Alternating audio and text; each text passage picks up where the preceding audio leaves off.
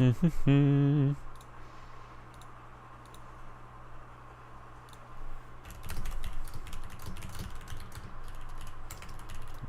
is good.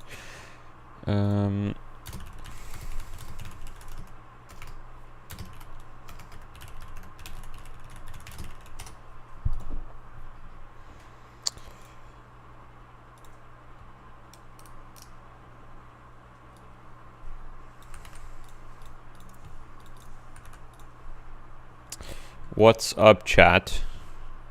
How are you doing? How are we doing?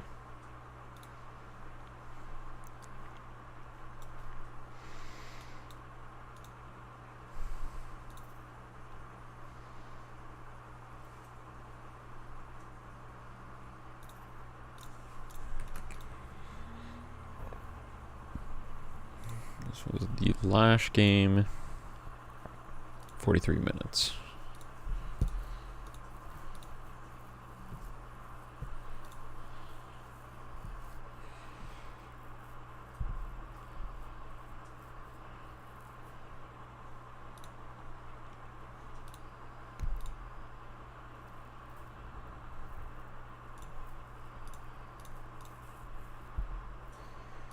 How many hero builds do you have? I personally, in-game, don't have that many. I have one for Pocket, one for Shiv, and I have one for Pocket, I have one for Shiv, I have one for Lash, I have one for Vindicta. That's pretty much it at the moment. I'll be working on some more, but right now that's mostly what I have, yeah, because those are the heroes that I know better. I could make a Warden one as well. Yeah. How's everybody doing in the chat? We having a good day? Are you Skibbity or are you Toilet? That's a fantastic question. I'm so glad you asked. I would consider myself more Skibbity than Toilet personally, but you know, that's just me.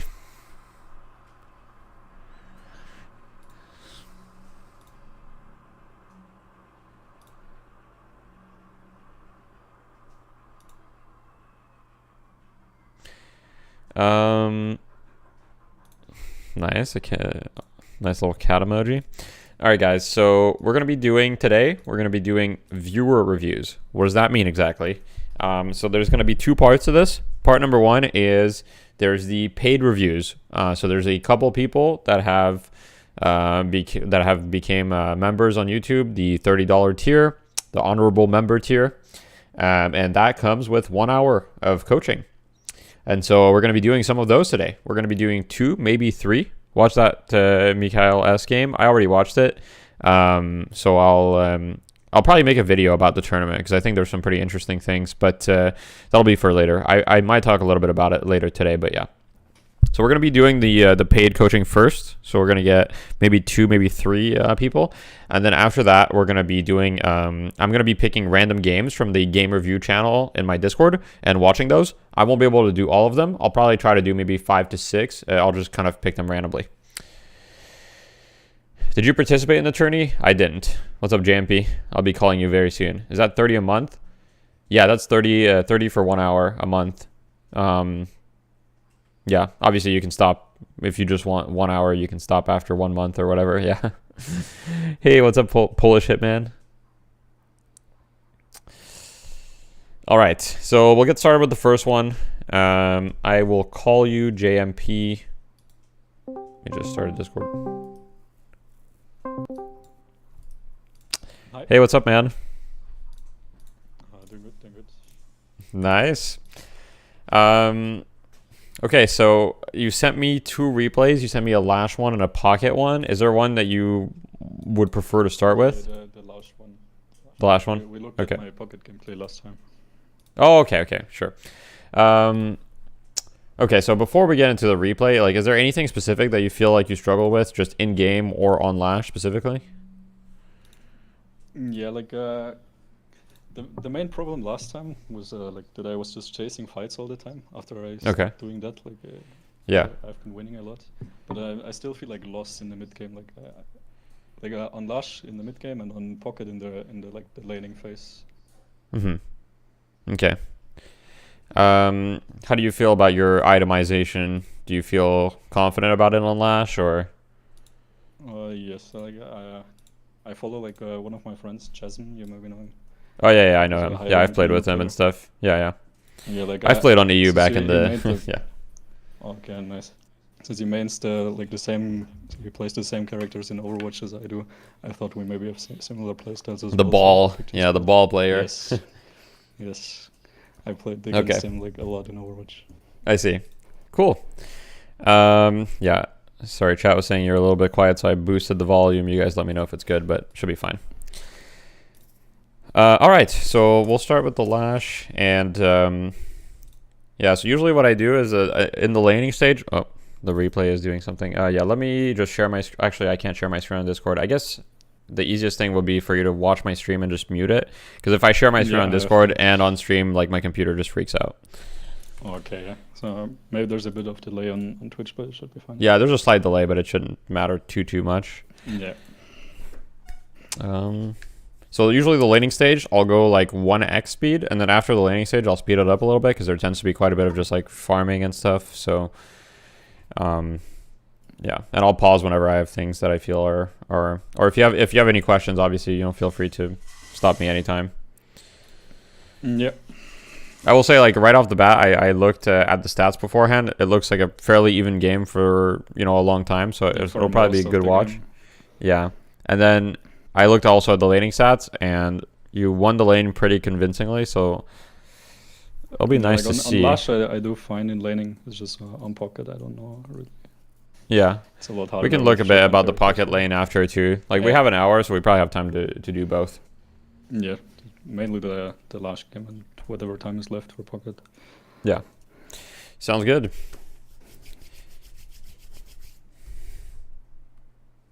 Okay, let me just speed this up.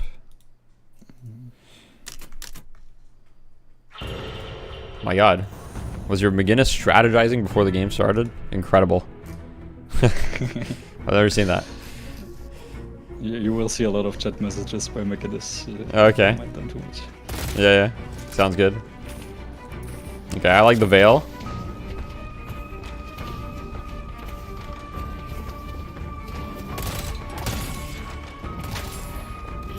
Yeah, so far it's okay. I would say, like, one thing is at first I think you were looking a little bit too much for him. And I think you're also like a little bit too afraid to go out there and like melee creeps. At the end of the day, I don't have any major issues with the way you played that. I think if you play this way, though, it's going to be hard for you to like dominate someone in lane, because you're not really like applying pressure on the creeps either. Infernus kind of struggles early at dealing with the creep wave being pushed into him, because he doesn't have any like wave clear early without like before he gets flame dash. My abilities. They won't see me coming, but boy, will they know I've been there. I am ready to get my hands dirty. Right, yeah, my thought process there was like before creeps are getting low, I can just look at him, like look where he's going. Yeah.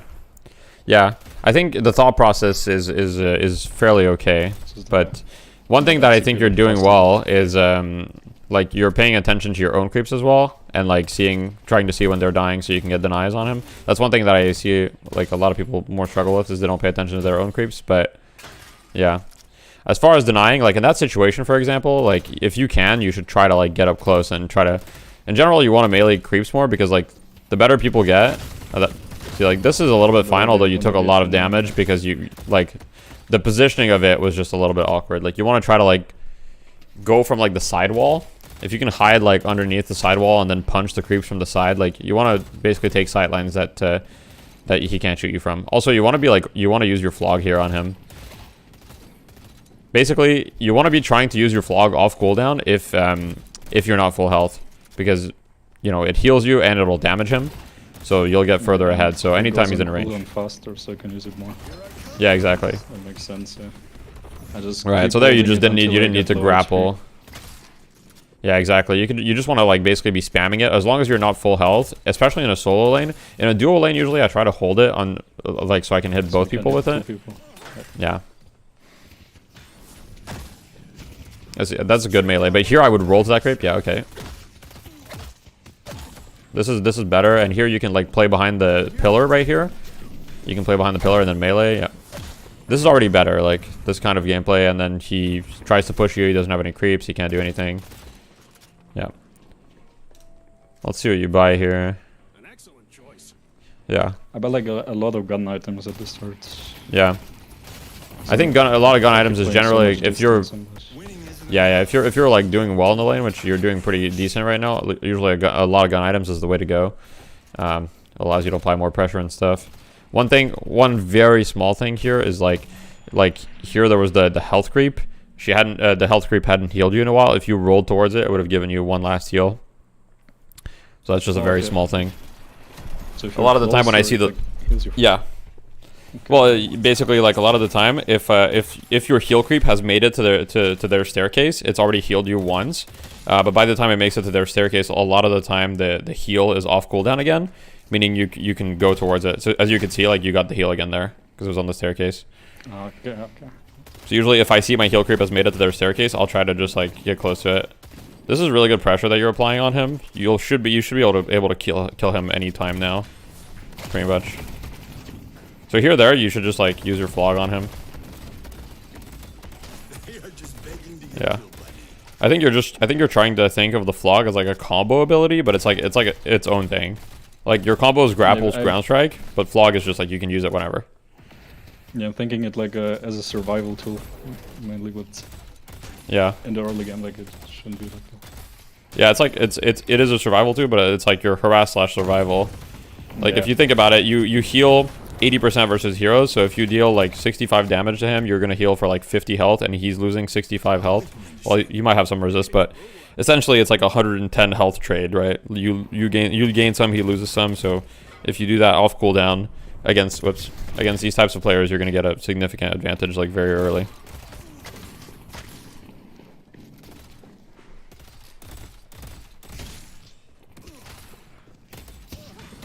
Other than that here, like, okay, so this is a perfect example of like creep advantage. So like the wave is being pushed into you, and you're not either like, if the wave is being pushed into you like this, you kind of have to back up to the tower, because otherwise, especially like an Infernus can very easily kill you. I don't know if he will here, but he should. Yeah, he does, I think. Yeah. You think you got the best of me? Yeah, the fact that he doesn't kill you here is just like a misplay on his part, but if he just like had better mechanics, oh, I think you're maybe dead. You're Yeah, very I close. took the Oh. final. Yeah. You shouldn't have even lived anywhere close to that long. You should have died pretty much instantly. But I think he missed his first ability, and he probably just missed a bunch of shots too. But yeah, whenever they have creep advantage, the creeps are pushing into you. This is good here. Oh, even if he doesn't die, he's... Oh! Okay, nice little snipe. Worry. Okay, so right here, I would be like looking to potentially gank. If possible. This used to be an opportunity. So like I'd be like, okay, I killed my lane. I would probably be like, okay, I'm gonna push the wave here. So here, this wave, I would push as hard as possible. So there's no Infernus. So here you can roll on top of the wave and just heavy melee it. Like that's the fastest way to kill it, because you can hit like 2 to 3 creeps at once. I don't know. Oh my god, the game is And then lagging. and then I go help What? my Wraith. Okay, one sec. I don't know what's going on. Yeah, you can. One sec. I gotta fix this. Okay, wait. This is. The replays are a little bit buggy sometimes. I don't know. 5 FPS replay. Yeah, that's just very strange. Oh my god. Okay, it's good now. Okay. Yeah, so usually you could go gank for your Wraith, yeah. Is your Wraith in a 1v2 lane, or does she have someone? Yeah, like I see your Bebop's going back here. You get the wave. Like here you gank for sure, because like as you can see, they're pushed up. Like they're past the halfway mark. Like if I look from your Wraith's POV, like it looks like a pretty decent gank. Like there's an opportunity here. Like they're at the bridge, which is a decent spot. You might not be able to kill them, but right now you have 4k. Like you're very strong. They're also fairly strong, so it'll just like provide some nice support, and it doesn't really cost you much either. And I don't lose much. My Yeah, 'cause Bebop, you will see his chat message soon. My Bebop calls me out on that as well. I see. I will see his chat message. Hopefully it's not toxic. No, it's not. I like the fact that you're still focusing on the denies here, though. Like, you don't want to give too much room to breathe to this Infernus. But I think, like, when you're ahead in this situation, like, you really want to, like... On Lash, you really want to get active. Like, you have ult, you want to, like, look to use it. And sometimes it's going to be hard to ult this guy under tower. Like, He's gonna be hard to kill. I mean, he's kind of just like, he's kind of throwing, so he's making it pretty easy for you to get damage on him. But otherwise, like usually, generally speaking, it should be hard. And as you can see here, like they're very, very deep here. Like they're diving. This would be a perfect time. The other problem I would say is you didn't, and this makes it harder for you to gank, is you're not itemizing to gank. So like on Lash, if I'm doing really well, I'll prioritize getting extra charge, and I'll also prioritize getting sprint boots and extra stamina, so that I can like go to another lane and gank.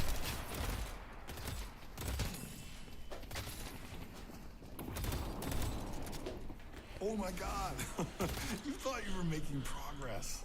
Okay, this would also be a great time to gank, but I think at this point you're just focused on your lane. I'm going to speed it up a little bit here to see if there's anything else that happens.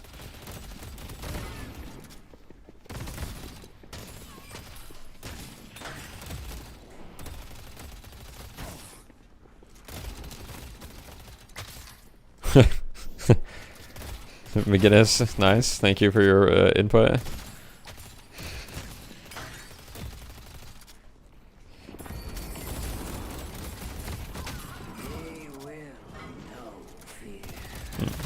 You're saving a lot of souls here, like, and I'm not really like Lash likes getting a lot of smaller items, so I'm wondering what you're gonna buy here. I guess we'll see. Let's see, Mystic Burst, extra reach, sure. You're still keeping 1800. I'm really surprised you're not going sprint boots, extra stamina. Do you usually go to those items? Like, not much on Lash, because I don't know why I really. Like, I feel like you have a lot of movement already to like get around the map. You do have a lot of movement, but the reasoning behind it is you have a lot of movement, like to get in a fight, but to move between lanes, like you're not going to use your grapple to move between lanes. And so it's just the idea with Lash very often is you want to get active so you can use all of your kit, which is essentially like that of a like brawler, initiator, or whatever.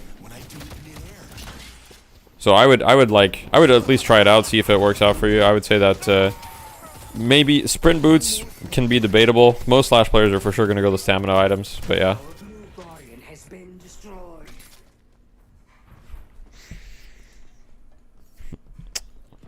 Sorry, chat. I won't be very active because I'm coaching him one-on-one right now, so we'll see. Okay. So wait, let me see. One thing that I see a lot. Oh, okay. So I like the fact that you're going towards this warden. Your teammate just died here, so you might just die as well to this guy, honestly. Oh, he might just kill you here now. It looks like you're good, but He does, yes. No, oh no, you are dead. I thought I dodged Yeah. it, but it hit me anyway. Yeah. So. And here I missed the parry. You want Warp Stone, which is a good item. I'm not necessarily against going Warp Stone early. I usually will prefer going early. I'll usually prefer going Superior Stamina to Warp Stone, just because of like the air movement that it gives you. But Warp Stone is also a good item, so I don't necessarily think that's a mistake.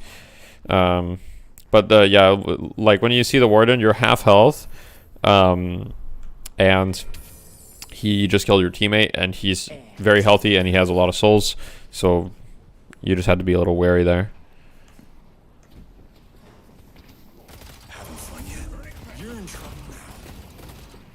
One small thing that I would focus on is like on Lash, you're like, especially since you build gun, you really have to like get good at the ground strike combo. So like ground strike pops people into the air, and that allows you to get like basically free shots, right? Like when they're popped into the air, you should very rarely miss those shots because they just go straight up. Like they move the same way every time.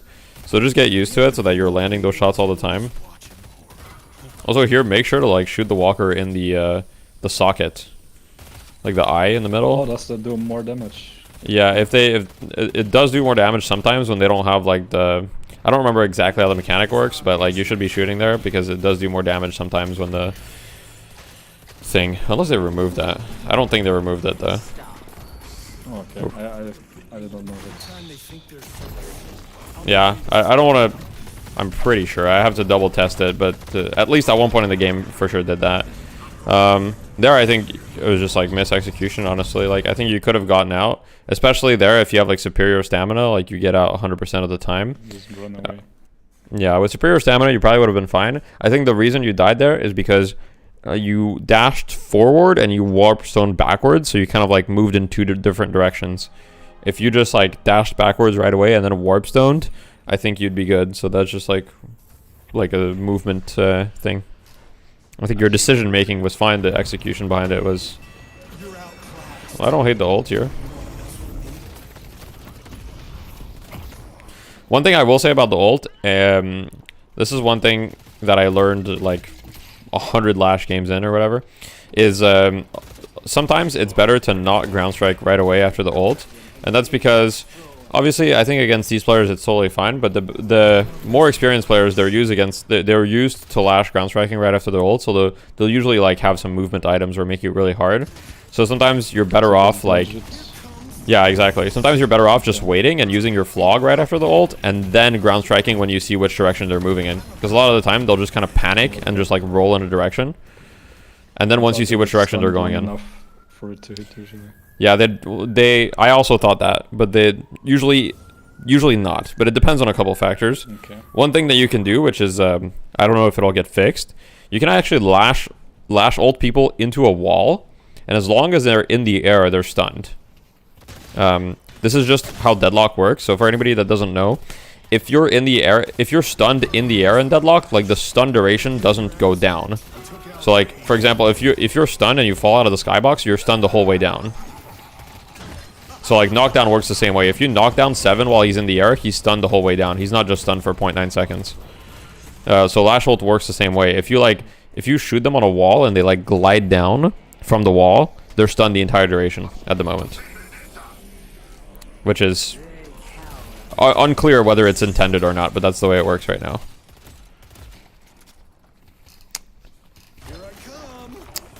I hear this should be a kill.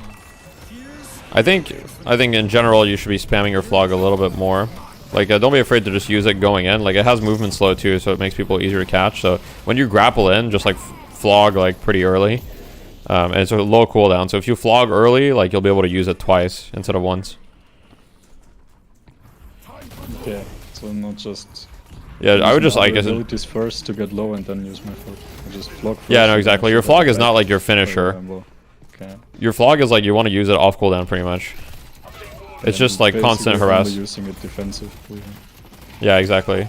Okay. Like there you're using it to finish off the kill, which is fine, but you also could have used it much earlier and it would have done the same thing.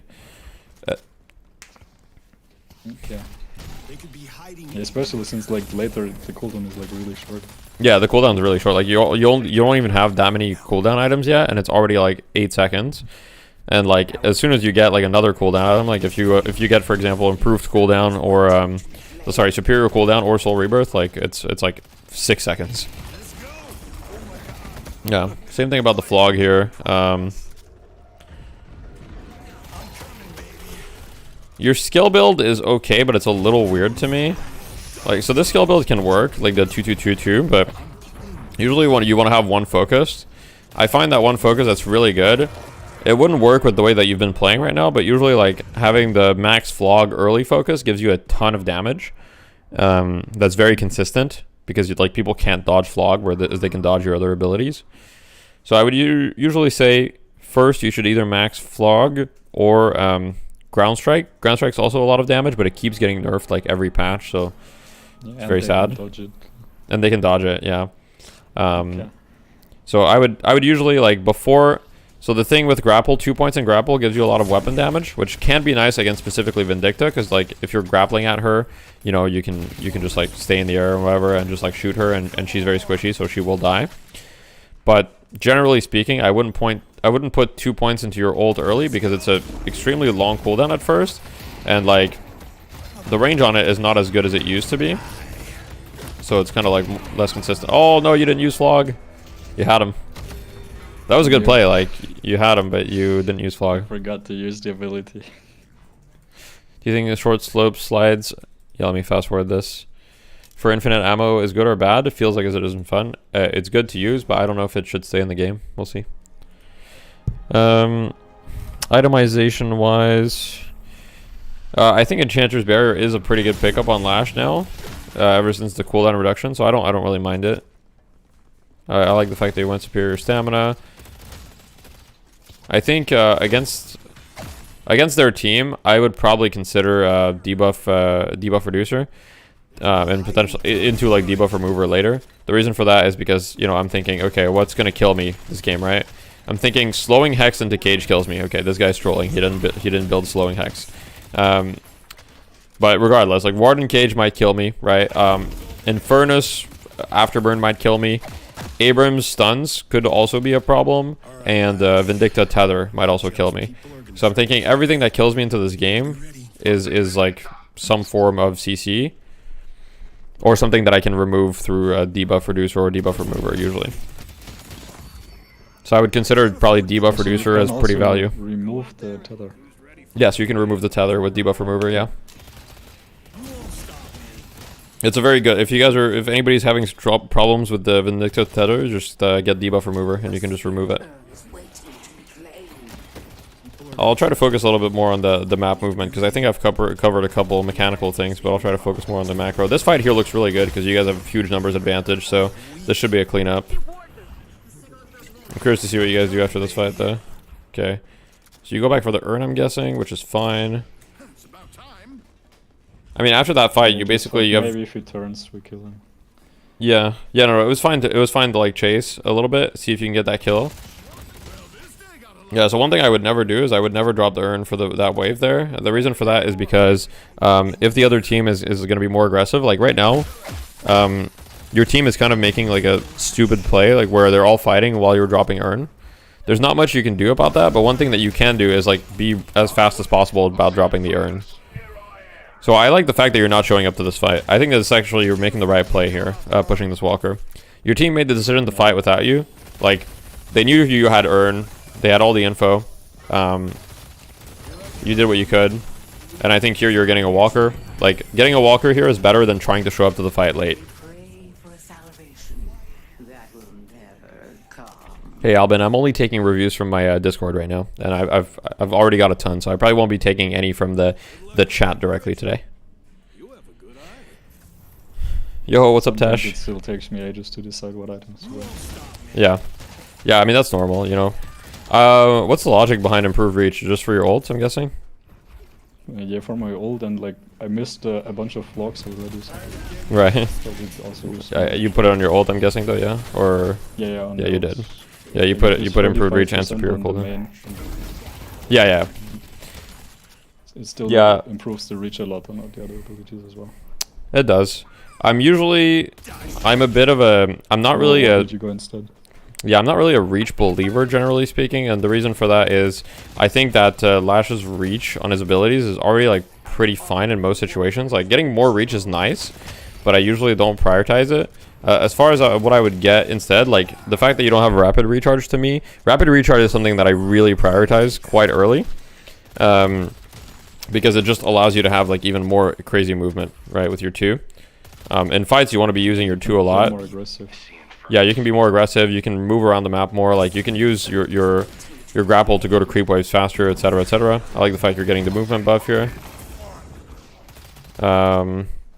But yeah, so I would have bought probably rapid recharge first, and then usually like in terms of like improved reach is one of the last spirit items that I would buy. I think cooldown is better than reach. I think improved burst is better than reach, and I think if you want to go like, it depends on the Lash playstyle that you want to go for. But if you're trying to go for like a carry Lash playstyle where you want to do a lot of damage, you can scale your flog to a ton of spirit damage with items like Surge of Power or improved spirit into like Boundless Spirit potentially. So Boundless Spirit can be really good on Lash if you can get it. So if you're really far ahead like you are right now, for example, like this could be a situation to consider Boundless, because you're decently farmed. You're not like super far ahead, but yeah. As far as here, like I think you just get out here if you can. This was decent movement, so Warp Stone and Superior Stamina showing their strength.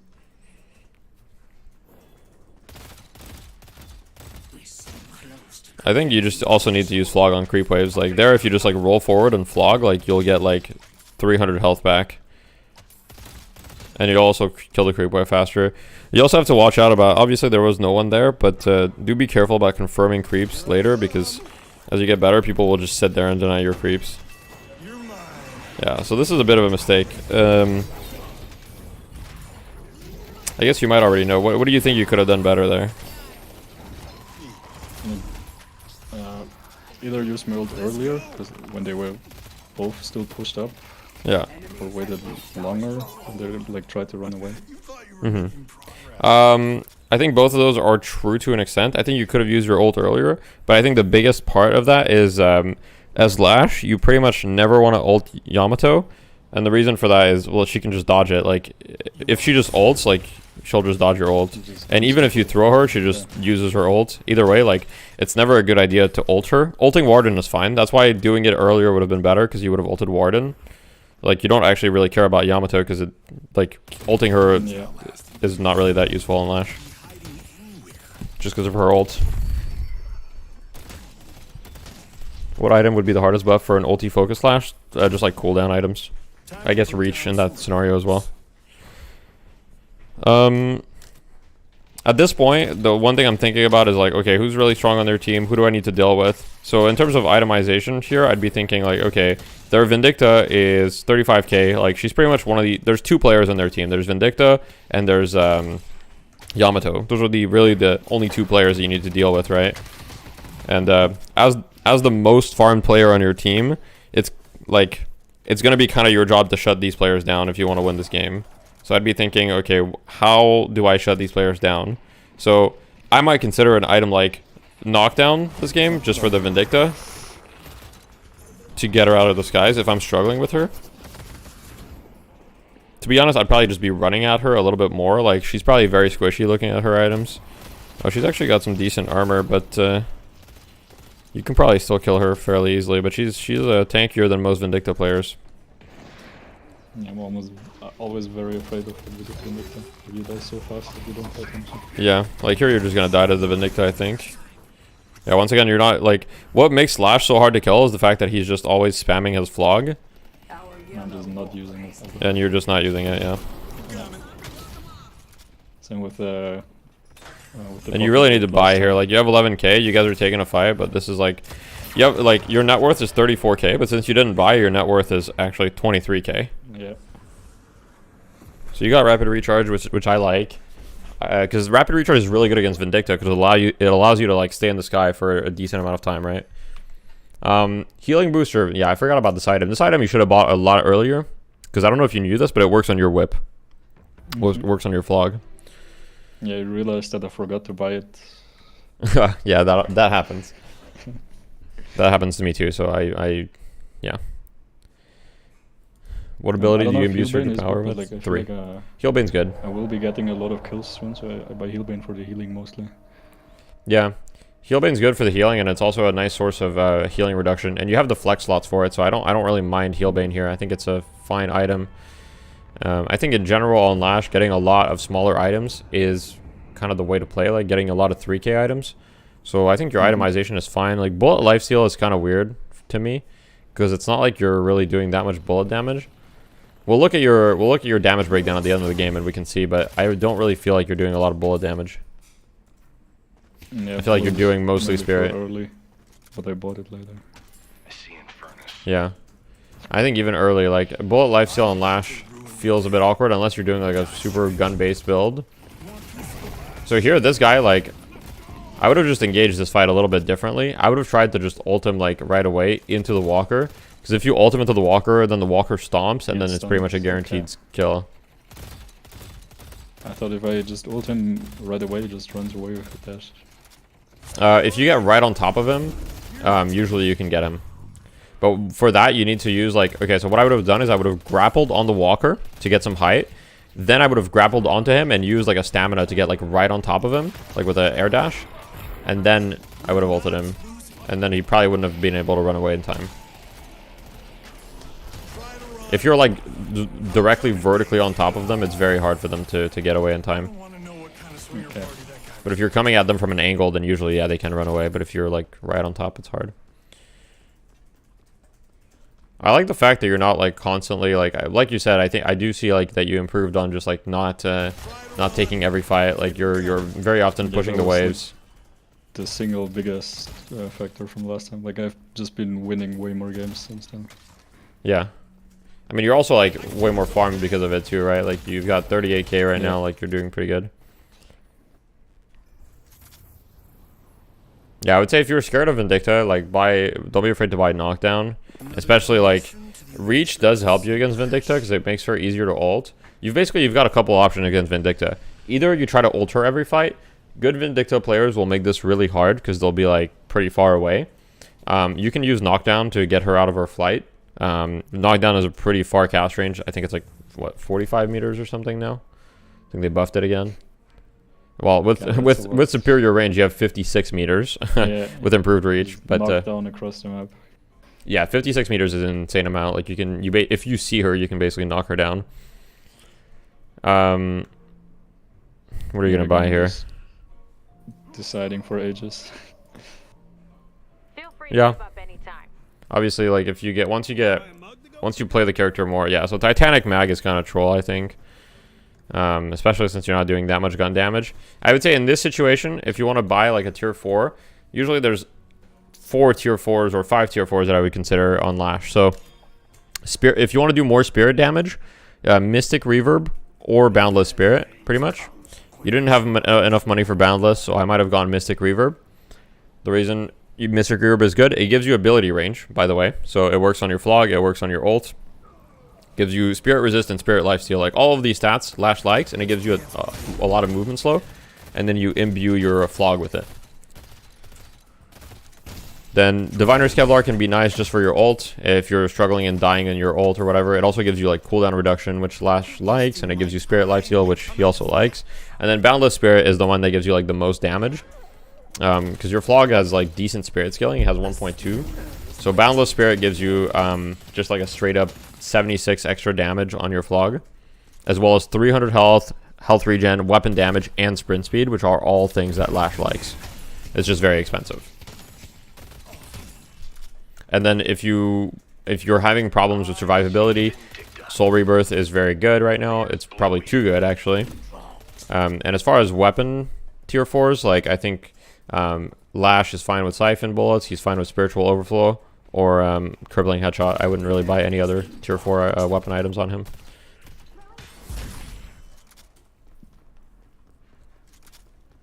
No one hides from me. I think here this is kind of like the part of the mid game where I see a lot of when I'm watching like games of viewers and stuff, I see a lot of people that are just kind of like lost, right? No idea Or just like everyone on the minimap is just like kind of doing, nobody really knows what's going on, and everybody's just kind of running around. So the fact that both buffs are up, like, you know, everybody should be prioritizing buffs a lot more than they are. Like, buffs are insane. For anybody like wondering the value of buffs, if you want to put a value on buffs, it's basically like a 3k item, like when you have it. Like the Vitality buffs gives you 400 health. Like that's insane. Colossus gives you 500 health. And then the gun buff gives you a ton of like fire rate and mag size. So yeah.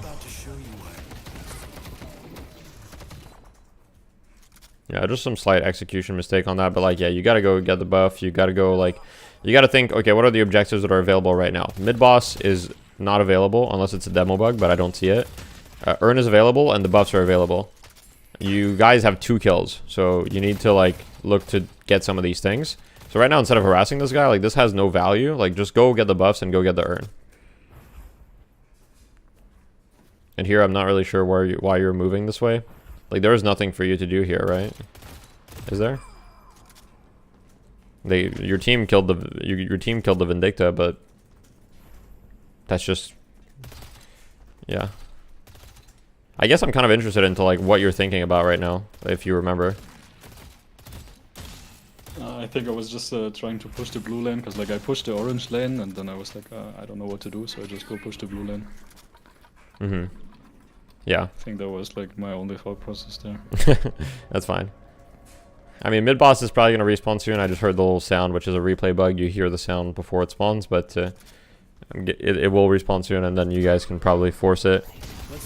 Although it looks like your team has kind of fed, but oh no. See, that was a great usage of Flog. That's how you want to use Flog more. Like, but just imagine he wasn't hurt, I would still use Flog like that. Sometimes you can just grapple like Flog right away a lot of the time. Like here, I would just Flog right away. You should be good. Mid boss respawns.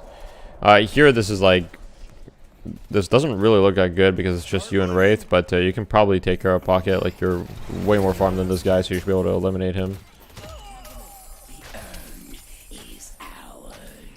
Guess your Bebop got the urn. And now that you've almost got 10k, like, if you ever have this much money, like... Yeah, just go... Well, at this point, if you're able to save up to 10k, like... Yeah, don't save up this much money. And like, if you want to try like a little bit different focus on Lash, like try going like Surge of Power, Improved Spirit, and then Surge of Power you put on your Flog, and try using your Flog a lot, and you'll see like it's both an offensive and a defensive option because you get a ton of healing from your Flog in the first place. And if you're doing more damage, you're also healing more. And if you hit multiple people with it, like I've very often have healed for over 1,000 with one Flog. And it's on a 7-second cooldown. So, please don't nerf Lash again, Valve, I beg of you. Please, no. Lash has never been buffed. He's only been nerfed for the past 3 months.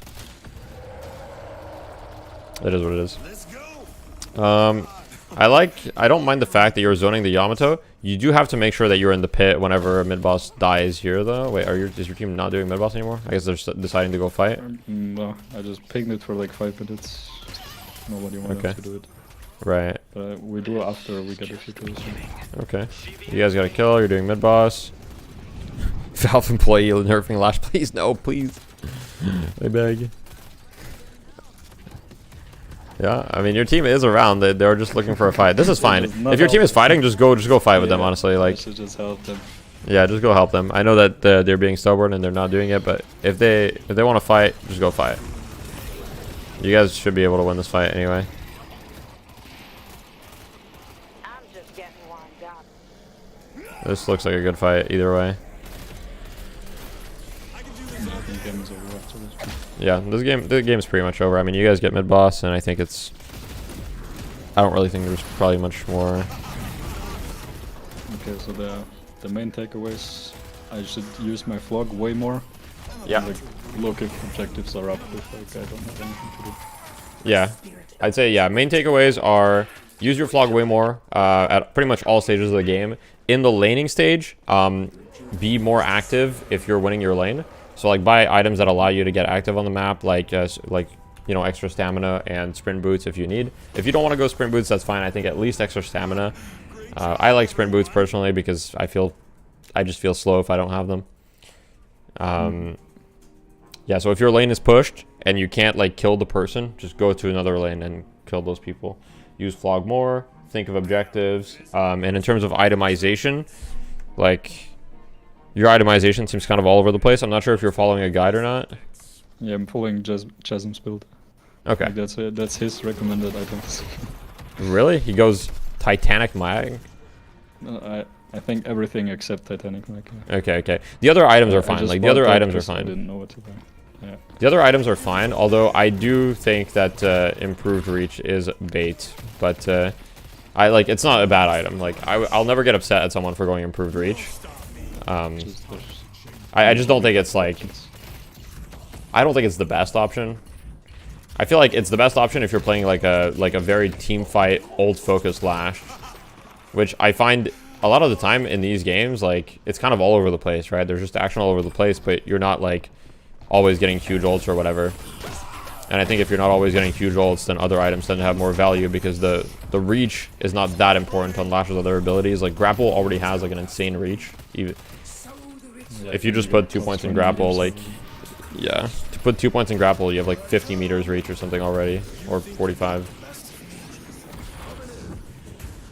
All right, I think it's pretty much over unless. Yeah, no, I like the fact that you have Soul Rebirth. It's a good item. Diviner's Kevlar is also a good item.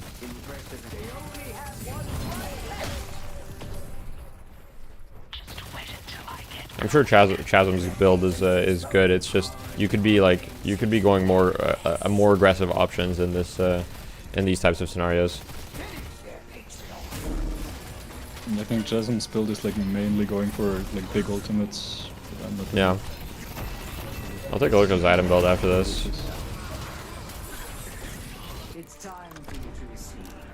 Yeah, actually, let's take a look at your damage sources. It's going to be interesting. I don't know if you ever use these graphs, but if you look at there's a couple things that you can look at. Damage breakdown shows you like how many creeps or whatever, like the amount of damage you did to creeps. So you did like a great, like you were definitely focusing a lot on pushing creeps. Like you pushed the creeps most on your team, which is good to an extent. I don't think you need to work on that right now. Like you're doing fine with that. Neutral enemies is fine. Like Lash is not that good at farming neutrals. You could probably farm them a little bit more, but he's not that good at it. So, and then here, I was like, I saw gun damage, but I was like, okay, interesting.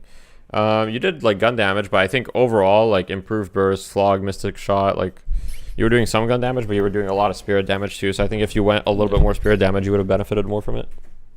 And like it's very skewed because I just didn't use my flog a lot. I could Yeah, have used true. my flog at least twice as much.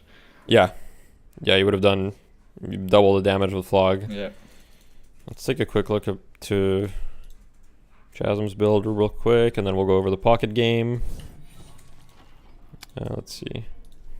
Yeah, the pocket game is a short one. Yeah, is it Chasm Lash or Chasm? The one that's more recently updated. This one is updated August 25th. This one is updated September 5th. Okay. Let's take a look. Okay, so all of these items are fine. I honestly don't mind going Warpstone early. That's fine. I prefer Superior Stamina, but like I could see it either way. I don't think this is. I think this is fine. Yeah, I'm really surprised that he doesn't go Superior Stamina or Sprint. Here he does go extra Stamina. Yeah. And Interesting. In mid game. Yeah, he might change his mind again. Take one depending on enemy heroes. Yeah, so it would have been a good game for like knockdown, for example, because of the Vindicta. Mm-hmm. I'm Any still order? not really like sure which items to buy against what characters, so I bought improved cooldown. Yeah. I need to look at That's those fair. more. Improved cooldown is always good, right? So you don't have to ask yourself any questions. It also would have been a good Silence Glyph game because you were playing against Pocket and Yamato. So generally speaking, Silence Glyph is really good against heroes that are super like ability dependent. So Pocket and Yamato, you can kill both of them if you have Silence Glyph. Yeah. Slowing Hex would have been an okay game for it. It wouldn't have been necessarily the best. I would say it's really good against like Infernus. It is pretty good against Vindicta and Grey Talon, but it doesn't do anything if they're already in the air. Yeah, I think, look, Chasm, I'm sorry, but I think Bullet Lifesteal is kind of troll, but that's fine. I don't understand this item on Lash because you already have so much lifesteal. Like and there you want so many green slots. Like you want healing booster, you want heal bane. Like you're gonna want a lot of. I feel like green slots are already contested. So yeah, but the other items are fine. I just if you want to try a bit of a different playstyle and you like the flog, try Surge Power, Improved Spirit. It's a much more aggressive playstyle, but yeah, just try it out, see if you like it. If you don't like it, you can go back to Chasm. Alright, I will try that. Alright, let's take a quick look at the pocket game. Let me pull that up.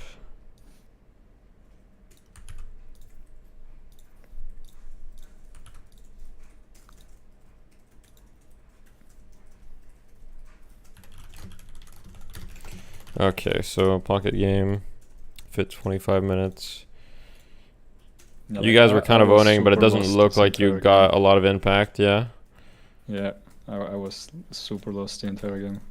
Like, I See how was just you running did away laning. all the time. Laning stage, you got, oh, wow, well, this is interesting. The laning stage, it's not true. Like I Oh, yeah, laning yeah, yeah, against right. Bebop instead. Yeah, so the Bebop got 6,000 souls, you got 5,000, so you still lost, okay. Oh, whoops. Okay, let's click download, okay.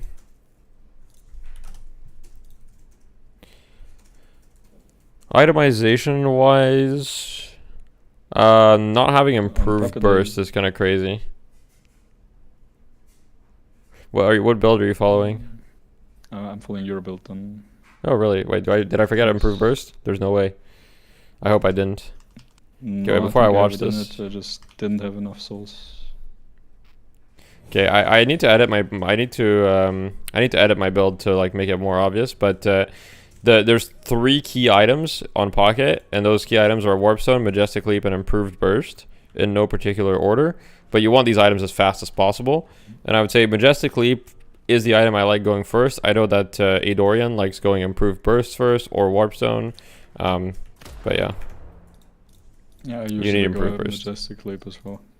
Yeah, I like Majestic Leap. I think it's really good, Just- but It just buffs your first ability by so much, it feels like. 'Cause yeah. You have like way better angles to shoot from. All right, so we'll take a look at the laning stage because you say you're not really sure what to do on Pocket on the laning stage.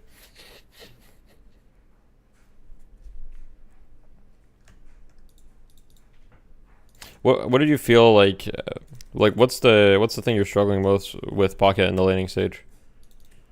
Like getting up close without taking too much poke. Like usually Yeah. just 1 HP the entire laning stage. Right. Yeah, I'm actually gonna update my Pocket build a little bit because I'm starting to be like a bit of a believer in extra regen. I was kind of an extra regen hater, but I'm starting to be a believer now. Okay, here in that situation, I would have probably used like, you want to, Pocket's really good at denying, so it's fine to look for denies here. Oh wait, he's just gonna miss the last hits. Okay, he just missed 2 last hits. You missed 1 too though. Unfortunate. Yeah, so here you have to back up, I'm pretty sure. Oh, he's not gonna punish you for it. So the reason I say you have to back up is like he's got the heal creep, he's got the creep right there. You have no creeps. Like if he's good, I think he just pushes you there, and you know you have to run away because the creep's gonna shoot you. And creeps do a surprising amount of damage. I mean, honestly, this is fine. You took the bomb. Unfortunately, that is a lot of damage against Pocket. Yeah. You don't have any spirit resist. You have minus 15. I would say once again, like you're kind of holding your barrage. Like, you know, if he's standing behind the pillar here, like I'm barraging. Like it's kind of free. Yeah, I'm Like afraid here- to like, get hooked, but he doesn't even have to hook it. Yeah, he does, I don't even think he has the hook Don't right need now. to be afraid of it. And like if he's behind geometry, like it's usually free. Yeah, so here you're probably gonna die. You can dodge it with the suitcase. Oh, okay, you're good. Yeah, so here like I used to not be an extra regen believer, but in a lane like this, if you're struggling, I would get extra regen. Oh no. Whew. Yeah, I think you have to go back to base here actually. I think it will. Yeah. My father chose violence, not me. Okay, that's fine. Since you're going back to base, as my first item, I'd probably get like an item that's gonna allow me to maybe, yeah, restorative shot's okay. I think restorative shot is fine, yeah. I don't have an issue with I it. bought that because like I went to heal in base already. So Yeah, it's unfortunate that your barrage was still on cooldown, otherwise it would have been free. yeah, I tried to spam Yeah, one. nice little dodge. It didn't work, and then I saw it's on cooldown. Yeah. Yeah. I kind of felt that you were trying to do that from the way you were moving. With restorative shot, like you have to pay a lot of attention to the cooldown and always try to hit him when it's off cooldown. So like for example, now it's off cooldown, so yeah, I would have just like kept that bullet to hit him. If you don't do that, restorative shot is kind of a bad item. So you have to like, okay, it's off cooldown. Here I would just peek and try to get a shot on Bebop instead of the creep. Because it heals you for 35 against heroes and only 10 against creeps, so if you're only using it against creeps, like extra regen is just better. But if you use it against heroes off cooldown, then it gives you a lot of regen. This guy just really wants the bomb stag. Yeah. Yeah, I mean, I think the thing with this lane is like you've kind of just like given him a lot of opportunities. I think the biggest thing in general is like you haven't, like he's been spamming his abilities and you've barely used yours, and you've always used them like defensively, you know what I mean? So like you haven't applied any pressure to him. He's free to do whatever he wants. I think healing right here is the right play because you're extremely hurt. You have to make sure you don't get it canceled, but oh god, you're gonna get it canceled for sure. Yeah, so he kind of messed up here. Spirit's free. Okay, that's good. Now he's hurt. You have 2 barrage stacks. Like I'm pushing this wave as hard as I can. I like this. This is good.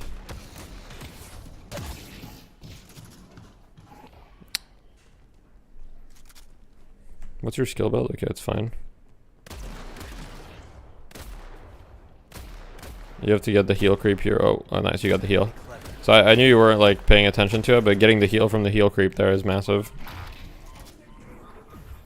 Like, every time it's like 40 health, I think. It's a lot.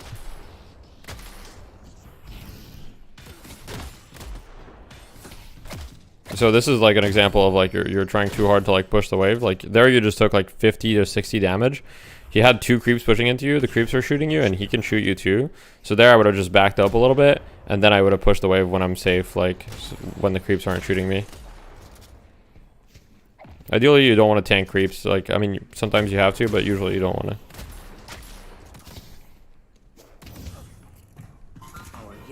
Yeah, if you buy restorative shot, you have to pay a lot more attention to the cooldown, because I don't think I've seen you use it on him yet. Like, all the shots you've gotten have been on creeps, I think. And here with 1200, like, you have the option of going really aggressive. So, okay, this is fine. This is a fine option. You want extra stamina and 2 gun items, which I'm totally fine with. Like, here you have all the tools necessary to kill him if he overextends. So, okay, so if he overextends, like, here, instead of being passive on him, especially since he threw the bomb in, what I would have done is I would have dash jumped on top of him. Just dash jump barrage. And then if you get 4 stacks, like, he's just dead. Like, you actually will melt him. So here you're going in, but you didn't, like, barrage him, right? So he's just gonna kill you. Barely any damage. Yeah. You kind of wasted his ult here.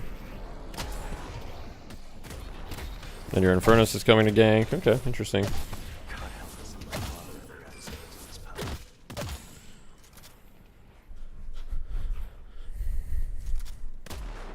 Also, if you're struggling against spirit damage in lane, an item that can be nice to buy early on is Mystic Reach, because it gives you spirit resist, 5%.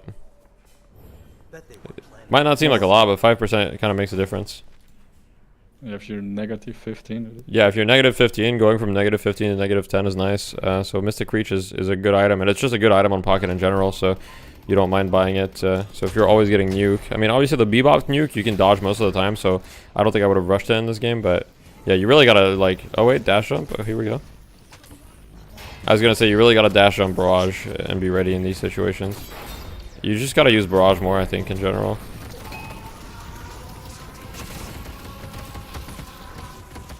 Pretty much on pocket, your game plan is get like 3 barrage stacks, 4 ideally, but if you can get 3, you're golden. And then if you have 3, you do an insane amount of damage. If you don't have barrage stacks, your hero doesn't do that much damage, and therefore you're gonna lose lane. The hero's pretty much, if you want to win lane, you have to hit barrage. All right, let's take a look at what happens after.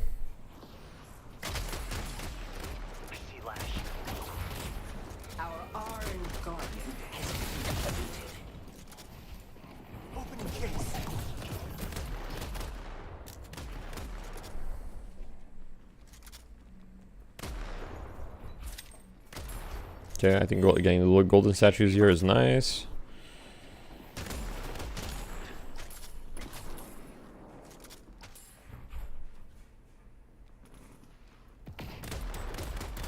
I like pushing the tower. Once again, I would try to like also pay attention to other lanes and see if there's opportunities, but pushing the tower here is completely fine. Like, you want to try to get this tower early.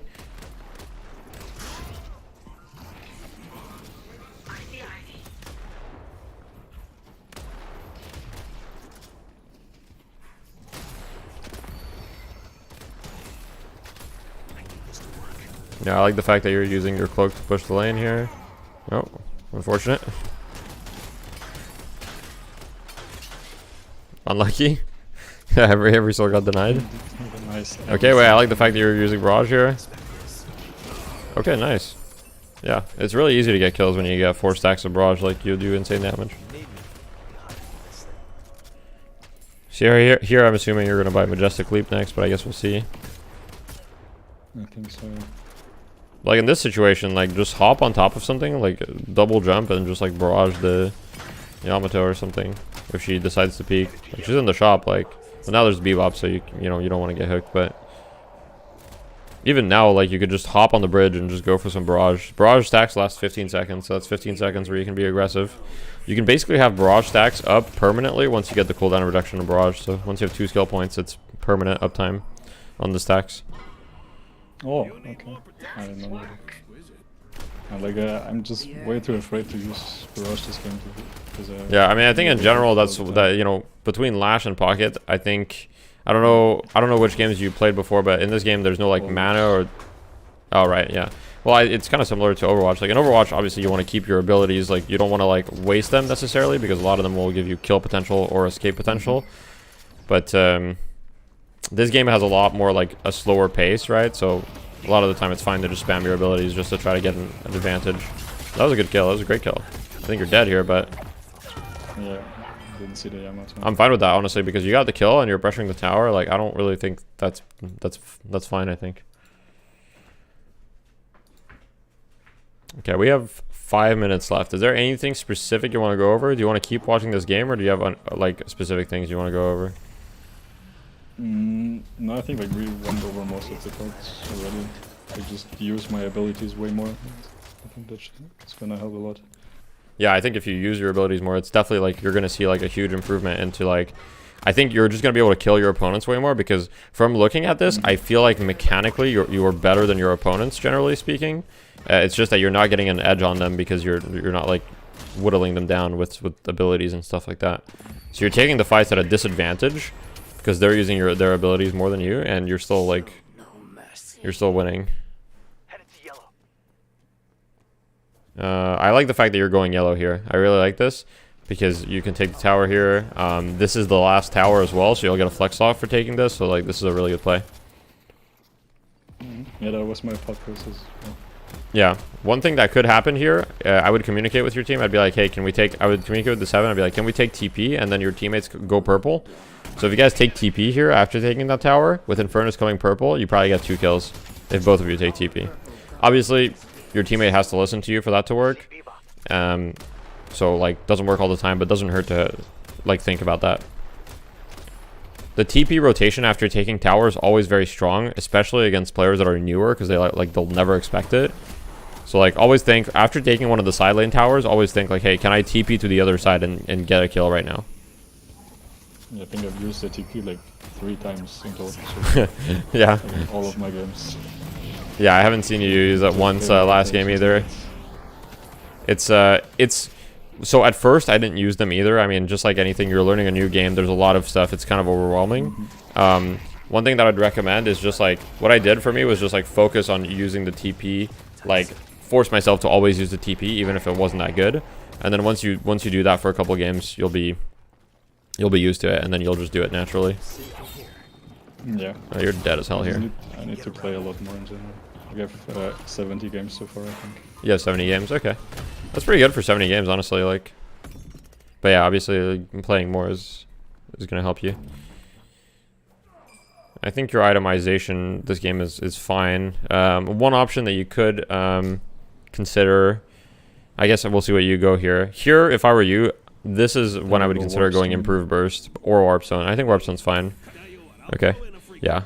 I don't hate Warp Zone, honestly. I don't hate Warp Zone, but I think Improved Burst obviously becomes better as the game goes on, but it is still a pretty significant power spike. And here, like, well, I guess we'll see what you skill, but I think you put an extra point in Cloak and then 2 in your ult. Yeah. You're holding on to your skill points, which is something that I do a lot when I'm like busy thinking about other things as well. But yeah, here you should really be like skilling these things.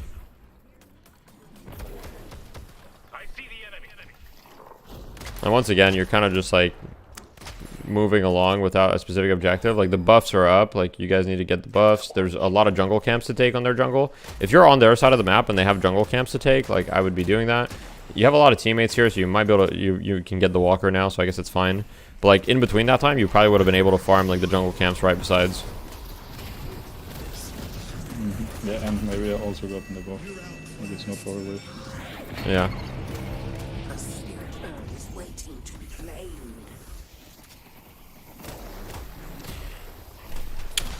Alright, well, I think since we only have like 2 minutes left and then I have someone else right after, we'll call it there. Do you have any, like, I guess, do you have any specific questions before we end? Otherwise, I'll do like a quick recap of the things I think you should focus on. No, I think like those were them. We already covered the main points. Okay. I think itemization is, one second, I'm just trying to Usabilities more. Okay, so I think the 3 main things: use abilities more and understand like the advantage that those abilities give you. So like Barrage gives you damage, Lash, Flog just allows you to trade better, etc. Be more active if you win lane, and think of objectives that aren't just tower. So like, you know, the urn, the power-ups, even taking their jungle, or like taking crates or urns. There's almost always something to do in this game. It's very rare that you should just be like standing around and stuff. Alright, yeah, just scanning my map more, like what's up. Yeah. What can I Yeah, do? I'll just DM you these 3 points on Discord so you can remember them. And Alright, thanks. yeah, and you always have the That's- VOD if you want to that's like gonna help a lot. look back. Nice. Yeah. Awesome. Glad to hear. I hope this was helpful. I hope you learned a little bit. And well, if you know, if you stay a member or whatever, well, we'll see each other next month again. Yeah, I hope I'm gonna do better on those points by then. Yeah. Well, yeah, you gotta game a little bit. Hopefully next month Yeah. you have more than 70 games, and then I think you'll be. I think honestly you've got a lot of potential. Like I think we'll see quick improvement for 70 games. That's honestly pretty good. I don't know if I was that Yeah, good like, at 70 games. I've been like Grandmaster top 500 in Overwatch for like years. Yeah. my Yeah. So aim is you'll decent. get there in no time. I'm sure. Yeah. Alright, thanks. Yeah. Thanks a lot. Have a good day. You as well. Bye bye. All right, chat. We've got another one coming up. Give me 1 sec. All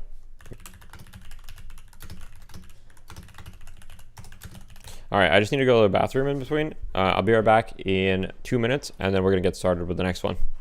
How are you guys enjoying it so far? Feel free to leave stuff in the comments. I'll be back in 2 minutes, and I'll read the comments.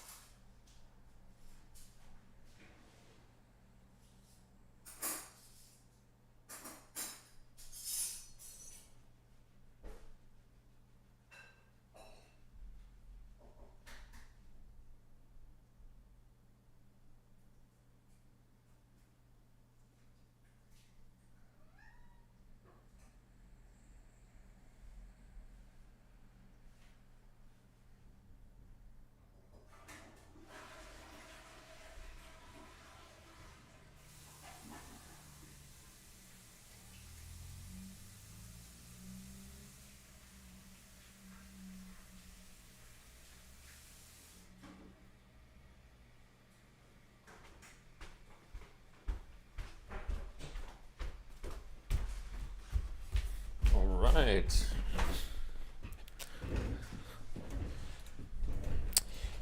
It's pretty cool doing a coaching style. That was sick, awesome. Lash gameplay felt like it was looking at mine, so you learned a lot. A lot of hand washing is going on. Yeah. All right. I will call the next person.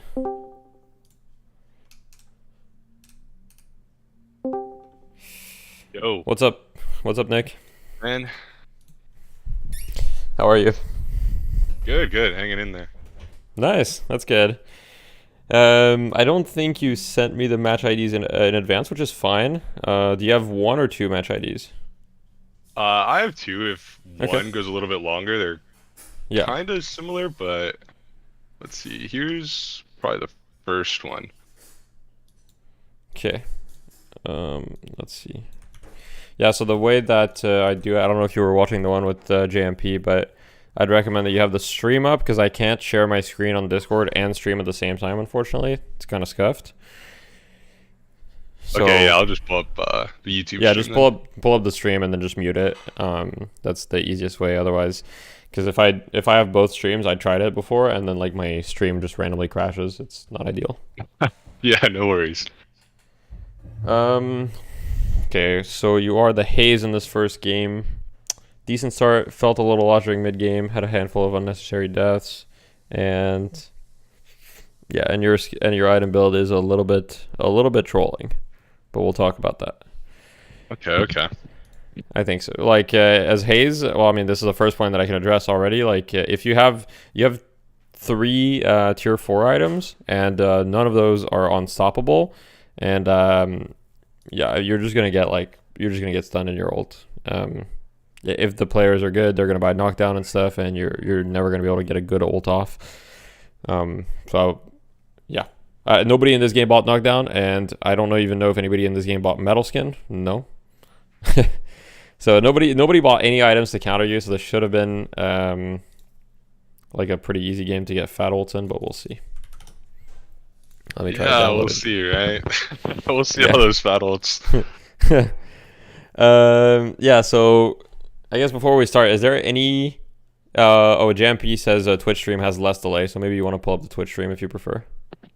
Oh, weird. I don't know if you have the link. I can send you the link. Oh, I got it. Yeah. Okay.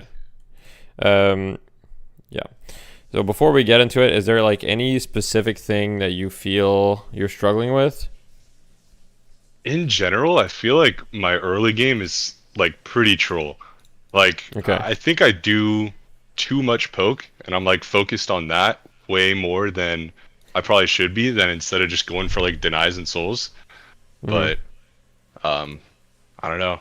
I mean, I feel like I try and let my teammate like worry about the wave a lot more, especially if I'm like duo lane instead of solo lane. I try and let them focus on it a lot more, and then I'll just go for poke since I can get in and out pretty easy and like use sleep to get out of a bad engagement. But I mean, maybe I'm wrong.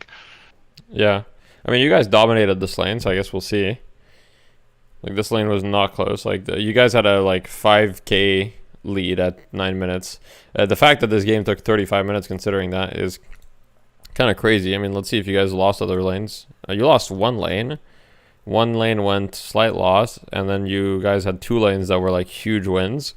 So I think this game should have, like, been able to end fairly fast. Let's see. That might partially be my fault too, because like a lot of the unnecessary deaths were in like the middle of the game. You have where to I join was my just going Discord. for like Post an ult you or have to try join and help my Discord, team, type and then I would exclamation point just Discord. like feed my brains out. So Right. Yeah, we'll look at that. All right, give me 1 sec. Let's get this replay started. For anybody that's not in the Discord in the chat, here's the Discord if you want to submit stuff. And okay, so let's speed this up a little bit so we get to the lane. So generally speaking, Haze, I would say, is one of the weaker laners at the moment. She's not like, she doesn't really offer a ton in lane. Her passive is okay if the enemies let you shoot the entire time.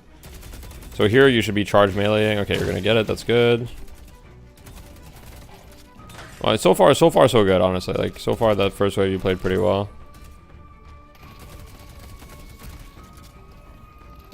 So at this point, I would be focusing on denies here. Okay, that's fine. They went for the melee, so you went for shooting. I don't have a problem with this. They're letting you shoot them a lot, so I think you're doing fine just for now. Yeah, using the Veil, going for the charge punch. That's all good stuff.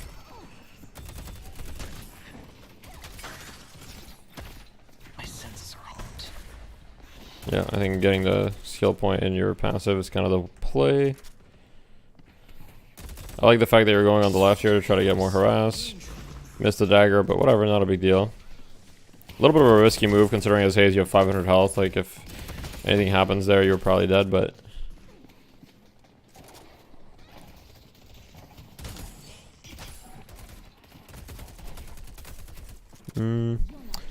Yeah, honestly, so far, I mean, this is pretty good in the lane, I think. Yeah, that makes me feel a little bit better. Yeah, I don't see anything that's like insanely like wrong or anything like that so far. Obviously, the way they're positioning is kind of like allowing this. Like, what is this Bebop doing? But okay, charge punch, nice.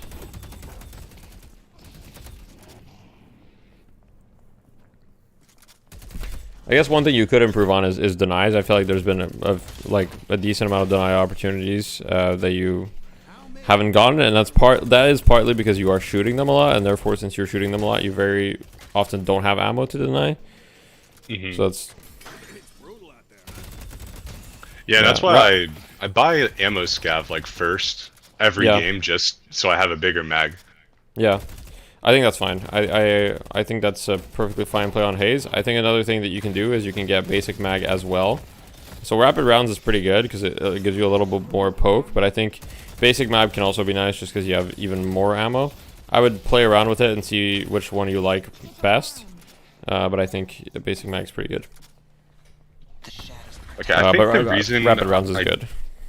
I think the reason I didn't buy, or like because I use a build that I made from like a few other builds, like taking parts and pieces that I liked from them, and I can't build the other 4 orange items that I want, like rapid rounds, active reload, and a few of the other items that I'll buy later. But so that's typically why I don't go for the mag. Yeah, it's a slot issue. Yeah. Nowadays it's easier because it's easier to get a flex slot now with the fact that taking all guardian gives you a flex slot.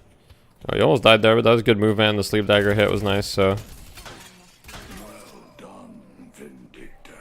wouldn't you rather have extra spirit for Haze? Extra spirit is also good, so you can also like play around with that. Extra spirit gives you a surprising amount of ammo just because of the spirit scaling and how it works.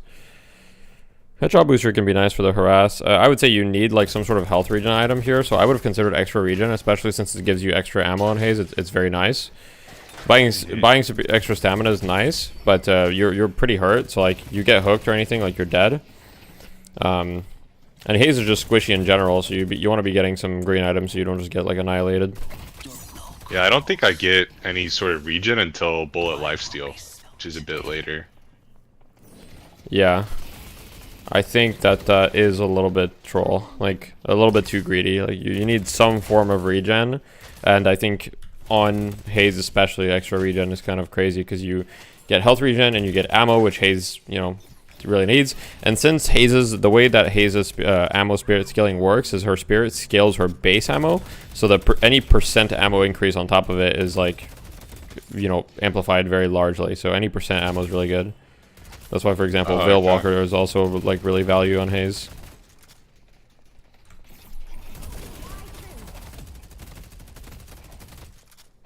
But I think the poke that you're doing is fine. Like if they're just like standing out in the open and letting you poke them, like on Haze, that is kind of like how you dominate a lane. You're not gonna dominate a lane by just not harassing them.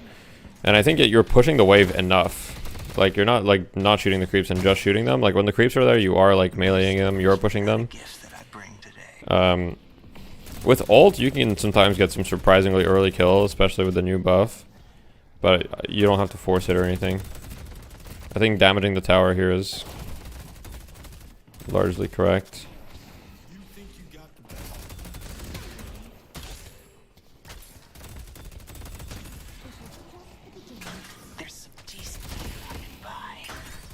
Yeah, once again, like securing souls could use some work, the denies could use some work, but other than that, I think that this could be really good, but it could also be like a bit of a throw, but it ends up being fine. It was high risk, high reward. Like you're so squishy because you don't have any green items that you could have like pretty easily died there, but also like they were pretty hurt. So I don't necessarily hate that play. I think that's the kind of plays that you need to make if you want to get like really far ahead of them. You're using the slide tech on the stairs, which is good. You should be able to take this tower.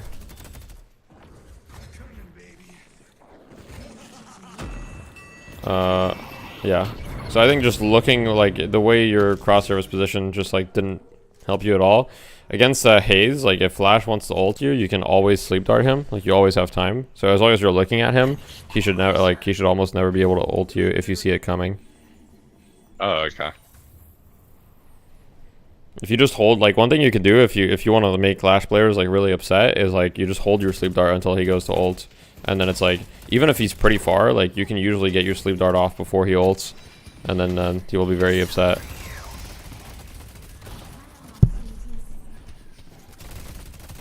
Should be a kill, right? Or he's very hurt. Oh, through the veil. I think He's cheating. He's a cheater. He just got the kill through the veil.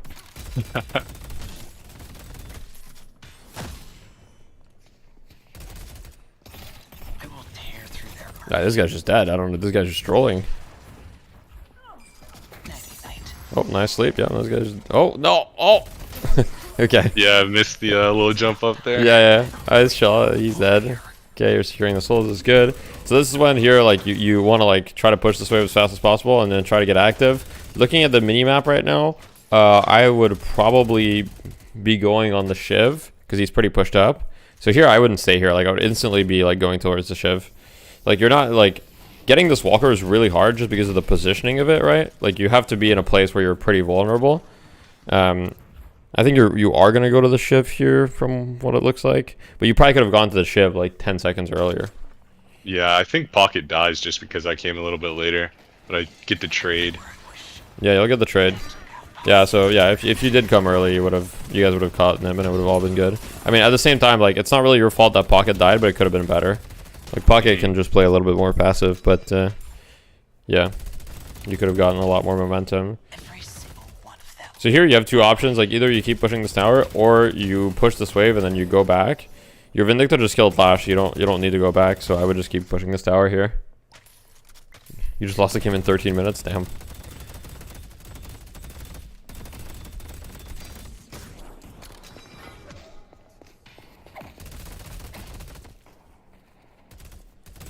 Yeah, so the Shiv is like, he's got a decent amount of money. I mean, he's got 5k. You're still richer than him, so I wouldn't be too afraid of him. I saw that you go Tesla bullets, so I'm assuming you're going to buy Tesla bullets next, probably. I think so, yeah. Either that or probably superior stamina. I get one of those two first. Right. If you're going to go Tesla bullets, I would recommend getting Tesla bullets first. The reason for that is like Tesla bullets is like a farming item. So I don't know. Have you played any other MOBAs in the past? No, I Okay. came from Valorant and CS. I see. Okay. Right. Yeah. I mean, your aim is pretty good, so it makes sense. Yeah. So like generally speaking, like in other MOBAs, farming items are you want to go earlier because it's gonna like ramp up your timings, right? So the earlier you go your Tesla bullets, like the earlier you can start farming the jungle and pushing waves really fast. It's like the downside to it is obviously that it's a farming item. Like it's not a super strong fighting item. Like it doesn't allow you to kill that much. So you can't be as active. But you can push waves and farm jungle much faster. Backing up yellow was the correct play. I think you could have probably stayed a little bit longer and gotten maybe some greedy denies, but you weren't defending that 1v2. Your Vindicta probably should have come, and you guys probably could have killed both of them, but you know, it's chill. Yeah, so here I'm not sure why you're going back to base. Oh. Yeah, me neither. Unless maybe I... Oh. I think you want to buy. I think you remember there's a shop. Yeah. Okay, Tesla bullets. That's good. Sometimes you might want to consider, like on Haze especially, if you're going like an early Tesla bullets, one thing that I'd play around with is getting an early like extra health. Extra health gives you a ton of value. Like you go from 785 to 1015 health, which is a lot on Haze because you're already very squishy, and it's fairly cheap, right? So for 500 you can become like for 500 souls you can become 20% tankier. And you might end up selling it later when you have more problems, but it just makes you like, so you don't just insta-die to everything. Okay. I think extra health in general is very like underrated item by newer players. It's like it's a lot of health for 500 souls. I like the fact that you're pressuring this walker though. Like you guys will be able to get this, and it should be pretty easy. Oh, sleep him. Oh. Yeah, you don't have to be afraid of Lash ult. You can sleep him like 99% of the time if you're just paying attention to it. As a Lash player, I know. Yeah, you know the sleep dart's coming. Yeah, I've been slept one too many times. And when I play Haze against Lash, they hate me as well because that's all I'm waiting for. So I don't really know what you're doing here. I guess you're going to the other lane, but I feel like there's so much. Okay, so one thing that you're not doing is like Haze is kind of useless early on, and so you know you want to be farming to get your timings. Farming, obviously, lanes are always better, but you should be pushing the lanes and then going to farm the jungle. I haven't seen you farm the jungle yet. For me, you can start farming the jungle as soon as you have Tesla bullets. Ideally, you want also like bullet lifesteal, so you don't just die to the creeps. But as soon as you have Tesla, you can start clearing camps. And when you have Tesla and bullet lifesteal, you can clear any camp. Getting this lane is fine, but what I want to see is like you push this wave and then you go farm. That's what I would like to see. I guess you actually could probably push the walker here because there's no one, but if you go farm, I wouldn't be upset either. So here you could probably like, I mean, you need to buy items actually, so let's see what happens. Yeah, so here you need to buy. Like, I wouldn't even worry about all this. Like, you were near the shop, like go to the shop, make sure you get your items. Okay, you're doing it. That's good. Okay, you got superior stamina. Yeah, see, I think superior stamina is fine, but I just don't really think it's going to help you out that much here. What I would have gotten probably would be like items that allow me to be a little bit more useful. So I probably would have gone like, bullet resist shredder, extra health, and bullet lifesteal. You can also consider combat barrier, especially since the buffs. There's a build on Haze that you can do, which is like the combat barrier, like Veil Walker type build. Veil Walker is nice because it gives you ammo and it gives you fire rate, and you can move around the map easier. So you can play around with that, but generally speaking, like a superior stamina is a good item, but on Haze early on, like superior stamina to me, what it tells me is that you want to be active, but on Haze you don't want to be active. Your character sucks early. Like this character is terrible early.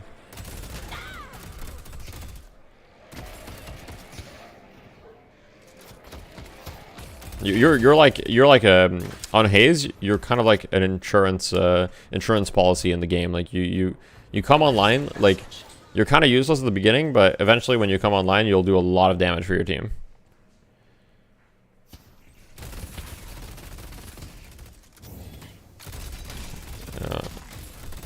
Once again, as soon as you farm this, like go to the church right beside you. Like there was a church to farm, you could have farmed that.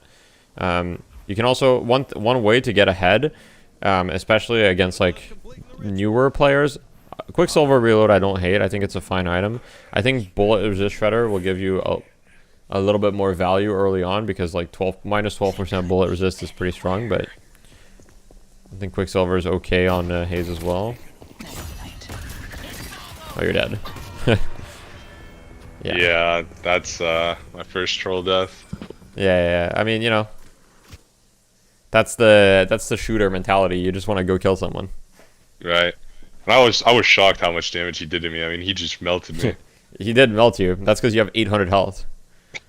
Yeah, and I have like 2 green items and they're all stamina. Yeah, exactly. Like you have no health. You have 892 health. He has 1900 health. Like yeah, you're gonna die. But creeps won't kill you. But you don't like the problem right now is that your build doesn't really allow you. Like you want to farm these big camps. You want to farm the tier 3 camps with the big creeps as fast as possible. Especially because in these games, like nobody's farming them. Like on both sides of the map, nobody has farmed it. Actually, I think they farmed one of theirs. Yeah, I think they farmed one of theirs maybe. But regardless, like most of them aren't farmed. If you farm them, just to give you a rough idea, every camp is worth like roughly. Well, it depends on the minute because it scales, but right as they open, they're worth around like 800 souls. The tier 3 camp. So if you farm 2 of them, you're like almost 2,000 souls ahead. Just like that. And really all I need is like Tesla bullets and bullet lifesteal, and then I can just farm them on my own. Yeah, you can farm them on your own if you have those 2 items. That's all you need. So for me, the timing is like, okay, I get these items, then it enables my farm timings. Here, make sure to use the jump pad to just like make your movements a little bit easier, but But pretty much the camps is like you want to be farming them as early as you can, but you also don't want your lanes to all be getting shoved and for you to just be like AFK in the jungle. So that's why what you like, your rotation should kind of be like, okay, you push like 1 wave, maybe 2 waves if you can, and then you go to the jungle. If you can farm their jungle, it's always better, but it's much riskier. But if you have like a really good lane, for example, kind of like you did this game, if you can farm their jungle, that's what you want to be doing. So, goodbye. Yeah, I think the issue is just like you're trying to fight, but you don't have like the items you need to fight at all. Yeah, after I think it was that death where I kind of got frustrated, and then I was like, all right, I'm just gonna go farm. Yeah, that's the classic MOBA. You die once, I'm not showing up to fights anymore. I'm gonna farm. I'll see you guys in 10 minutes. When do you think it's about the right time to farm the red camps? Like, I'm wondering how much time you should be able to clear them in before it's not efficient. It's almost always efficient if there's nothing better to do on the map. If you can farm them early, you should. Oh yeah, and I bought bullet resist shutter there too, because I felt like my ult should have killed him there, but if I had it before, then I think I probably would have killed him. Yeah, you might have killed him. I mean, Haze ult does like an insane amount of damage right now. So right here, for example, like the lane is pushed. Like, okay, so here you have like 4 lanes to go to. Blue lane, you've got 2 teammates that are taking care of it, so you don't want to go there. Purple lane, you've got Ivy that's already pressuring it, so he doesn't need you. Yellow lane is pushed all the way, and one of your teammates just like died around there, I think. I think Abrams died there, maybe. And orange lane is also really pushed. So for me here, like I would instantly be going to tier 3 camp, like right beside you, and farming that. Because there's no safe lanes to farm. Like all the lanes you need to go really forward. You can also grab the buff here. Like you can grab the buff and farm your way back on the jungle. But here going to the lane is like the wrong play for sure, I think. 'Cause it's just like not safe. Yeah, I think I leave pretty quick. Yeah, I mean, I don't think you have a choice. I think you see that you're not welcome here. Luckily, you get a movement buff, so like there's no chance they catch you, but...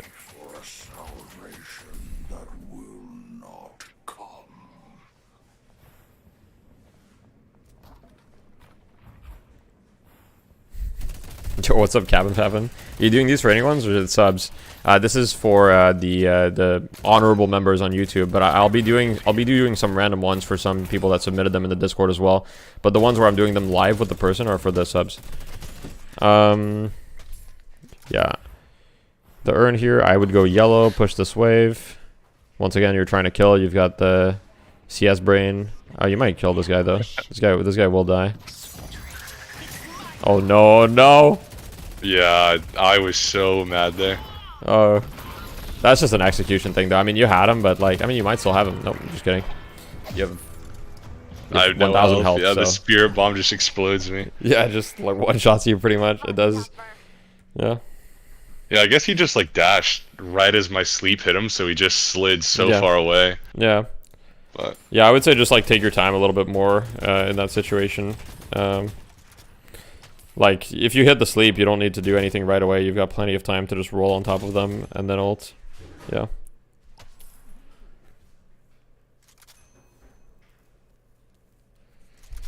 Alright, let's get back to your perspective. Let's see what we do next. I guess one other thing is, like, do you understand, like, when Haze is strong, or kind of, like, what Haze's game plan is in general? I mean, I spend a lot of the early game just like farming up in general most games, and then or just like going back and forth between objectives, like helping my team get guardians and stuff.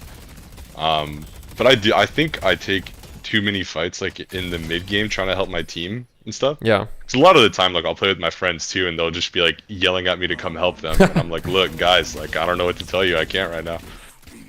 Yeah, I mean, you have to tell them, look guys, I'm playing Haze, I'm sorry I picked a character that's not that good, but I have to farm for a little bit to be useful, but then I'll carry you guys later. Because that is kind of the logic. Like, the thing is, Haze before 20 minutes is like, you can get kills with your ult, and that's pretty much it. And if they have any CC or any way to get out of your ult, like, it's rough. Yeah. Pushing this objective here is a very good play. Like, you see a lot of people on the right side of the map, you're pushing the objective, it's good. I think right after this, so one thing that you could do here, which would be kind of greedy, is you could try to farm their ancients. It's a little greedy, and since there's people coming, it would be a bad play. But that's kind of like what I'm thinking of. I'm thinking, okay, like, can I get away with farming their ancients, for example? Well, by ancients, I mean the tier 3 camp, which the big creeps, basically. Once again, you're going in. I mean, you're probably going to kill this guy, actually, this time. Yeah. This ends up being a good fight, but it's not because like you're ready to fight. Like you still don't have the items you need. So I would say on Haze, generally, if you want to be able to fight, if you want to be able to like kill a bunch of people, you'll need at least 2 tier 4 items. And usually those tier 4, the tier 4 items that you bought were the right ones. Like I know later you buy Ricochet, you buy Lucky Shot, and those are good. Usually you don't want Leech. So you bought Leech, it's fine. The reason you don't really want Leech is because before Leech, you're going to want to buy Unstoppable. Because the only way that you die in your ult is if you get stunned. Because otherwise, like, you're pretty tanky in your ult. You have a lot of evasion. Like, they miss half their attacks, right? Usually you don't die.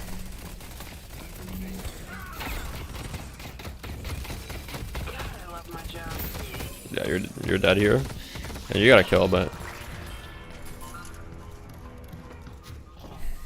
Yeah, what I want to see from my Haze is like, I would prefer if your KD was like, you know, 0-1 with like maybe 2 assists or whatever, but you had like 30k souls. That's what I would prefer you. Yeah, just hard farming instead. Yeah, pretty much. But like the one thing that you have to be careful with hard farming is like, you still need to push waves. As long as you're pushing waves, you're useful. If you're just sitting in the jungle, never pushing waves, that's when you're griefing.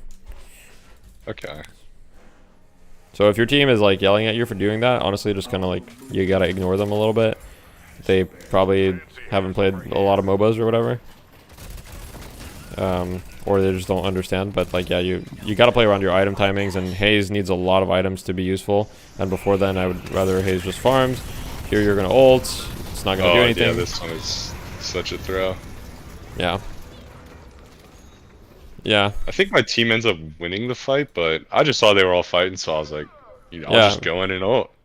But yeah, and the other throw there was that you went to fight, and I'm pretty sure you had 7,000 souls or something. Like you didn't buy your item before the fight, unless I missaw. But regardless, that's not that important. Like, you know, that's like a smaller thing. Okay, here I hope you're finally gonna farm these tier 3 camps. Yeah, I mean you have Ricochet now, so they like insta die. yeah. Take the TP from the other ones. Take the TP from the other ones. Oh no. I'm not that smart.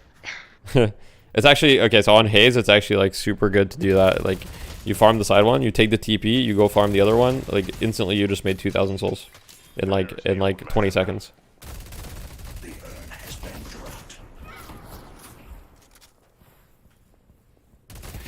I like the fact that you're farming these camps as you're running around though. I feel like, oh, you're dead. This is bad, unfortunately. Yeah, that McGinnis wall was just so good. Yeah, that was a good McGinnis wall. And probably you could have been like a little bit more aware of the positioning. Probably you should have been running away on your side of the map rather than their side. And then you would have been fine. But yeah, out of all the mistakes that you did this game, I'm like the least worried about that one. I don't think it's...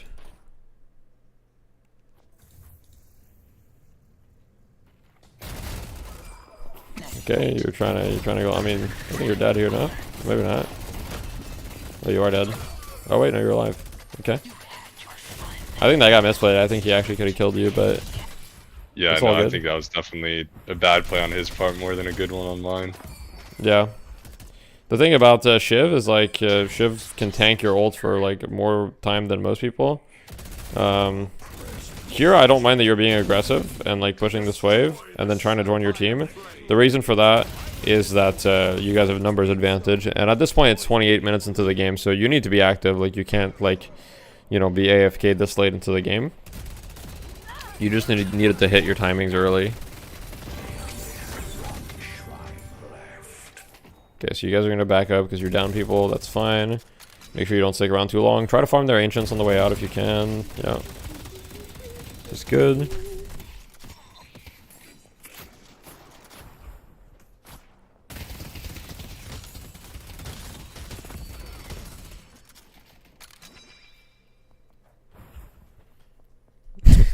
Someone in chat said he should check out my Haze build. It's called Haze is thicker than my childhood denial. Okay. Yeah, mine is called Haze for Dummies or something like that. I don't have a huge issue with the item build, other than the fact that like the order in which you went it. Like, I really don't think Superior Stamina did a lot for you this game. Like, I think it's a good item to go eventually. I just don't really feel like it helped you out that much when you bought it. Like, it's not like a farming item, it's more of a fighting item. And I think early on, like, all you care about is, okay, I just need like enough items to be able to clear like all the jungle camps. And once I have that, then you just need enough items to be able to like kill everyone in your ult. Those are basically the two things that you're trying to achieve on Haze. You're trying to get items so you can farm fast and efficiently, and then you're trying to get items so that you can kill everyone in your ult. Okay, yeah, I think I use it as a crutch to like get out of bad positioning and stuff. Yeah. And plus, like, it was like the first 3K item that I like fell in love with, so I buy it like every single game, no matter who I'm playing. But I understand what you mean, like, with the timing. Yeah. Yeah. It's a really good item, so I understand. I also like love this item, and the game feels like significantly worse if you don't have it. But yeah, I feel so slow without it, and without having like the extra jump in the air. Yeah. Yeah.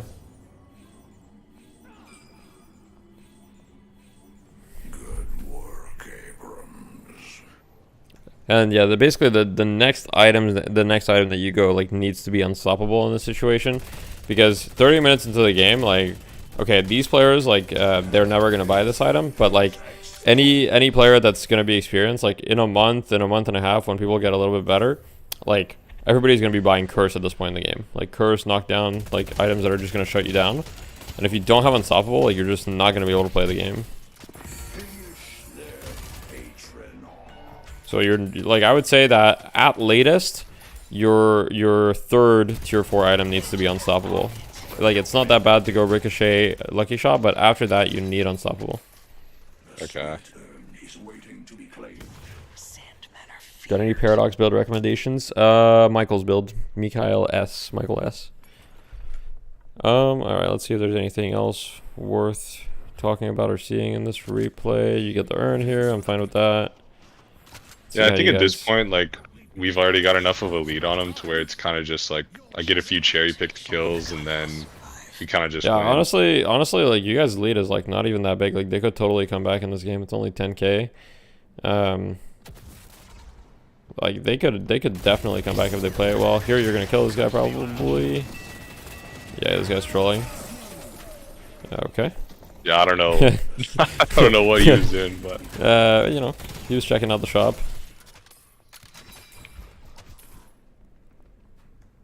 And once you got a kill, okay, your Ivy died, but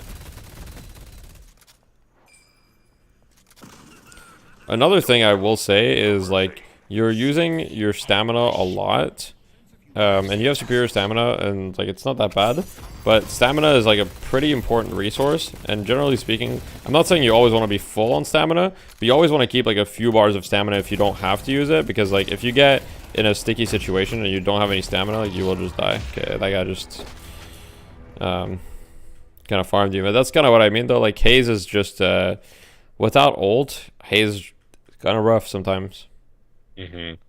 Especially this guy's got like leech, and he's got improved bullet armor, and he's got like headhunter, heroic aura, so he's just gonna be like a nightmare to kill for you. yeah, like I thought I could take him there, but after that I was like, all right, no more fighting Shiv. Yeah, pretty much. You can fight Shiv, but like this Shiv specifically, with the itemization that he has and the fact that he's even on net worth with you, like you can't fight him. This Bebop can also be pretty scary for you, looking at his items. That's another thing that's good to do, is like look at the people's items and be like, okay, who can I just like destroy? Like, for example, this Grey Talon, like if you find this guy, like, he insta dead. This guy has 1200 health and 0, he has 19 bullet resist. Like, he's just died. This McGinnis will also die pretty quickly. She doesn't have a lot of resist. She does have a decent, like, some health, but she's mostly aggressive. And the lady guys, like, doesn't have a lot of bullet resist either, but she has warp zone, so she might be kind of hard. I think at this point, I'm guessing you guys are just gonna like get a fight and win, or get a fight and go mid boss. Oops, I don't know why I'm looking at this guy. Well, we got the spoiler from the demo that you guys got mid boss, so I'm guessing you get one of these.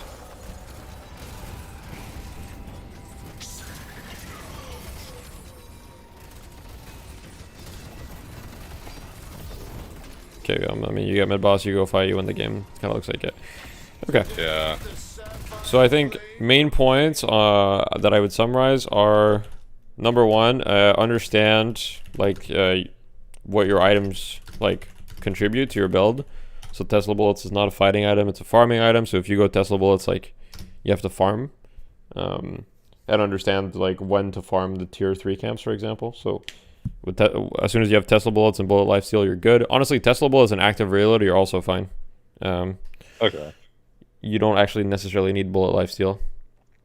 And then, do you know the Am I on timing on 1060 when or is the that tier 3 outdated? spawn? That's outdated. Is it at Indeed, 15? yes.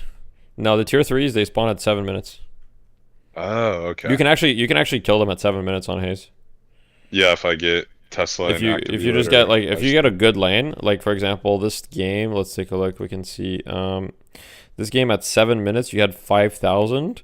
With 5,000 you probably almost had enough for like Tesla and like some sort of lifesteal item. So like you probably would have been able to farm them at like 8 minutes maybe at the latest. Okay. And if you get a better start, you know, you can farm them earlier. It's not really that you can't fight with Tesla, it's just like that's just not what it's best at. Like it does do some damage, but like, yeah. The other thing that I would mention is like understand your power spikes.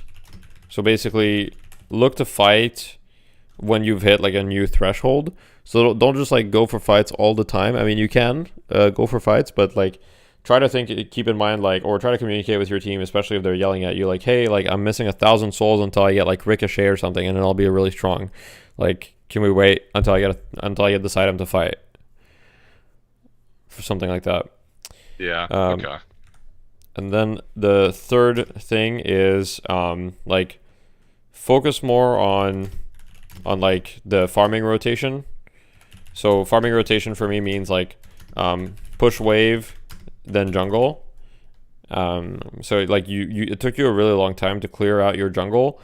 As Haze, you want to try to clear out your own jungle like as early as possible without griefing your team. So you still want to be like taking care of at least 1 or 2 lanes if possible, but you also want to be like just clearing out your jungle and getting rich, and then farming. Okay, cool.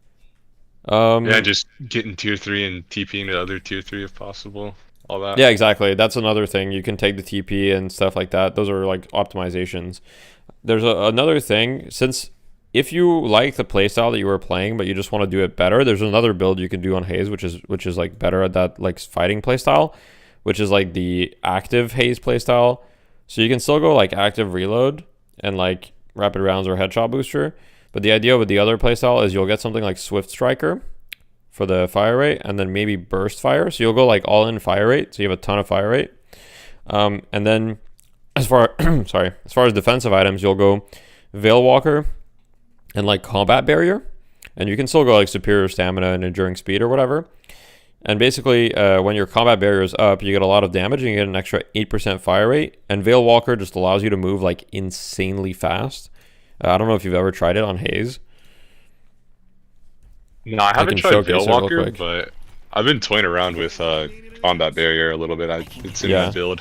But. So if you have 2 points in Smoke Bomb and you have Veil Walker and you have like, let's say you have sprint boots, not even enduring speed, like this is the move speed that you move at. Like you're literally just sprinting around the map. It's actually like insane. Oh yeah. So like you're just going through this. The one item that imbues like movement speed when you pop it, I've been thinking about using that with Smoke Bomb too. Surge of Power? Yeah. I was thinking about putting that on Smoke Bomb just to like really get me out if it's like a bad situation, but I don't know if that's troll or not. Yeah, it's a little bit troll. I think you're better off with Veil Walker in most situations, because a lot of the time you'll be able to go through Veils, and like especially when you like learn where all of them are, and then you go through Veils, it refreshes your shields too, so it kind of fixes the issue of Haze being like squishy as well. Because barriers give you a lot of HP early on. It's just that they don't scale very well in terms of tankiness. But early on, they give you like a lot. So like combat barrier gives you like literally 300 bullet shield plus 14% base health. So that's pretty significant. Like I've got 1,000 health if I get combat. Yeah. Yeah, if you're just fighting early, like that could just be a lot better. Yeah, so if you're fighting early, like you can get like headshot booster. You could get like Rapid Round, Swift Striker, maybe Active Reload, and then you get Veil Walker. Like you could get Combat Barrier, and then I would get like probably like Bullet Resist Shredder, maybe Quicksilver on the one maybe, and then you can always get like Extra Spirit Ammo Scavenger. And then with just this, like this is not that much souls. Like this is, let's say, like 3k. Like this is what, like 4.5k. This is maybe like 10k worth of items. So you can get this like pretty early. Like you could have these items at 10 minutes, and it makes you like pretty strong at fighting early. So this is like a different way to play Haze. Right now Haze is mostly played more farm, but this is an option. And if you go this build, you can also consider like when you get flex slots to get like, for example, Glass Cannon, because you have like a decent amount of shields, so you don't mind too much if you lose some health, and then you really do a ton of damage. And this is not even with my passive max. Like if I max my passive, I'm literally just melting. Oh yeah. And especially if I go through the Veil first. Yeah. Oh yeah, that's crazy. So, you know, if you like the active playstyle, I'm not saying you have to play Haze as a farmer. You could try this. I'm sure that this can work for sure. I've seen Buds play this style as well. It works pretty decently. So if you don't really like the AFK farming, I'm gonna jungle for like 20 minutes playstyle, like try this build and it'll help you out. But if you want to keep playing the build you were playing, you have to farm more. Okay. Do you have another replay you want to look at with the time remaining? Yeah, let me grab this second one. This one was a pretty tough start, and then I started to get a few picks in the middle of the match, but then I feel like I just got carried by my team, to be honest. Right. Let's see. Okay, so you were the Haze again. Let's take a look. Laning stage looks like pretty even lane. Okay, let's take a look. Your item build. Yeah, I mean, I guess it's the same item build roughly. You got Soul Rebirth. What's the logic behind Soul Rebirth here? I think they had a push towards that. Maybe it was that they had a push towards the end of the game, and I just felt like I had gotten pretty strong, so like I just wanted to be able to respawn. I go for Soul Rebirth probably like every other game. It kind of just depends on how the game's going. If I feel like I need to do better, then I'll buy it oftentimes just to have more uptime. But yeah, Soul Rebirth is definitely in the build though. So it's one of those things I go for kind of often. Yeah. I think it's a really good item. Like it's kind of, I would say it's in the maybe potentially broken items right now. It might get nerfed, but it's one of those items that you buy like later, because on Haze, like your priority generally speaking on Haze, depending on the build that you're going, but if you're going the build that you are, it's going to be to get like really big ults, so you want to be like itemizing for that. And like Soul Rebirth doesn't really help you because you're kind of useless once you've used your ult anyway. Like, you're not useless, but you're, like, significantly less useful, so having a second life doesn't help you that much. Do you think getting, I forget what it's called, but, like, Divine, whatever, the Spirit one? Yeah, Diviner's Kevlar. Is that kind of troll, like, on Haze? Yeah, it is, because, like, you usually, like, on Haze, it's pretty rare. Like, if you have a decent build, if you have just a little bit of bullet lifesteal, you do so much damage that you're not going to die in your ult most of the time. Unless the only time that I see Haze die in her ult is if she's getting stunned. So that's why, like, Unstoppable is usually better. Like, there might be a world in which Diviner's Kevlar is built at some point, but, like, it gives you, like, some stats that you don't care about either. Like, it gives you Spirit Lifesteal and, like, cooldown reduction, which are, like, okay on Haze, but also, like, you don't really care that much about either. Like, cooldown reduction's nice, I guess.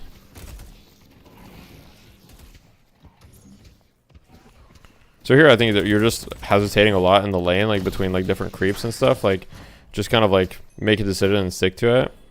You were hesitating between both sides. Like, I think you could have pushed either side of the creeps and been okay. Oh no. Unlucky. Yeah.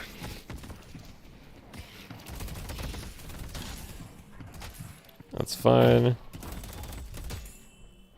I mean, honestly, early on, Haze is like incredibly weak in lane, so you just focus on last hits and deny usually. If you can get some denies, that's nice. Haze's gun is pretty good at denying because you've got like very quick projectile speed. But you're against Bebop, who has, you know, basically hit scan. I'm pretty sure Bebop is actually hit scan. I think he's the only hit scan weapon in the game.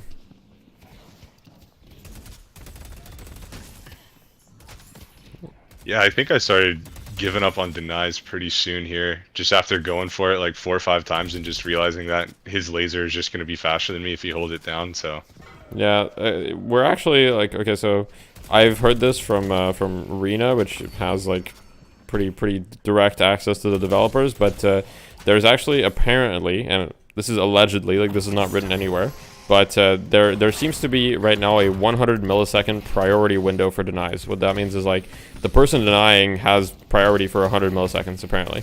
So even if the other person has a like hit scan gun like Bebop, technically you can still get the deny if you're just like good. oh, okay, that's interesting. So you should still go for them.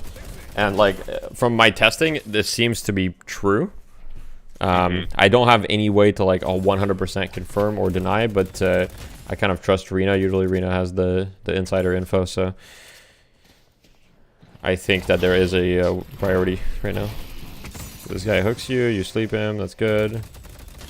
I like the fact that you're not shooting him, but you're shooting the creeps instead. Like when he slept, you're just pushing the wave, so he's gonna have to back up. Yeah, I had felt pretty overwhelmed there by the creeps. I feel like he had a lot more than me, so I thought that Yeah. was the play. No, that was the play for sure. Yeah, you did the right thing. Here, try to get to your heal creep. I think your heal creep is still up. Yeah, I think your heal creep was still up and it just died. Like, try to keep that in mind because you could have gotten probably an extra 40 health there. What was the timing so on that supposed deny prioritization? 100 milliseconds? Yeah, so I've heard.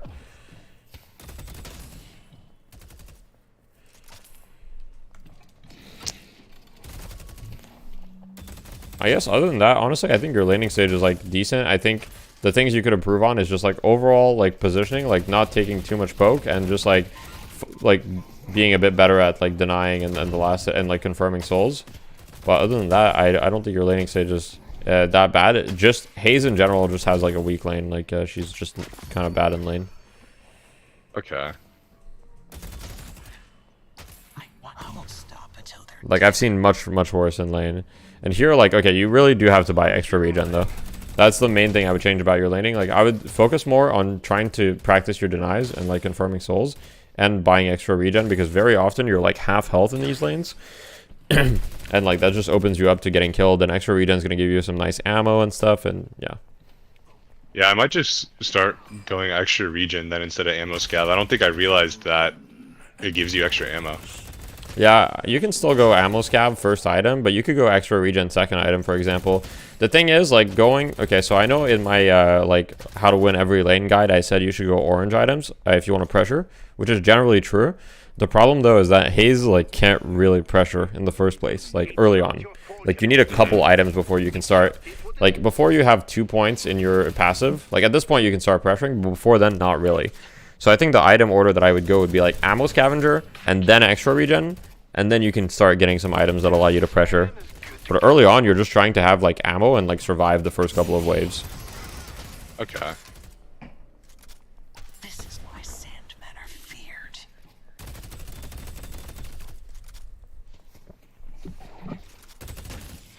And if you're playing against Bebop specifically, or an item that can be good on Haze if you're playing against CC in general, is reactive barrier, but it's kind of expensive and it doesn't really feel that good to buy because it's not going to help you with your farm or anything. But if you're like having a lot of trouble and you just don't want to die, like reactive barrier hard counters Bebop, because he hooks you, you get 600 health, so you get double your health.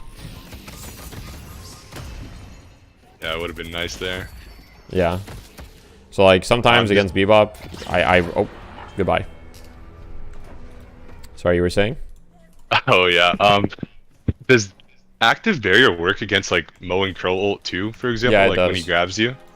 Yeah. Okay, So it reactive would've barrier been works pretty against good. a lot of things. Like if you read here, it says movement lock, stunned, chained, immobilized, or slept. It works against like a lot of things. So for example, if you're tethered by Vindicta, you're movement locked, so it works. If you're like in this game, it works against Mo and Krill. It works against Bebop, and against Bebop, it works against Uppercut. By the way, not just against Hook. Uppercut also triggers it. And then, yeah, it works against Vindicta, Bebop, and Mo and Krill in this game. Yeah, so it just would have been really good in general in this game. Yeah, and if you're struggling with just dying early, well, this Vindicta really wants you, but she hasn't been practicing her opping. Yeah, clearly not a CS player. Yeah, true. What? He kills me, which is the frustrating part. Is I push him Oh and he just snipes no! me. Yeah. I mean, wow, this guy has 0 green items. Okay. Yeah, I mean, as Haze, you're just so weak. They're like, even if you messed up big time, there's not a ton you can do. Oh yeah, and it works against Talon Trap as well. Yeah, someone in chat said that. Yeah, that is correct. It does work against Talon Trap too. It's still like, ideally you don't want to buy Reactive Barrier, but like this game, it is very good. And so I would definitely consider it. And also, like, if there's games where they have like a Wraith and you're just getting gone on and ulted, like Reactive Barrier is also really good. So yeah, just consider what's killing you, and if what's killing you is some crowd control ability, then usually Reactive Barrier is going to be a good buy for the money. There's no other, like, the only other item at the same price that gives you that much health is Divine Barrier. But Divine Barrier, you have to pop it, so if you're stunned, you can't use it. Oh yeah. I'm gonna speed it up a little bit and see if there's a couple things we can look at. We've got a couple minutes left. Yo, I'm doing good. How are you? Yeah, this Vindicta really is, you know, trying to kill you. Nice sleep. Don't try to kill her. Oh no. I think if you sleep her there, you just run away. Like, especially considering she has 7k. Like, she's very strong. You're not strong, so.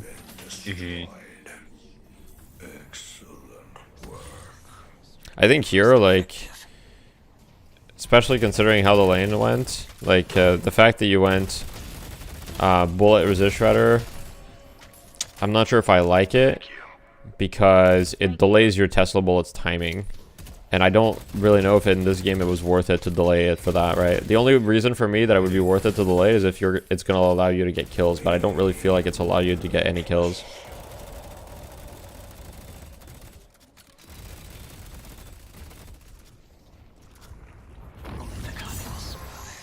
That's a good sleep. You're gonna run away.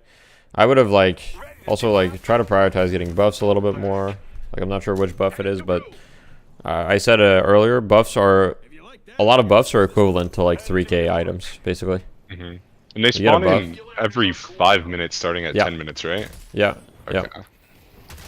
So like if you're like you know, extremely skilled, you'll think about it before it spawns. But even the best players right now, like, kind of forget about them sometimes. But usually, like in the best games, you'll see like the buffs don't last. You know, they don't stay there for more than like 30 seconds. But ideally, you would be there before it even spawns.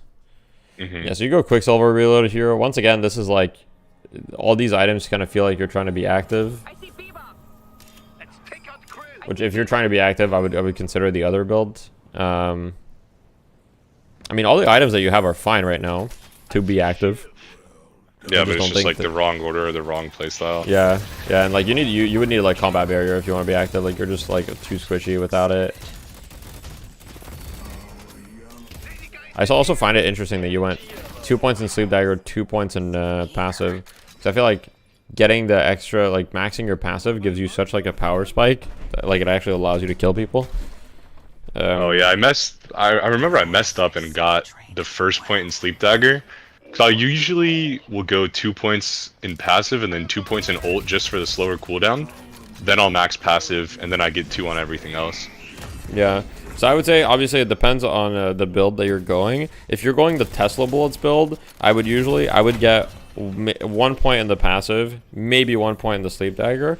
I would max the passive, 1 point in the ult, maybe 1 point in the sleep dagger. Because all you need is the 1 point in the ult, because you're not going to be showing that many fights anyway, so you don't really care about the cooldown, but you just want the damage so that when you show up, you can kill people. Okay. So the cooldown is nice later on, but yeah, I wouldn't prioritize it. Yeah, because I prioritize it because I feel, you know, that's when, like, you do take a fight, right, as Haze, when you have your ult. So just being able to take fights more often, but I guess I don't really use it on cooldown anyways, so. Yeah, I mean, I think it's going to be pretty rare on Haze that you're going to be using your ult on cooldown. I would say you're probably not playing properly anyway if you're just like spamming your ult, especially early on. So here, this is like a small efficiency. Like, when you're going back to base like this, consider farming some jungle camps on the way back. If you're going to go back to base anyway and there's jungle camps on your path, you might as well farm them. It's not going to cost you that much and they're already on your path. And like, let's be real, you're not going to go back for those camps, right? So it's either now or you're not going to farm them. Yeah. And then can we use the last few minutes to just look at the build and tell me what you think about it, what needs to be changed? Yeah, which build? Oh, so sorry, you want to see your in-game build? Yeah. Yeah, sure. Let me launch Sandbox to see exactly what it's called. Yeah. It is called Haze for a Dummy. Okay.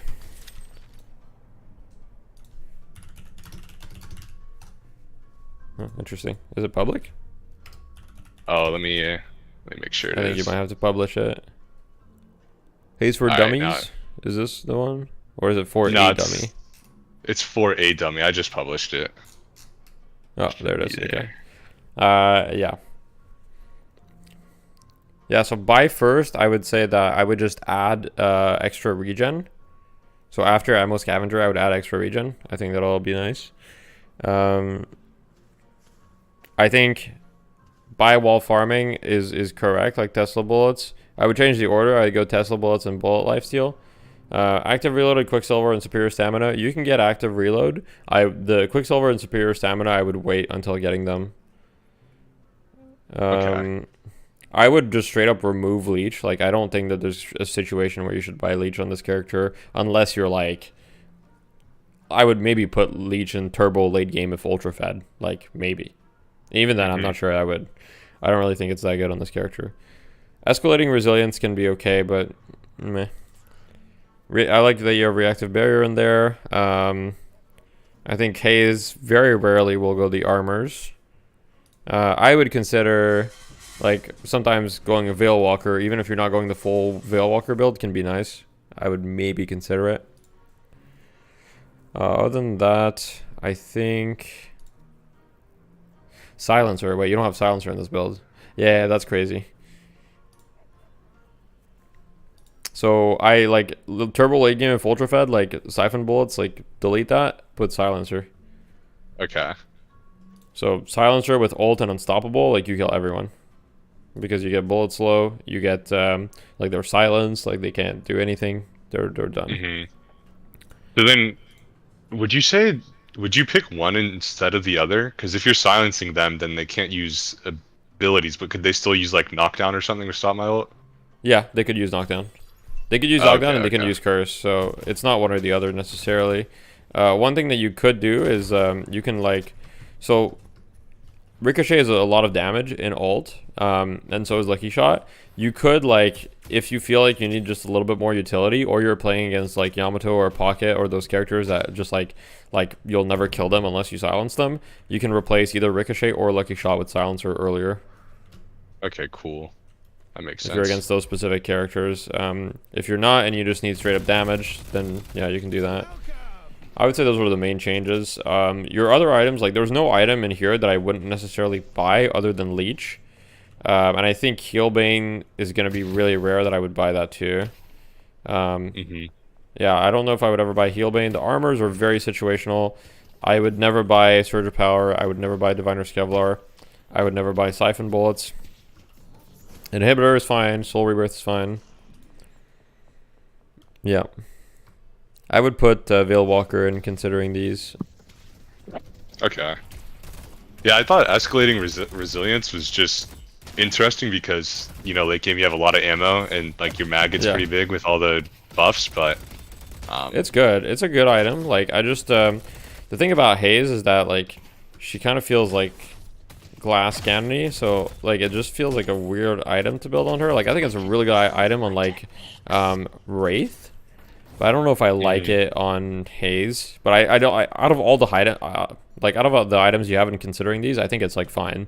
Like if you want this item, I wouldn't be like, okay, you're trolling. I'd be like, okay, like I don't really think that it's optimal, but like I think it's fine. okay. Cool, I appreciate it. Yeah, no worries. Any last questions you wanted to go over before? No, I think that was good.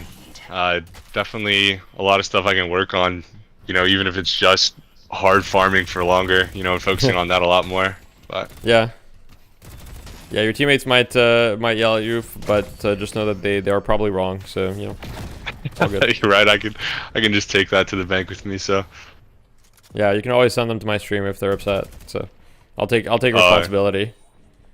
Yeah, there we go. I can just point him here and say it's his fault, not mine. Yeah, exactly. There you go. I got you. All right, cool. I appreciate it, man. I won't take up too much more of your time, so thank you. Yeah, you're welcome. All right, dude. Good luck in your games. Thank you. Thank you. Have a good one. You too.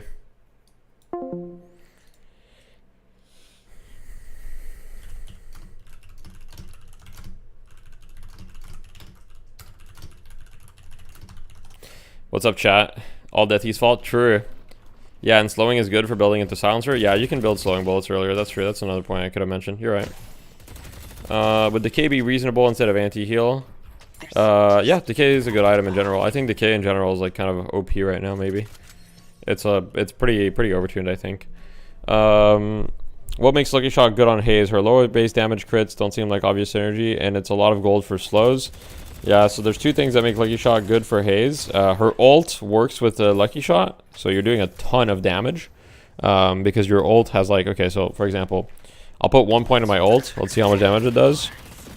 So 1 point of my ult, it did, okay, I have 30 stacks, it did what, like 800 damage? If I put Lucky Shot, obviously this is an expensive item, I get it, but... Wait, am I crazy? Does it not work? Wait, maybe I'm crazy. Wait, maybe it doesn't work. Am I trolling? Look, I'm not really a Haze player. Huh. Wait. Wait, maybe I'm trolling.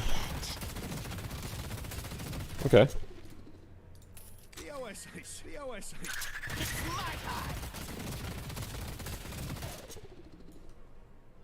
Okay, maybe Lucky Shot is troll. The ammo's nice. The movement slow's nice. I guess if you have Lucky Shot Silencer, like, they can't move. But I guess Ricochet Silencer is going to be better in most cases early on. Yeah, so I guess... Lucky Shot is a 28% damage buff if you calculate the numbers. Yeah, Lucky Shot is not that much damage. It's, like, not that much damage on most characters. Usually, I almost never go Lucky Shot on most characters, but interesting. I didn't really play Haze, and I saw a lot of Haze players going it, so I just figured it was, like, good, but it doesn't seem to be that good, to be honest. Like, looking at it, doesn't seem to be that good. At time, it did 2.5x more. Yeah, I've got 2 items, but, like, I'm assuming if you just buy, like, straight up, literally Silencer, if you just have, like, a... I mean, okay, obviously, I maxed my passive, too. Okay, so, wait. Max passive with Silencer, you do 1800 damage. Max passive with Lucky Shot, you do a similar amount of damage, but with Silencer, you have like you still have the slow with Silencer, but you also have silence. So yeah, it feels much better. Anyhow, it's even less on Haze because of how much damage is from her 3 procs. Yeah, I thought it worked on the procs or whatever. I don't know. My bad. If you can, should you go for Ricochet after Tesla plus life steal? You can go for Ricochet. I think going for Ricochet right after is fine because it gives you a lot of damage in your ult and it ups your farming. However, you don't want to be too greedy, so it really depends on the game. But the problem I see a lot of Haze doing is like, so I think with Nick, he wasn't being greedy enough, but a lot of other Haze players are being like too greedy. Do you punch the soul machines that steal? You was under the impression Lucky Shot worked with ult. Yeah, I mean, me too, but it doesn't really seem that way. Like, it actually really doesn't seem to do a lot of damage. You see all Hazes buy it, nothing to apologize for? Yeah.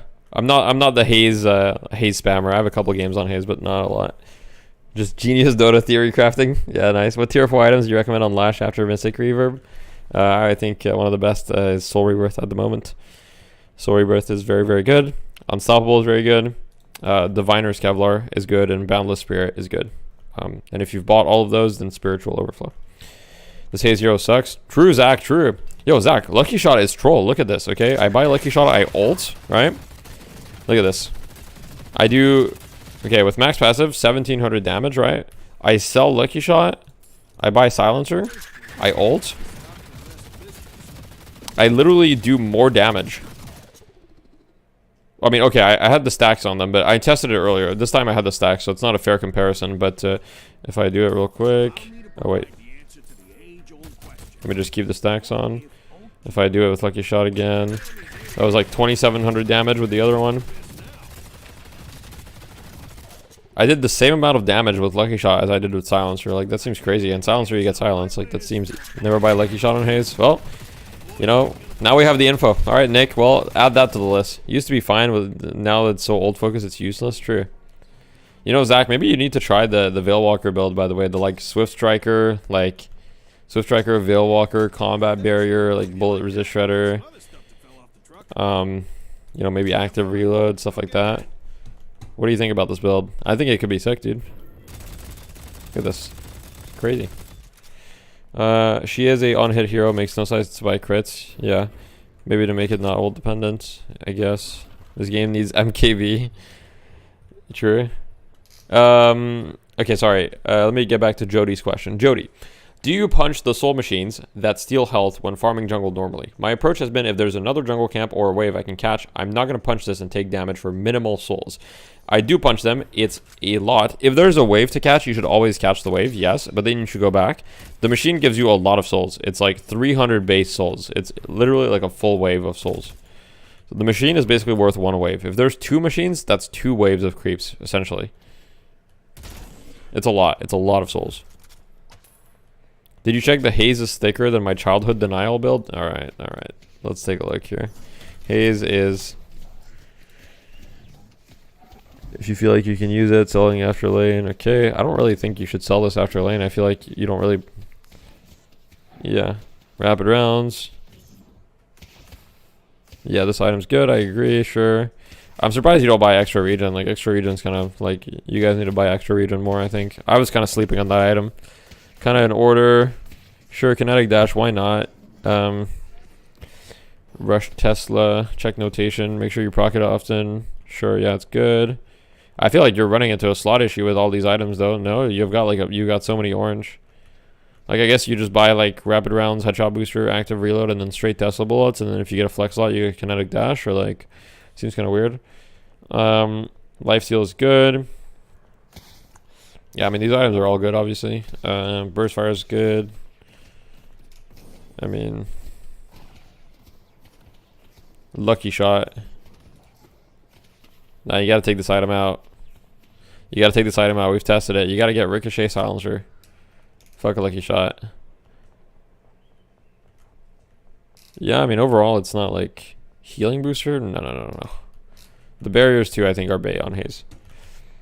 A farmable wave is better than a jungle camp. You should prioritize wave over jungle, but obviously be plenty of both. Yes, waves are always priority over jungle. If there's a wave nearby, farm the wave and then go jungle. Very often I'll leave, if I'm farming a jungle camp, but there's a wave nearby, I'll leave my jungle camp, go farm the wave, and then come back. The wave is only there for a finite amount of time, right? And it also, generally speaking, gives more souls than jungle camps, so you should prioritize that. Huh, it's bad? Yeah, I mean, we just tested it. It does as much damage as Silencer does, and Silencer gives you, like, silence. So, seems much stronger. I mean, obviously Silencer's a little more expensive, but you get silence. So, I feel like it's worth. The Elo Thieves headshot Haze. Oh my god, Elo Thieves build, huh? Probably. I'm gonna go ahead and say it's probably not that good. I haven't seen that guy win in a very long time. Yo, Zach, are you still in the stream? Have we lost? When's the last time we've lost to Elo Thief?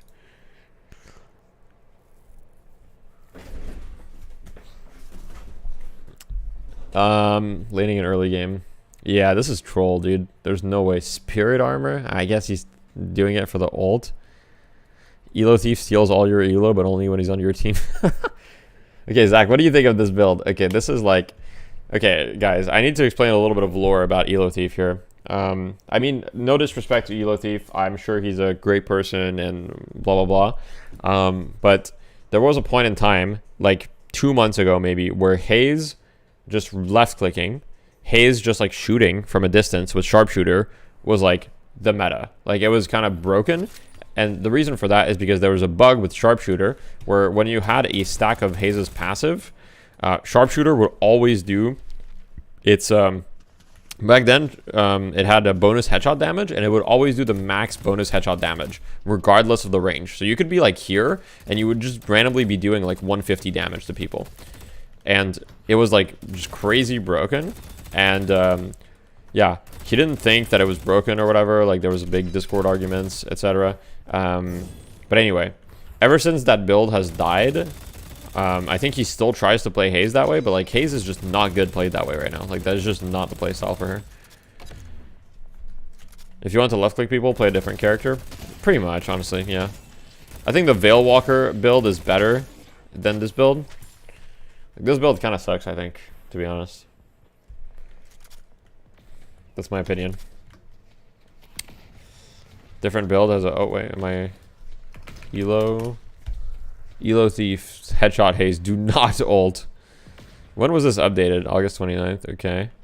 I mean, this is essentially the same thing. He's still not buying... Like... Nah. There's no shot. This is like... There's no shot. This is good. There's no shot. The Veil Walker build sounds like it'll be way better implemented on Wraith. On Wraith, not necessarily, because the Veil Walker build is a lot about fire rate, and on Wraith, like, you actually have decent like weapon damage scaling, so you don't need the fire rate. The thing with Haze is that her weapon damage scaling is terrible, so the only way to scale your damage is like to actually scale fire rate, right? Like you want to scale fire rate as much as possible because otherwise your damage scaling sucks. Is magic build Shiv bad? No, it's not bad. You just have to build around your knife. If you want to build around your knife, it's fine. It's pretty good. If you want to do the knife build, if you're struggling with the gun build, try the knife build. Maybe it's better for you. Haze also has stealth on top of Veil Walker. Yeah, exactly. Like she moves so fast. Like I go stealth. I get the 2 points in. I get my Veil Walker. By the way, I don't have boots right now. And I'm like sprinting insanely fast, and I don't have boots. Imagine if I had boots. Like I get enduring speed. And you guys will see here, I'll put no cooldown. Like, look at this. I have enduring speed. I'm going to go through the veil here. I'm speed demon. Moving into position. I'm a speed demon. So you can, like, kind of zoom like this, you know? So it makes a little bit more sense. Have you checked BSJ build on Shiv? Oh, boy. Look, I love BSJ. I love BSJ. You know, BSJ is a big inspiration for me on like making the type of videos I'm making for Deadlock. Watching him play Deadlock is a little bit painful at times. It's a little bit painful. BSJ, what's his game in-game build? Do we have a build or do we have a video? Is the Veil Walker build public? I haven't made one. I could make it. It's experimental. If you guys want to try it, you can try it. It's experimental. I can make it right now. Create new build. Deathies, experimental. Veil Walker. Here, I'll create it right now. Shiv build, not Haze. Yeah. Oh, right. Sorry. Okay, I'll do this. I'll do this build later. Let me change heroes and check it. Shiv. Yeah, no worries. My bad. BSJ Shiv build. All right, let's take a look here. Okay, what is this? This is a classic like Dota player build, you know what I mean? In the sense that like he just put like 50 items and he's just like good luck, basically. Like, yeah. Okay, so let's talk about all these items. I mean, the green items are fine. Melee lifesteal, I was actually underestimating. It's actually like pretty good in lane. It gives you good sustain. Car battery Shiv build.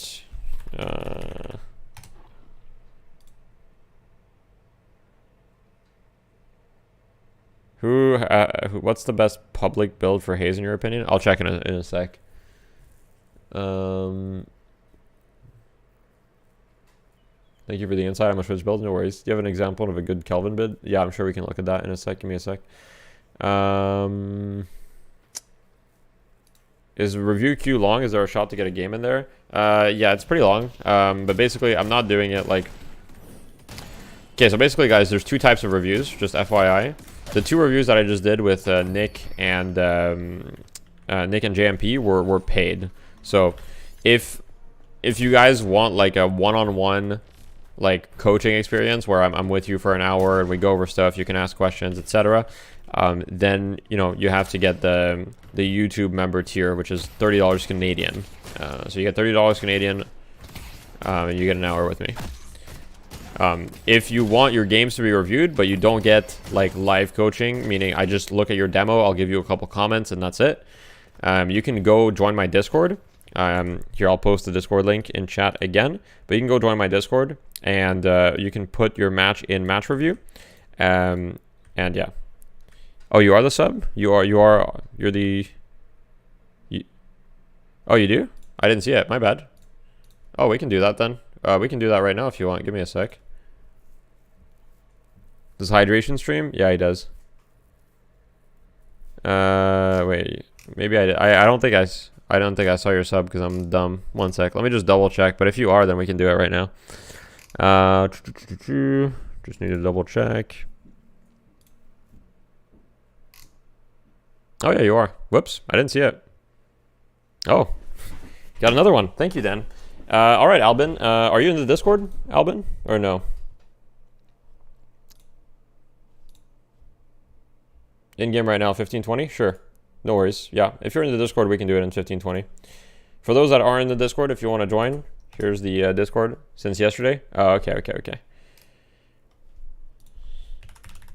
Oh, I see. Yeah, it hasn't even updated on Discord yet. That's why. I'll give you the role.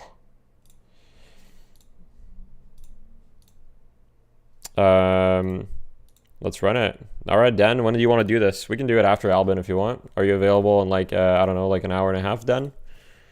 Also, join the Discord if you're not in there. Yeah, I found you, Albin. No worries. I found you on Discord. Do you think Tank Pocket could be viable? No. I don't think so. Pocket, like, here's the thing. You have to think about it. Pocket has minus 15% base spirit resist, right? You're never going to make that character tanky. You'd have to invest so much, it just makes no sense. That character is always going to be like utility slash straight up damage. After his fine, you'll be here. Name is in Discord is Falorica. Okay, let's see. Okay, I found you. Adding the... Alright. So much of Pocket's kit is going to be... What about Wraith? Any recommendations about Mo and Abrams builds? Let me take a look here.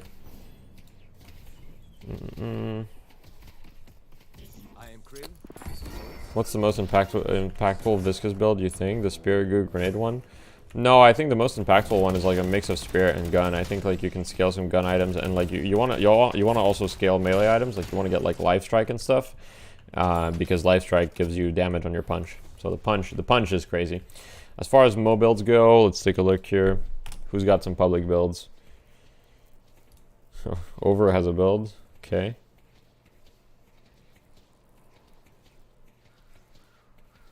I mean, this looks okay.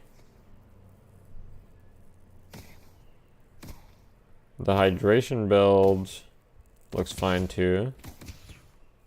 The hydration build looks better than the over build. I'd probably go with the hydration build. It looks reasonable. This one is just like way too many items.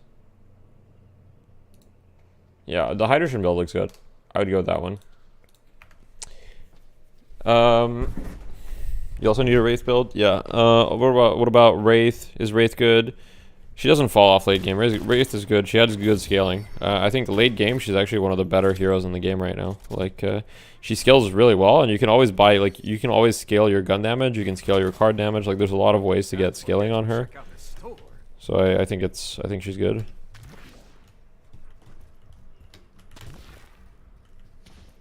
What heroes falls off the hardest late game? Top 5. Let's take a look here.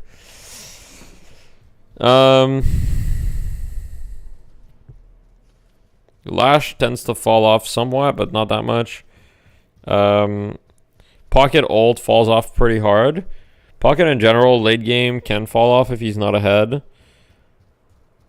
I think Yamato tends to fall off too, just because like she's extremely vulnerable to like curses and things like that, but I think she's fine. I don't know. I think a lot of heroes are fine late game. Grey Talon kind of falls off when everybody gets like spirit armor too, to be honest. Yeah, Grey Talon kind of falls off when everybody gets spirit armor. You think most Wraith builds suck? Let's take a look at Wraith builds here. Usually, I think most people follow like the Taimu Wraith build or something similar. Let's take a look. Taimu's Wraith updated. Let's see how this looks.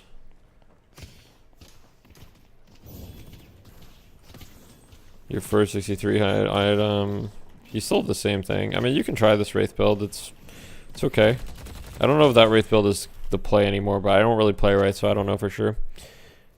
Can you check Frape Rave build? Frape.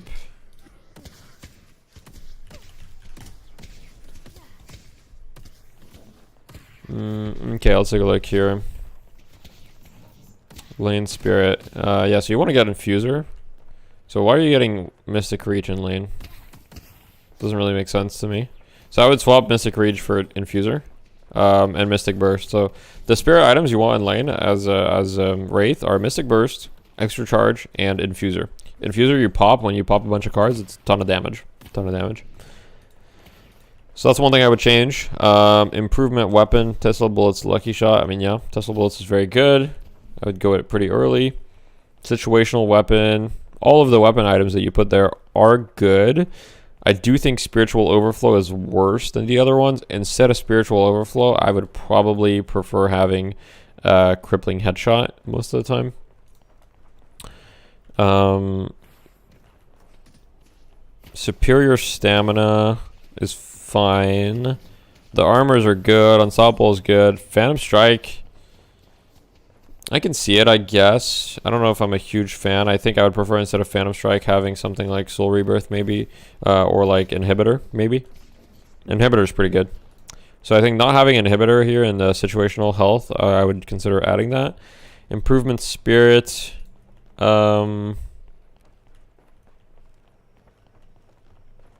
I think those are fine mostly. Let me think if there's anything else I would get.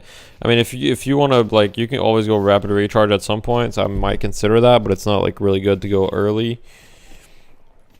I think it's mostly fine. There's a couple things I would change, but other than that, it's not terrible.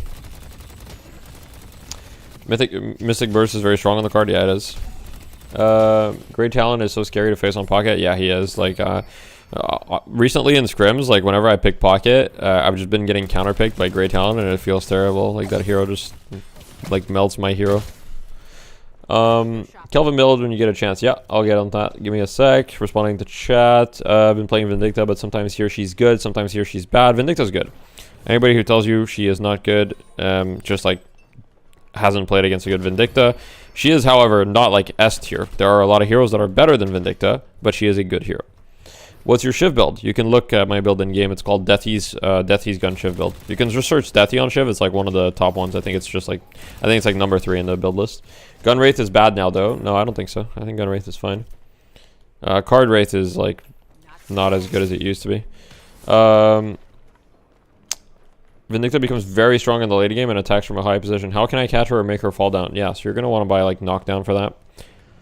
So knockdown here. You just, you knock her down from the sky. It's a very, very long cast range, by the way. Knockdown, guys, is a 45-meter cast range. Like I can cast it from like look how far I can be. I can be this far and cast it. Like that's pretty far. The Vindicta could be over here and I could cast it. Vindicta scales the most with skill. Yeah, Vindicta does fall off late game too. You saw Lefa buy Monster Rounds every time. On what hero? Monster Rounds is good. Monster Rounds is underrated, honestly, right now, I think. It's a pretty good item.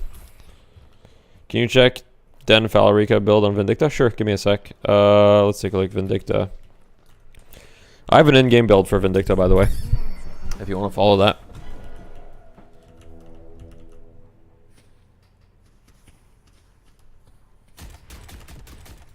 Let's take a look here. Den. How can I get a VOD review? So there's 2 ways. One way is you can join my Discord. So this is my Discord. And you can post your match in the match reviews section, and there's a chance that you get it picked. I'll be doing like I'll be picking a couple matches from that later. If you want like a one-on-one coaching with me, you have to become a member on YouTube, you have to become the specific tier of member. It's called honorable member. It's $30 Canadian, and then I'll spend an hour with you. Okay, let's take a look at your build though. Den Falorica build. All right, let's take a look. Early. Yeah. Mid, get what you need. Optionals. Fuck Kelvin. I like that. I like that. Fortitude's good. The barriers are good. Veil Walker's good. What would I change from this build? Let's see. Bullet Resist Shredder. Let me just take a look at my build real quick just to remind myself. Yeah, not buying extra stamina is kind of weird to me, but I guess you have it here in stamina. But I would buy extra stamina like pretty early. Other than that,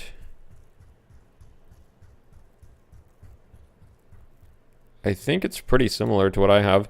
You can consider extra health. Extra health might be an interesting addition. It gives you like a lot of tankiness early, especially since you're so squishy, you kind of need it. So I would consider extra health. Other than that, Headhunter is really good. I would highly consider it on this hero. I don't see it anywhere. And I don't think you have, oh, you have Warp Stone here. I think, like, overall, it's pretty good. Overall, your build is fine.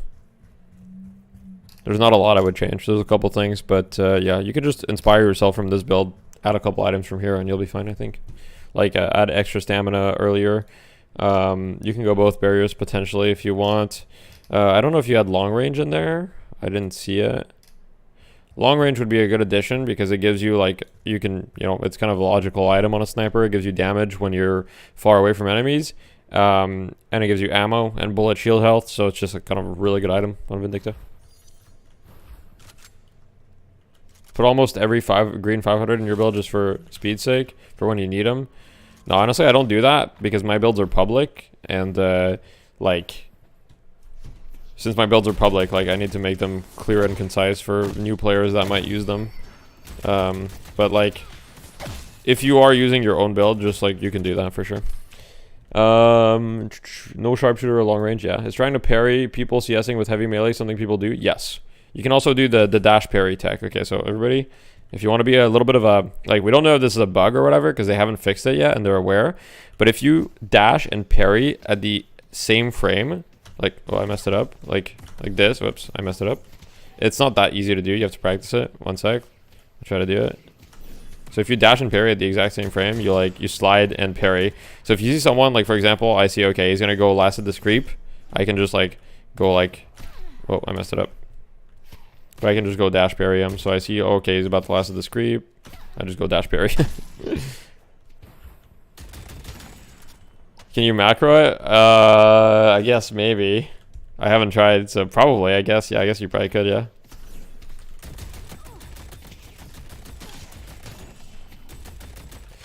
What situation do you buy Alchemical Fire on Vindicta? Pretty much like when you want to be playing around stake. If you like playing around stake a lot, then Alchemical Fire is good. Otherwise, don't buy it, I would say. Sub Death, you've been playing Pocket. Absolutely popping off. Love the hero. What do you think of Paradox? Paradox is a very good hero. I think Paradox is like A tier or S tier hero right now. Very strong. I think she's very unfun to play against, but she's very fun to play as. So if that's your thing, you know. Free kill early, it can be, yeah. What's a good pocket build? You've tried your pocket build and it feels very simple and does not show any late game items. Really? Let me see. Oh, you might be right. I need to check. What are you talking about? I've got Phantom Strike, Soul Rebirth, Diviner's Kevlar, Curse. Like, what more do you need? These are all the late game items you're all gonna need a pocket. Wait, no, that's not true. There's one item I don't have. Wait, you know, you're right. There is one item I do not have here, which is Unstoppable. Okay, let me publish that real quick though. Let me just publish that. Okay. Yeah, so here, like, Soul Rebirth is insane. Unstoppable is insane. Phantom Strike's insane. Like, all of these items this is all you need late game. You don't need any other late game items. I would say that this pocket build, like, there's not a lot of ways to improve it, to be honest, in my opinion. I think it's like a mix of, like, what every other pocket's also doing. So yeah, the dash parry is hitting dash and parry at the same time. Yeah, it is. It's like, boop. I wish there was a way. I wish there was a way that after I shot Vindicta just scopes out instantly. Oh yeah, true.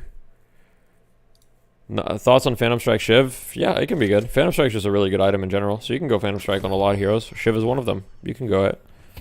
I haven't gone it because usually I would prefer getting other 6300s, such as Leech, for example, but it's very good. Do you have any of your binds changed? No, I'm using all default. The only thing that's not default is I have items set to double tap. So for example, if I want to cast Healing Rite on myself, I need to double tap it. So I'll go like this. Shiv is so cool. Yeah, I love Shiv. Bet they weren't ready for this. Okay, I think I answered the question. I had some people on the Discord to reach out. Honorable. So I had typical coffee, Albin. I will DM you, Albin. Let me know when your game is done and we can do it. Speaking of the parry tech, can't you just dash, then slide, then parry? You mean like this? No, you can't. It stops your momentum. Like you're talking like I go here and then like this. Yeah, it stops your momentum. You can't do that. That's an option. Yeah, so how you set that up, guys, for those that don't know, you go settings, you go hotkeys, change self-cast mode, double tap right here. So these are all the other. Do you know a good Viscous build? I'm sure I can find you one. Let's take a look. Let's see. If Hydration has one, it'll probably be that one, but Vegas Viscous, this one's probably good too. It's got a lot of items, but Vegas Viscous is good. I would go Vegas Viscous, kind of, yeah. He's a good Viscous player. Yeah, that would be awesome. Yeah. How do you double tap setup? Yeah. Or is Gugai 2 always double tap? It's not always double tap. It's based on your based on the way you've set it up.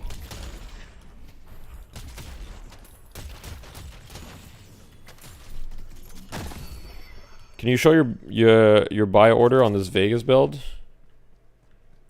The punch items are your main source of poke and can help you secure CS, so it seems extra charge, Spirit Strike. I'm guessing I would probably go like straight up like left to right here. It looks pretty like like you're gonna go mostly these items and then some gun items. Yeah, he already ordered them kind of left to right mostly. Can you parry Viscous 3? You can't. Who would have thought that punching strangers would feel so good? This may hurt. This may hurt. Who would have thought that punching strangers would Viscous feel movement is so cool though, like this is so cool that they were able to do this type of movement in a MOBA. Like it's annoying to play against, but I love the fact that you can have like some janky valve movement in a MOBA. Like, isn't this so cool? Or is it just me? Can you show your bio? Sorry, I have an Abrams gun build called ISIS. It's worked for me, but I don't know how it holds up. Okay, let me take a look. Okay.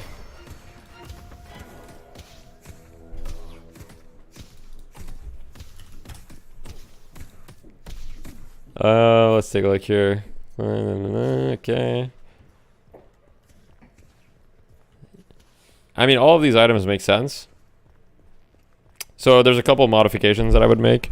There's two items that are really good that you're not considering, which is Warpstone, which is very good, and also Hunter's Aura, which is also quite good on Abrams. Gives you health and allows you to get in there. Bro forgot Earth Spirit exists. Pangolier. Oh, obviously Earth Spirit movement is sick. Yeah, sorry, my bad. But like in a MOBA shooter, like I don't know, I just think Viscous is sick. But yeah, Earth Spirit's also sick. I love Earth Spirit. My bad, forgive me. I think this build is pretty decent. Overall, a couple things that I would change would be you probably want to consider getting maybe Healing Booster. You also might want to consider items like Warpstone, items like Hunter's Aura. And other than that, I think it's pretty good, honestly. I think it's pretty good. I would say you also probably want to consider Spirit Strike. It's just kind of nice for the Spirit Shield health and the regen and whatever. Like, it's just a good item. You might want to consider Spirit Strike as well. That's on Kazer's Viscous build. Oh yeah, sorry, JMP, I missed that one. Let's take a look here.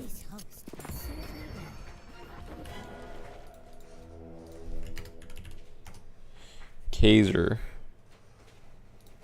Is it this? I can't find it. Oh wait, no, there it is. Hard punch. Which one? This one or this one?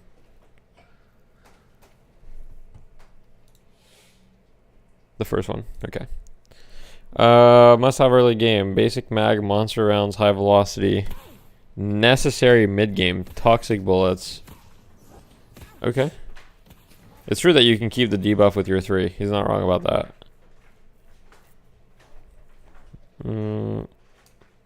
It doesn't look crazy. I have no problem with it. I think return fire is pretty decent, especially if you're in ball form. Yeah, all these items are I'm fine with. I think not having Warpstone is like a little bit unfortunate. I really think that Warpstone is really good on goo, especially when you max your ball and you can use items and abilities while rolling. Like if you do this and you Warpstone on top of someone, like that's pretty good, you know what I mean? It's like Blink Dagger with Pangolier ults. Anyway, do you have pretty much, yeah, I have pretty much default. The only thing I have is double tap. You'll try those out? Yeah, no worries, man. No melee charge. Melee charge is like, it's good. The problem with melee charge, so it's really good, but like it just takes a slot, and you're so limited on slots, and there's so many orange items you want on Abrams that I think kinetic dash is just like a better option most of the time, just because like if you're on Abrams, like the damage that it gives you is just like kind of crazy. Like you get kinetic dash and like you're just fragging all of a sudden. You're just meat shotting. I have no other item, and lane it does so much damage. Yeah. What do you think about Silence Glyph plus Phantom Strike plus Improve versus on Pocket? Yeah, it does a lot of damage. Free kill guaranteed. Yeah. I mean, yeah, it's really good. The problem with that is that it's just like it's a super offensive option. So it's good if you're ahead. Like if you're really ahead, it's really good. If you're not ahead, like you're just gonna die most of the time. Like you might get a kill, but you need to get your barrage. You need to get your barrage stacks first. Like, and if the other team has a few silence glyphs, like you're just gonna die. So if you're ahead though, you will kill everyone with that build, 100%.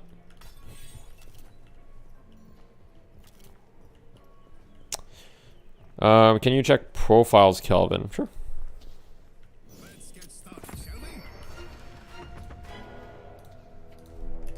Profile. Early core. Okay. Sure. I don't really think monster round's necessary, but why not? It's not a bad item. Why do you get extra charge and mystic reach, but you don't get mystic burst? Seems kind of weird. What's the skill build on this? The skill build is a little bit troll, no? 2 points in nade, 2 points in this. I feel like right now, beam is so broken, you go 2 points in beam right away. I feel like right now, I would go like 2 points on beam right away on this. So I would just like go 2 points in beam. Like this skill does so much damage early. Like imagine this is the enemy hero, like you're just doing a ton of damage and they cannot shoot you back. Like you can just run through creep waves and do this to them. Like it's just, yeah. And yeah, it doesn't really make sense to go extra charge. I mean, it makes sense, but like if you're gonna go grenade, why not go like mystic burst too, right? Like where's mystic burst? Am I crazy? Duration extender. For, I guess it's good on Kelvin, I can see it. I don't know, you're so contested for purple slots though. Do you really go duration extender? Like all your abilities are fairly short cooldowns already. I don't know if it's worth the purple slot. Start with superior stamina and mystic slow. Put rapid recharge on frost grenades. There's a lot of items here, so this is kind of convoluted, so I'm not really sure. It's okay. I mean, most of the items like are fine. Like you can do fine with this build. I don't think it's the current like meta way to play Kelvin. I think right now the meta way to play Kelvin is you go beam build because beam is broken. So it's a fine build. Probably when Beam gets nerfed, inevitably it'll be better than it is right now, but right now it's not the meta. Hi, I'm having trouble understanding the early game of Shiv. I pretty much got the gameplay of revolving around the dash and ult and just cause chaos in the backlines. Can you explain a bit of early laning phase, early game? Early laning phase for me is farm and harass so the others can't farm, but other heroes have better harassing tool than Shiv. Can you explain how you suggest to play the early game of Shiv? Sure, we can talk about that a little bit. So I don't really agree with the fact that other heroes have better harass than Shiv. I think that as soon as you get your ultimate on Shiv, like as soon as you unlock this, you want to be pretty much trying to be max rage all the time if you can. So let me just get like a couple weapon items so I can, whatever, so I can build it faster. Okay, so once you have max rage, like you actually have a ton of harass with your gun. So like if you're just shooting people, like it does a lot of damage. Anyway, and with your knife, you also have a decent amount of harass. Like just even if you're not putting any points in it, like it's still annoying. You can stack it. I would say early game with Shiv, your main focus, if you're going my build, which I don't know if you are, but I'm gonna assume you are since you're asking my chat. If you're going my build, you're gonna want to focus on getting your farm. Basically, with my build, let me just switch to my build real quick. With my build, what you want to be doing is like you want to be getting heroic aura as fast as possible, and once you have heroic aura and max slice and dice, then you can farm the like let me just give an example here. So like once you have like let's say you have these items and you have heroic aura, and you have like I don't know, like you've got these items, and you have max dash, you can farm the tier 3 creeps very easily.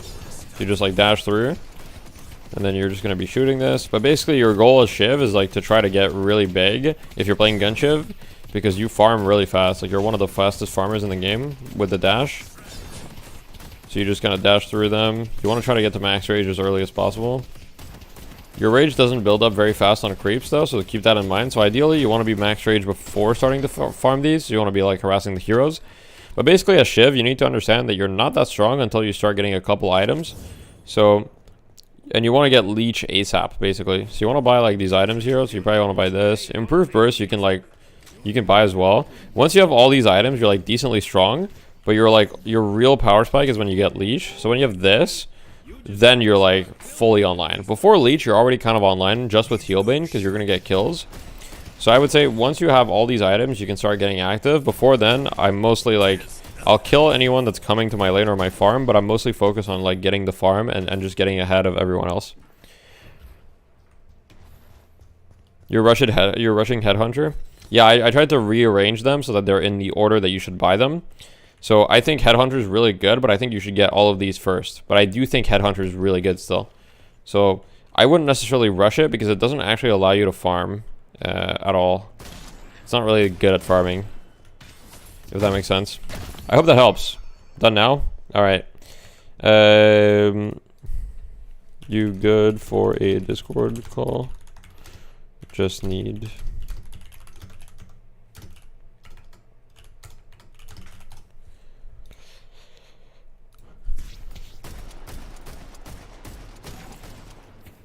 Okay.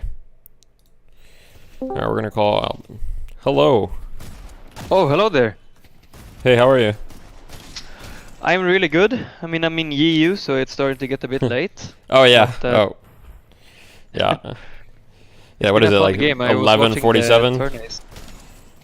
Oh yeah, you saw the Michael. I'm assuming the Michael's team is. I'm assuming it's over, and I'm assuming Michael's won.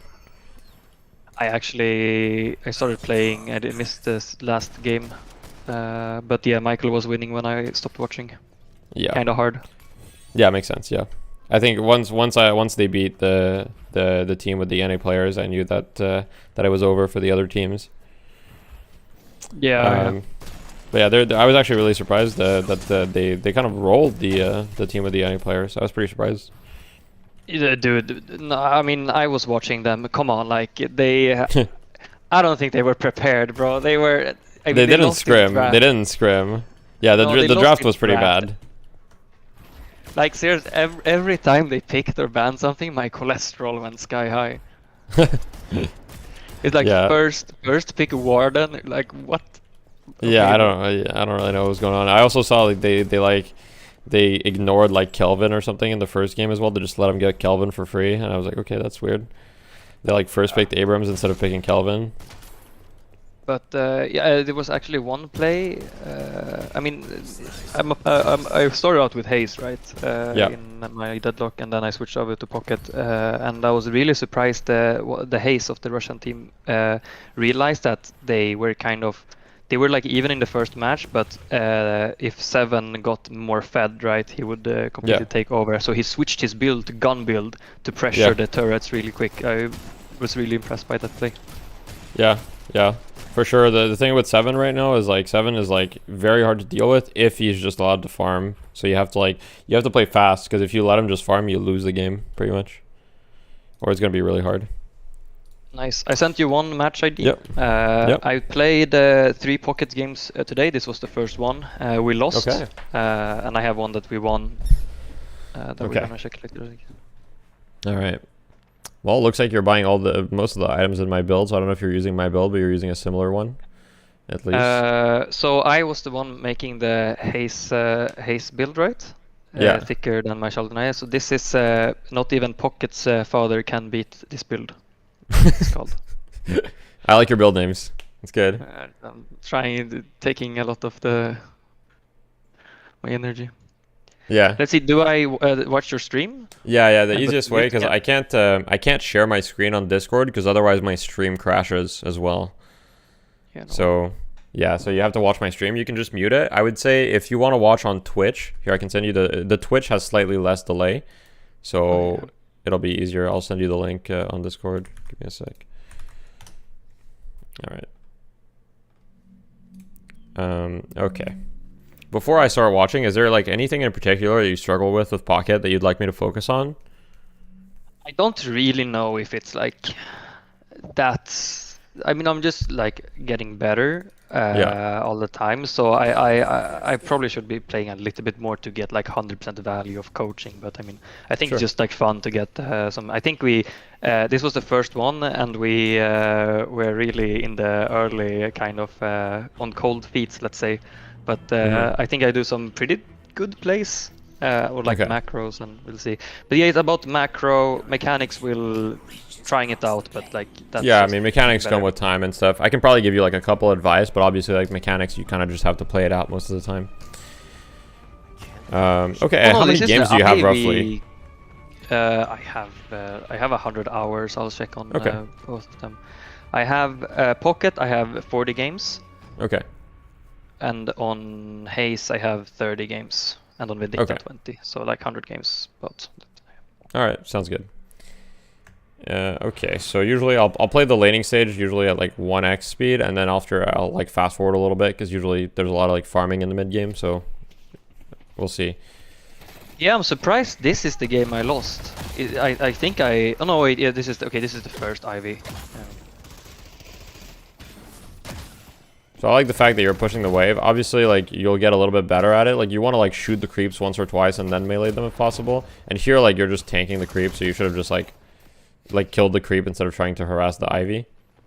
Because you lost, like, you probably lost, like, 120 health to that creep. Yeah, I agree.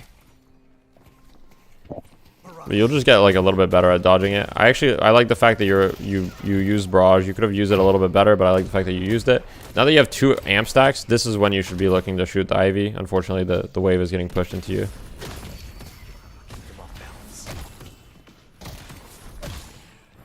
You're really hurt here, so I think you might need to buy healing, right? Or go back to base. Okay, you bought extra regen, which it's fine, but you're going to be really hurt, so it's good. You're not going to be able to do a lot of things here. If you're 100 health, I think you have to buy healing, right, or go back to base most of the time. I think if you were like 300 health, you could have bought extra regen. It would have been fine. Like here, you might die. Oh yeah. It's so weird watching you play for the first time in World.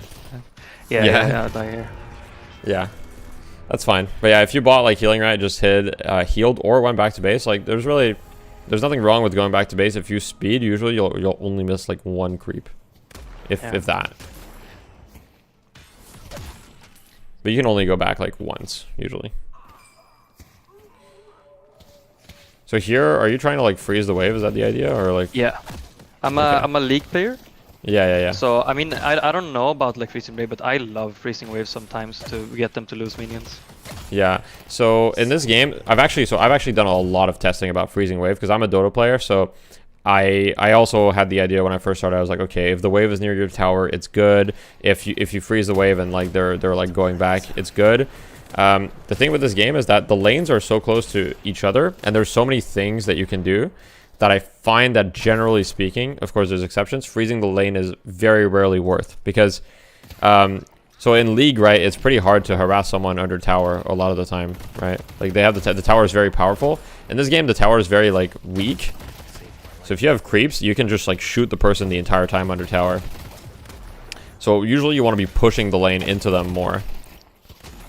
Obviously the disadvantage of pushing the lane is like you're opening yourself up to potentially being ganked more, but the other advantage is if you're pushing your lane, you can then gank other lanes yourself because you have nothing better to do. So I'd say try playing around with being like more aggressive and pushing the wave more rather than freezing it. And I think you'll see like freezing the wave is never going to win you the lane. It's you can maybe get a slight lead with it, but you're never going to like dominate your game if you freeze the lane, basically. Yeah. That sounds good. Yeah, I mean, I've also realized at first I was freezing it a lot, but now it's just like very much in the early when there are no nice no dodge. camps. Get fucked. Oh. Yeah, that was a bit crazy. Oh, that's crazy. It's a clown fiesta. Yeah. No, I love that. Oh, unlucky. This lane will be. I remember it now. This lane is really up and down. Yeah. That's funny. Okay, let's see what you buy here. Mystic Shot, I like Mystic Shot, good item. Yeah, okay, that's good. This is actually like perfect itemization in your situation. I think that extra regen is the only mistake that you made. It should have been either go back to base or healing right, but other than that, perfect itemization. So here's a perfect example of when you shouldn't have been freezing the lane, because like there's two things. Like if you push the lane here, like I don't know if you see, but the Haze is super pushed up like on the other lane, right? So if you, instead of freezing the wave, you just like pushed it, and you could have gone to the Haze, and you wouldn't have lost a single creep, and you could have killed the Haze too, for example. Oh God. Okay. All right, you decided to go a little crazy. Limit testing. Yeah, no, but yeah, I think this is going to be really crazy. Here's where the clown fiesta. I see. This is perfect. This is good content. Yeah. I mean, that was. Yeah, it was bad play, but it was so close. Yeah, it was actually really close. I think if you just like aimed a little bit better, you had him. Yeah, you had him. I don't think the play itself was bad. I think it was actually the execution. I really like the fact that you're pressuring the Ivy, because like you're so far ahead of this Ivy. Like you should be pressuring the Ivy. So I actually I agree with the idea of being aggressive. Like you'll get better at making those plays with time. But I think check the here, idea I'm was 1K good. up in souls, right? Yeah. You should be aggressive for sure. Like this guy basically does not get to exist. Okay. Like you have two options. Like you just shove his wave. Like he can't do anything here. Like you're 1K up. You're very strong. You have good items that allow you to enable pressure. You just need to hit barrages on him. So here I would be like on the bridge trying to hit barrages on him. Because like if you hit 4 barrage, he like actually like can't play the game. Because like you will just destroy him. Like with 4 barrage, your suitcase cloak combo will do like literally like 300 something damage. So you just need to hit as many barrages as you can on him. Let's see your skill build. Okay, your skill build's good. I tried to do 2 points and everything. Yeah. And then ult or barrage max, but Yeah. I fat finger every time. I swear to God, I always have it in plan, and for some reason I sometimes go you could have gone in there. Oh, do I though? You could have. So basically, what you could have done is I don't know if you know this combo, but if you go in your suitcase and then in your cloak, at like the damage does at the place of your cloak. If that makes sense. I don't know if you know what I'm saying. Yeah, I know. You cloak first, and then you suitcase first. You like send the cloak, go into your suitcase, then go to the cloak, and then it does the suitcase damage at your cloak's location. All right.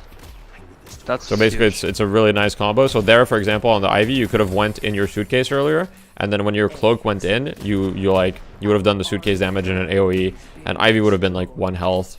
Ivy would have lived, but then you like, she's 1 health. So yeah. So playing a lot aggressively, I should do. Sorry. Can get around. Playing more aggressively, trying to hit barrages and. Yeah. I think it's not even. I think you're actually being pretty aggressive, which I like. I think it's just the way you're being aggressive. Like you want to focus on. Basically, Pocket has 2 states. He has 1 state where he hits barrage, where he's aggressive, and he has the state where you don't hit barrage, where it's hard to be aggressive if you don't hit barrage, basically. So I have a question there.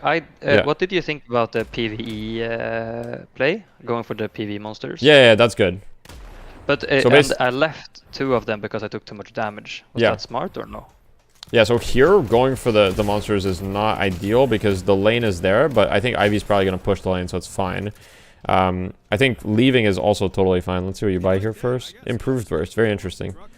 I would never recommend going Improved Burst first. The reason for that, the Improved thought Burst like process scales here with health, right? Yeah. is since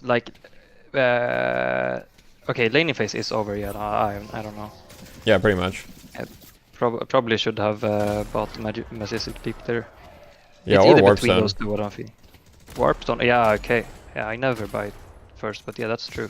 You can Probably buy the it first situation. sometimes. Like, it gives you a lot of damage. A lot of, like, people always think about Warp Stone, about the mobility, but it actually is one of the highest weapon damage tier 3s in the game. Tier 2, sorry. Tier 3, no, it's a tier 3. It gives you a total of 34% weapon damage, which is... I think there's a few that are higher, but not a lot. As far as I remember, I think... Weapon damage is really good early, right? Yeah. But kind of falls off.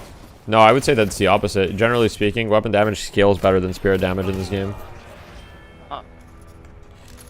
The reason is like there's a lot of ways to scale weapon damage, but spirit damage is usually like limited by your character, like in terms of its scaling. So it tends to kind of fall off, and there tends to be like more ways to mitigate spirit damage, and you can remove the debuff from Pocket and stuff like that, whereas usually gun damage, like there's metal skin and there's gun armor, that's it. Okay, I like what you're doing here. Should kill him. Well, so here you hit 1 barrage, so I mean, I guess you're gonna go in here, but I don't really like this. You might be able to get him anyway, but you're missing a lot of creeps. I'm not even sure this is worth it, to be honest. You don't get him either. Honestly, you missed so many creeps for that. Like, how many creeps were at your tower for this? I want to rewind and see. Oh, I hope I didn't crash the demo. Yeah, rewinding in demos is kind of painful. I mean, that was like a full wave of creeps you missed. And you only hit 1 barrage. If I hit like 3 barrages there, I go in. If I hit 1 barrage, usually I'll be like, meh. Like, meh. Maybe you could have killed him if you just hit more shots, but like, it seems kind of risky for no reason. Yeah, I hear you.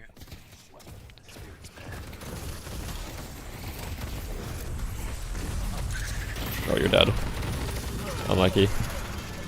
Yeah, I think like that kind of whole play happened because you kind of chased for the kill on the Ivy in the first place. If you just like realized, okay, I only hit 1 barrage. Oh, I see. You went straight for the. This is the fat finger, right? Straight for the max barrage. Yeah, I see. I'm like, wait, but is it though? Oh yeah. See, that's. It's like. Like you have no other sometimes points, yeah. It's I don't know with this game. In League, it's like so. No, you always upgrade your. But here is, I don't know.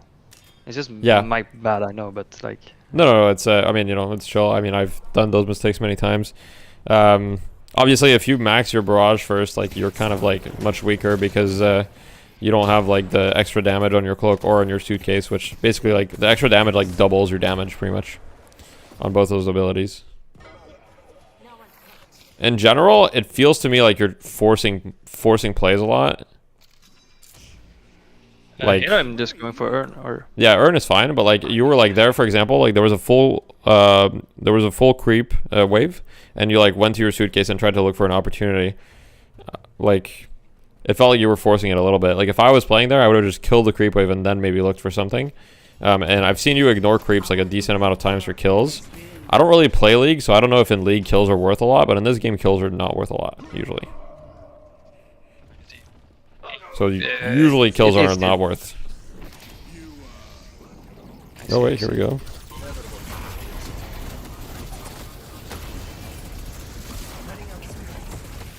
Oh, I missed that. Oh well, you got one guy though. It looks like you're. Oh wait. Oh. Okay. You could have lived there. You Yeah. trolled a little bit with the movement, but it's all good.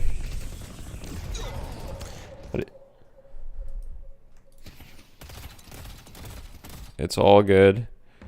I think in that situation, there's one thing I don't know if you know about Pocket. The Pocket ult. Yeah, so first of all, I would never get a point in ult before I've got 2 points in Cloak and 2 points in Satchel, because it's just like such big power spikes. So I completely ignore ult until I have 2 points in all the other abilities. Usually the ability order that I'll do is 2 points in Barrage, 1 point in Cloak, 1 point in Suitcase, 2 points in Suitcase, 2 points in Cloak, then I go max ult, then I finish maxing Barrage, usually.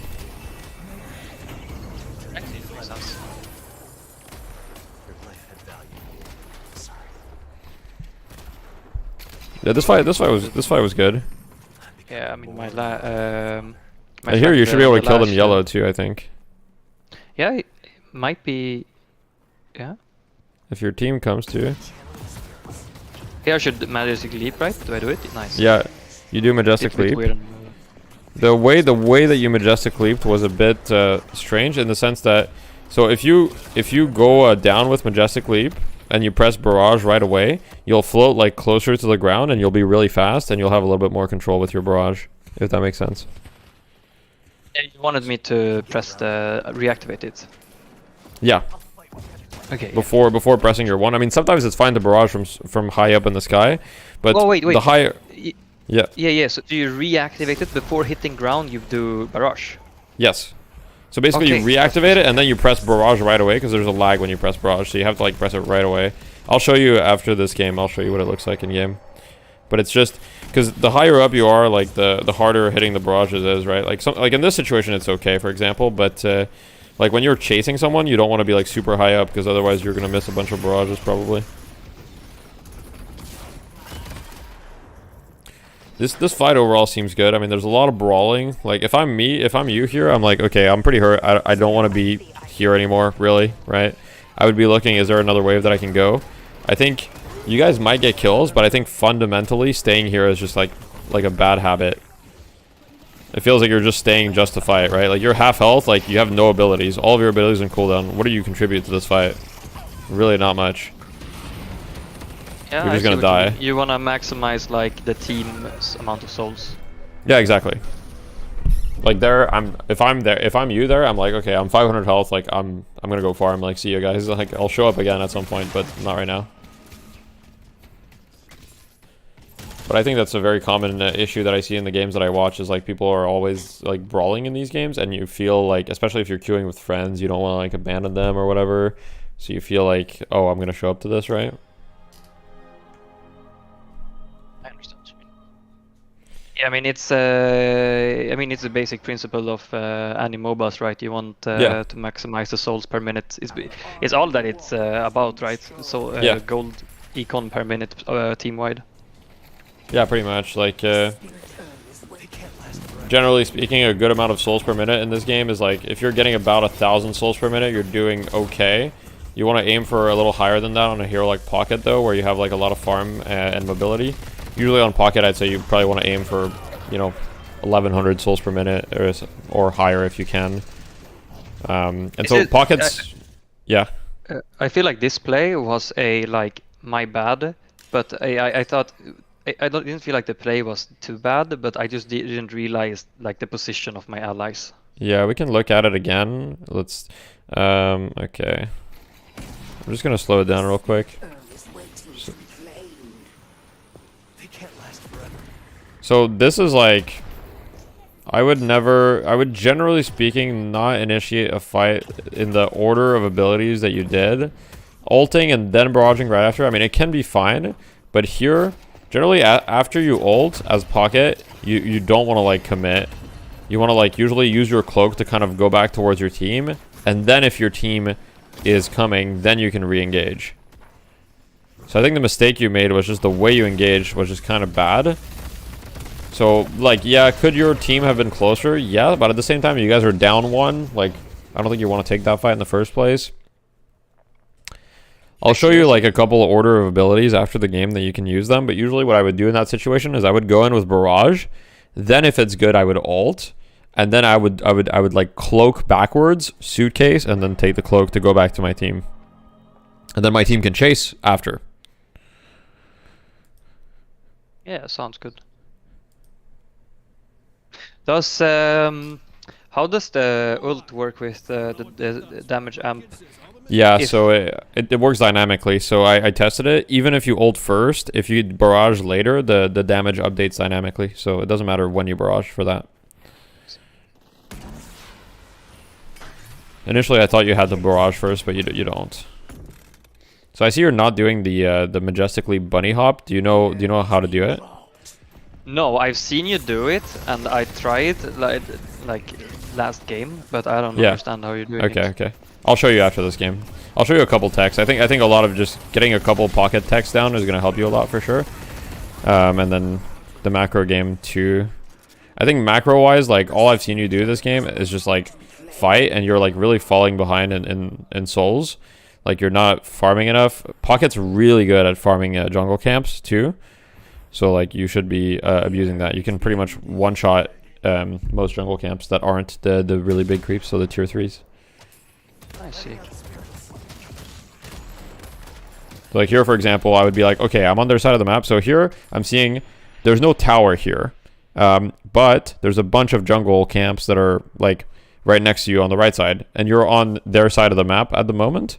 So I would be like, okay, I can go steal these camps right now. Like, you could go one more wave here, but it's kind of a riskier wave. You're not sure where all of them are. Like, it's very possible some of them are here. Or you can go steal their jungle, which is, there's like 3 camps to steal right on your path, like 3 to 4 camps. So that's what I would have done. And then there's 2 camps right here as well that you could steal. So if you clear this wave, the next logical step would be to clear the camps right beside you. It's, I think you'll do here. I do that a lot. Yes, I do it this time. Nice. That's good. And then let's see if Is that a bug or a feature? That's a bug. That's well, you know, it depends how you see it. Oh, that happens to me. Wait, the fuck is that camp? Yeah. And then here, like, you see that there's a fight. You're gonna show up. This looks like a good fight because you guys have numbers on them potentially. So I actually agree with you showing up here. Let's see how you initiate the fight. Oh, unlucky. Yeah. Yeah, just like bad execution on the initiation, but the fight itself is good. I think it should be fine. Yeah, you're good. So here, I'm assuming you're saving up for your first 6,300. Yes. I think this game, since they didn't have, I think this game I'd go Kevlar. It's either that or Phantom. Yeah. Depending, like, if there's one I want to solo out. I wasn't sure who I wanted to solo out because Ivy is kind of hard to tick. 7, sure. So I think I went Kevlar, but I don't know. If you have like Phantom, you can kill like literally any of them. Like it actually doesn't matter as long as you have decent farm. You can actually solo kill any of them. If you hit 4 barrage, any hero on their team you can kill, even Ivy. So the one thing I would say is, for me the Kevlar versus Phantom Strike decision is more based on, am I hitting like big ults consistently? Like if I feel like I'm able to get like 3-4 man ults like very consistently, I'll go Kevlar. If I feel like I'm not, I'll usually go Phantom. I actually really like what you did here, by the way. Yeah.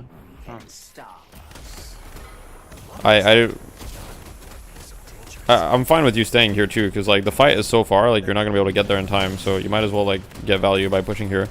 I would actually like, so here you either speed back or you keep going.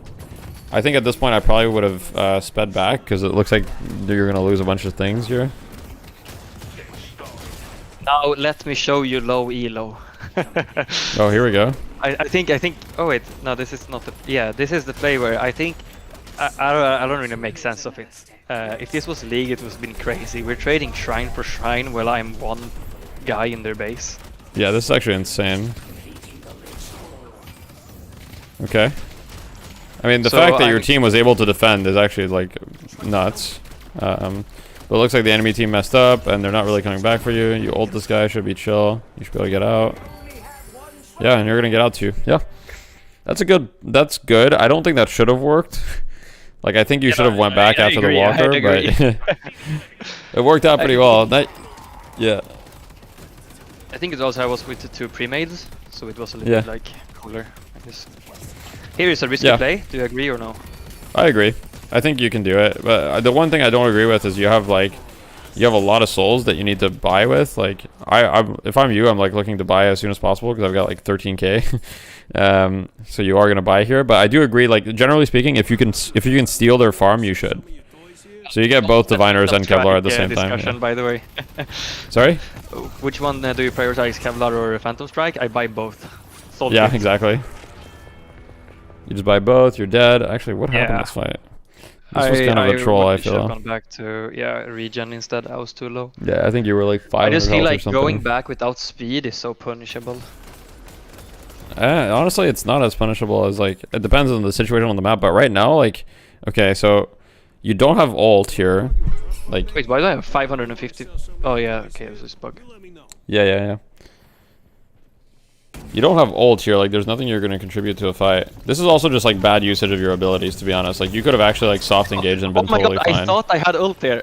I thought I had ult Yeah, there. I'm so I sure you could thought, yeah. Divine Kevlar's, heal, satchel, and then trying to And then get be out. fine. I think that's, Yeah. no, No, that makes that's, sense. my bad. If you also just use your abilities better, you would have been fine either way. Like, but yeah, it was kind of like a really crazy engage in the first place. Like, you were so low, but there actually with Diviner's Kevlar, it's true that there actually was like a situation in which you killed him potentially. Like, if you were just, yeah. I'm probably not very good on, like, in theory, but right now I'm doing okay based on the match, right? Or should the pocket be a lot? Like, I know, like, No, 7 Haze has to be a lot. Yeah, no, pocket doesn't necessarily have to be as farmed as those hero. That's huge. Oh, you're dead here. It's a huge ult though. I think your team might be able to clean it up, although it was a big 7 ult too. I don't know if your team's gonna win this. I'm guessing they don't. Unless your Abrams pops off. Almost. One day they will figure out there's a parry key. Yeah, dude, I wrote it in chat earlier because he was in Oh my Ivy, he was God. mailing me so fucking much in early. Yeah. I was like, imagine if There's I no parried way. once. Yo, Abrams is broken in low elo, dude. This is crazy. I mean, Abrams is just broken in general, but like in high elo, you don't see him really punch that much. But like, he's just going in. Wait, okay, you're back. Oh wait, I need to get back on here. When the tracker was updated, I was at 1680 or something.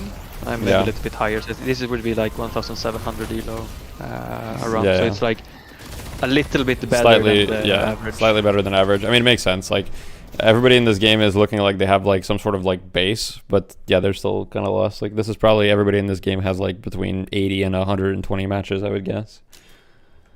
Somewhere like that. Yeah, I think generally speaking, like, there's the main 2 things that I'm getting from this replay, and then maybe you have another replay we can watch as well to get some other points. But I think we got the main points from this replay. Before we watch another replay, I just want to like just show you a couple things. Show me. Because I think, like, mechanically speaking, if you just learn these things better, you'll be doing a lot better. So, Majestic Leap, there's 2 things to learn. The first thing is the bunny hop. So you activate it once, then you drop down, and then you jump after having dropped down for a little bit. Does that make sense? Okay, that's why You drop down and then you I jump see. once. Yeah. So then you get, and then what you can do to extend your distance further is you drop down, you jump once, and then you wait a little bit, and then you barrage so you can keep your air momentum. So if you want to cover a lot of distance, you can pretty much, as you can see, like, I can cover like the entire distance of the hero sandbox with it. Like, this is a crazy amount of distance. So do you, when you do barrage, do you always jump there before barraging? No, Or not do necessarily. you- So this is the other thing I want to show you is if you're engaging on someone. So let's say that I want to engage on this dummy that's walking over there. I see him. I'm like, okay, I want to go on him. I'll go down and I'll press barrage right away. So you see how much closer to the ground I am, and how much easier it is. Yeah, and you can aim. So you just go down, and then you have to press barrage right away because there's a little delay. So as soon as you press the key to go down, you have to barrage. And then you kind of like hover around the, you kind of hover on the ground like this, with a lot of momentum as well. Wow, actually, this is great Talon gameplay I'm seeing. So yeah, you're just flying. I mean, if you in Sandbox want to check out the build that I follow and see if you have Sure. any comments. What's the build? Oh yeah, what you said it was not even Pocket's father can beat this build. I mean, I think I read a little bit about the lore and it's not really accurate, but that was the feeling I got from his voice lines. You think his father beat him a little bit? Oh, he's saying like, I'm not proud of my family name and like I will get revenge on my parents. I'm like, what the fuck? Okay. Yeah. I think this is pretty good. I think this, wait, let me see. Is there anything I would change here? I'm not sure about the mid-game core. That's my biggest... Mid-game core. Yes, I would say sometimes these items I'll get in between these. In between the mid-game rush. So I won't necessarily rush all three before getting some of these items, if that makes sense. I see. So like sometimes if I feel like Warpstone is more necessary one game, I might get Warpstone a little bit earlier. Other games, if I feel like, oh, okay, I don't really feel like I need the Warpstone as early, I might get like improved cooldown, Mystic Vulnerability, Suppressor. Cold Front is good if you need like a Spirit Resist early. So like if you're playing, sometimes if you're playing against like a Grey Talon or Yamato or whatever, like some of the hard counters in lane, you might want to get like Cold Front and Mystic Reach early so you have at least 0 Spirit Resist, not minus 15. Point. Is that good against the mage? Is what? I mean, Sorry? you can see my notations if like how I thought about when I added them, but hollow point ward. Yeah, I mean, it's decent. I mean, it'll give you a little bit, but like it's not really going to change the lane, if that makes sense, right? It'll give you 85 once. And pretty much once it's down, it's going to be on cooldown for 50 seconds because that's how shields work. Oh, damn. Yeah, like if you get like a shield, for example, let's say I get a headshot booster, I have 40 bullet shield. If I go get shot by the tower here and I lose it, it's going to be on cooldown 60 seconds. I actually stopped buying high velocity as well. I was purely buying it when I felt like the other was better at denying, and then I just buy it to like kind of get that 30%, but I don't even know if it's worth it. Yeah. I like high velocity just because it's just damage. It's just like a lot of the time I'm playing aggressive in lane, but it depends on the lane. Like the thing about Pocket is that against players that don't know what Pocket like does or how he works, Pocket is like a lane stomper. But against players that are like good, Pocket becomes like not that good at laning because he's really squishy against spirit damage. So you have to adapt to the players you're playing against. I think in your games, if you want to like just like stomp your games, you should go like gun items and just be aggressive. And like one thing I want to talk about is just like, you know, you want to do the dash jump barrage tech more in lane as well. So like one thing is, I believe there's a way to do this. I think I need to do map street test. I can show you a couple. There's a couple different techs that you can do. To like, it's going to take 1 second to load. Depending on which lane you're in, there's a couple different ways to do it. I would like to see a Deathy Gets Coached video. You know, that'd be sick. I'd love to get coached. Okay, so let's say, for example, you're blue. Let's say you start blue lane. If you start blue lane, you can actually like, you can do something funny, which is you could go. I didn't do it right away, but you could go purple lane instead of blue. Like you switch off the zip, and then here you go here, and you take the jump pad. Like you wait for the lanes to meet, and then here you take the jump pad, and then you just kind of go on your opponent like this. Okay, and I've noticed the better I get that like pretty much everyone is like at that point to melee the minions.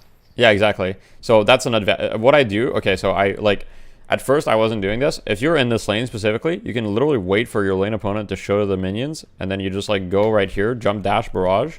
It was on cooldown, so I'll wait until it's off cooldown to show. But like if you just sit in the veil right here, on this lane specifically, and your opponent's showing, you just like jump dash barrage, and usually you can get at least 3 barrage on him. And if you get 3, he literally cannot trade with you. So when you have the buff, you just shoot him. You just shoot him while you have your 3 barrage buffs, and then like he's destroyed, and then you've pretty much won the lane at that point. But in general, like you should be like, using more the fact that Barrage keeps momentum by doing things like this, right? You go up there, you jump dash, things like that. Nice.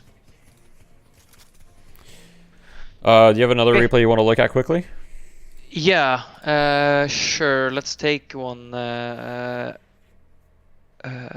I won and see. This has had some really crazy comebacking. We were losing for the first. This was the one I thought that I actually lost, and that I thought that we were going to watch. This was the first game of the day. Okay. I did some. I was really this was after I watched the tourney, so I really was engaging my brain of what I learned. Okay, you've done some interesting You've done some like some specific itemization. I like that. Yeah, this I was really trying You were to trying to be a brainiac here. What's the logic with the K here? Who is it for? Do you just like the item, or? It was for to bait out Viscous cube. Oh, interesting. So I was getting annoyed that he always would remove my decay. So I would either ult him if like it was a big time ult, and then if he decayed cube that, I would decay him after. Oh yeah, sure. Oh yeah, one thing I forgot to show you, Chad just reminded me, is the suitcase cloak combo. So real quick, like I said, you suitcase, you cloak, and then you go to your suitcase, and then it does the damage here. Ah, is that a bug or a feature? No, it's not a bug. It's a feature. They've confirmed. So it actually didn't work for a while, and they fixed it. Oh, so okay, yeah, it's a feature. So it's gonna stay in the game. So as you can see, like I did 190 damage total. That's both abilities, so it works. So this can be good against snipers too, because let's say there's a Vindicta, you send the cloak up, and then you do damage in the air right here. Yeah, I should definitely try to practice that down. Yeah, I mean it's pretty like it's pretty easy, and yeah, like the way that I'll engage fights a lot, I'll just like show real quick as well, because I was talking about it and I forgot to show, is usually like let's say that I have like, for example, Phantom Strike and a Majestic Leap and like Warp Stone and all the core items. I'm not gonna buy the other items, but whatever.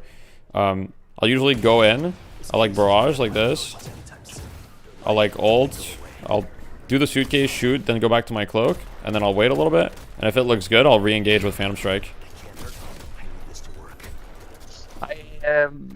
You can probably see that this is the first time I bought Curse this game, so maybe I'm not really good with that, but I really struggle to understand when I should Phantom Strike. Usually I barrage, then enter with Phantom Strike to kind of solo one out, and then I ult. So I like warp stone kind of in, and then I try to E for damage or for safety. Right.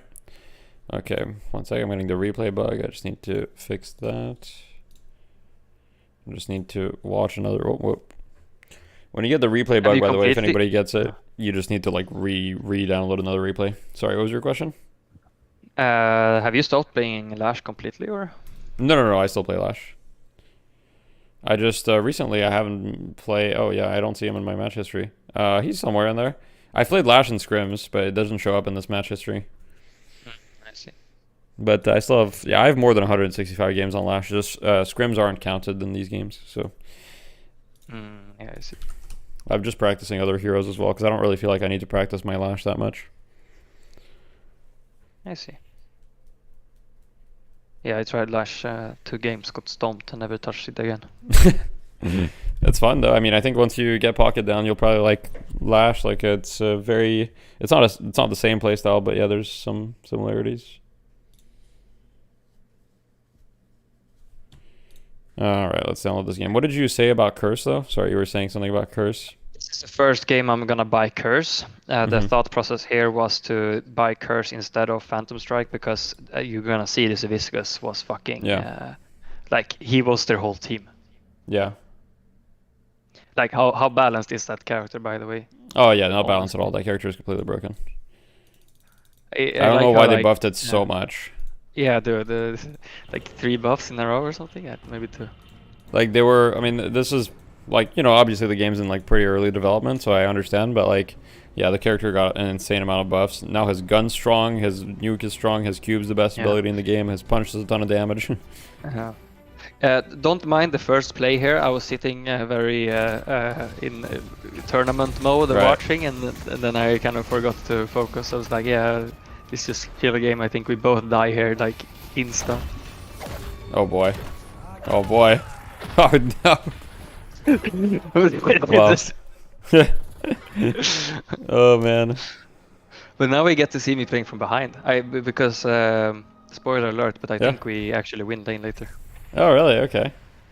I That was funny though. can't That was argue. funny. Oh wait, are you gonna get a fat barrage here though? Because you got speed boost. Okay. Oh, you got 2. It's not bad. Yeah, Vindicta's a really hard matchup for Pocket and lane, by the way. As you can probably see. Yeah, I'm noticing. Pocket has a few like really hard matchups. Vindicta is one of them. Grey Talon is another one. Yamato is another one. Okay, this Vindicta's just gonna stand there. Okay, so once again, this is like pretty forced. Like, you guys gotta focus on the creeps a little bit more. Like, they still had 3 creeps and you guys were going in. Once again, you're 1 health. And now since you didn't focus on the creeps, you don't even have enough to buy an item. So you can't even buy a healing right. Like here, you're done. What is this guy doing though? Yeah, no. Yeah, let's focus on Mike. He's an interesting good. character. Let's say. Yeah. I mean, I also started playing like 2 weeks before. Yeah. Like my premates. Yeah. Usually I try buying a healing right in dual lanes and extra regen in solo. It's not that simple, Really? but like that's. What's the 50. reasoning behind it? Because healing right, I can use like both on him and me, and usually just if you misplay, you take way too much more damage. I see. But like it's not full on out. But I'd Yeah, say yeah, that's yeah. like 70%. Oh of my it. god, this is incredible. Yeah, I mean he's kind of cooking. I don't know what I'm gonna say. Yeah, I mean he's cooking. He's cooking something up. You're But, trying to follow up on the cooking, but there is no following up on this. no, I even reload there. That's crazy. Yeah. At least you didn't really miss any creeps for this. Oh no. Okay. Yeah, you didn't miss any creeps for this, so it's not that bad, honestly.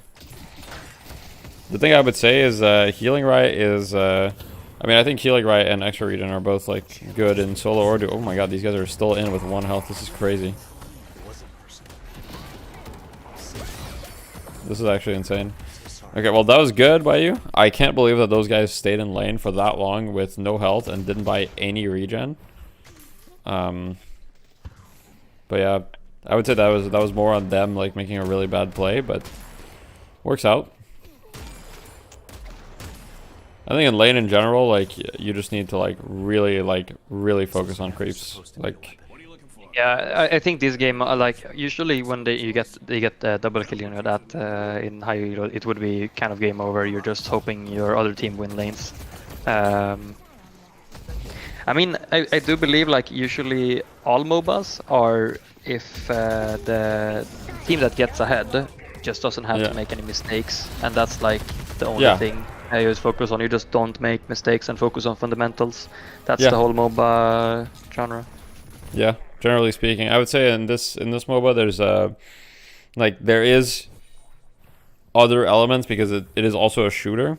So sometimes if you have like, you know, better mechanics, or if you're just like have a really cool mechanical moment, there can be like elements of comeback to this. But I guess that's also kind of true in League and like Dota to some extent as well. Like if you get a sick flash or something, you can always like make plays even if you're, you know, pretty far behind. But yeah, I do agree with you. However, dying in the first wave actually doesn't like matter that much usually. It's not that bad. Dying in lane in this game is like not that bad. If you die once, if you die a bunch of times, it's bad. But if you die once, you can speed back and usually you don't miss a single creep. And killing a hero is not worth that much. So if you die once in lane, even if it's instantly, it's not that bad. Yeah, that makes sense. I think itemization wise, waiting like, for Lash. Yeah, that's fine. trying it. Freezing waiting for Lash is fine. I think itemization wise, I would like consider maybe consider like something like Mystic Burst a little bit earlier, the way you were playing. Yeah. But otherwise it's fine. Depends on the lane. Oh my god. I mean, okay. I mean, that's nice. That's a nice kill. Yeah. Chaotic, huh? I mean, Yeah. the whole game is like... The whole it game is a little bit breaks Clown Fiesta a little bit. Yeah, it's like, how am I 3k above my teammate? I don't know. How am I coming back? I don't know. How am I didn't even notice. That's actually crazy. Yeah, like it's... Anything can happen in this... I think we speed up the laning a bit though to check the mid game. I think that's where I really tried to come back here, just get like a little bit of a lead. Okay, this is good. Yeah, the items you bought are good. I agree with them. What do you think about like extra stamina and speed? I think extra stamina and speed are both really good. Like playing without speed kind of feels terrible. Yeah. I buy these items on most heroes. Not every hero, but a lot of heroes. Oh boy, this is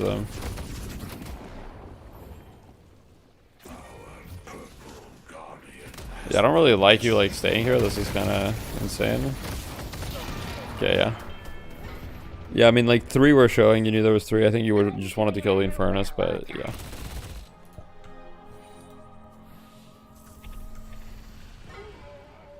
Okay.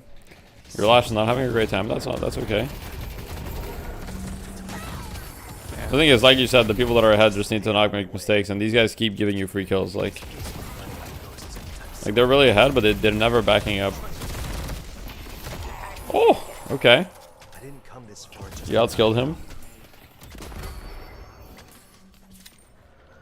Hey, do y'all actually react to those melees? Sometimes, yeah.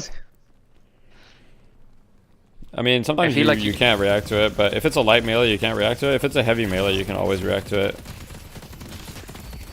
I feel like it's always, you know, you see it, you react to it, you parry, but you parry after. So now he charges up, and while you're parrying, he charges another up. It's like, fuck. Yeah, and then you just die. Yeah. Let's see what I buy here. I actually don't know if I buy Majestic Leap. No, I buy Improved Burst again. Yeah. I'm not so I know that I've seen Ado and he goes sometimes Improved Burst first. I really don't think that it's the thing about Improved Burst that it becomes better the later, the more health the people have. So I think rushing it like doesn't give you that much damage. Yeah, I thought I had a huge power spike there, but I guess I realized that I'm allergic to fucking spirit damage. Oh yeah, minus 15. It's rough.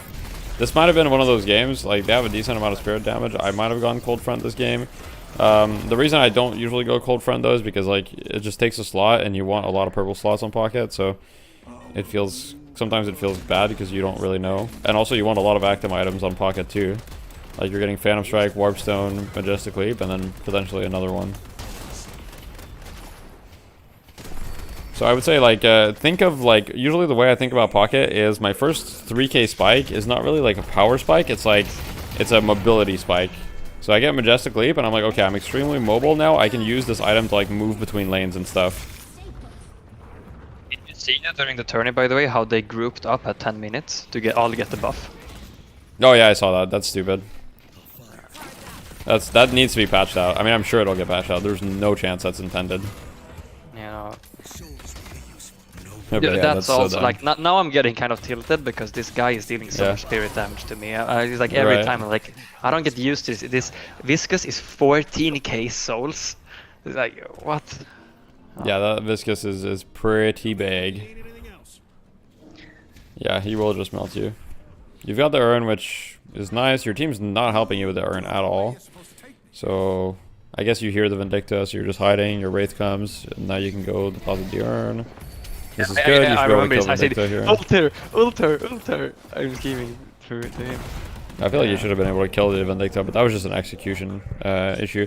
I would have like Majestic Leaped first, like shot her in the air a couple times. Then I would have like done the Flying Cloak Suitcase combo in the air, and then she probably would have been dead. Oh, you're dead. Oh wait, no, you're not. Okay.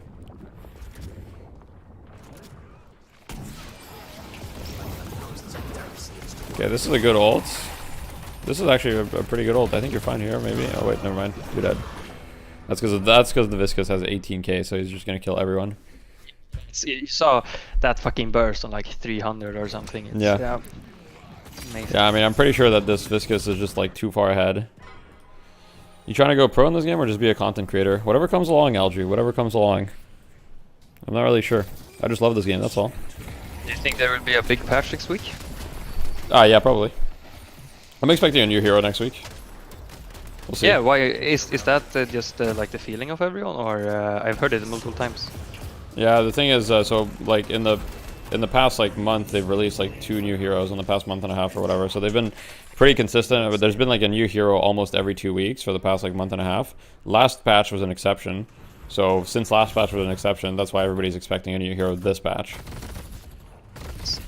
Yeah, but we'll see.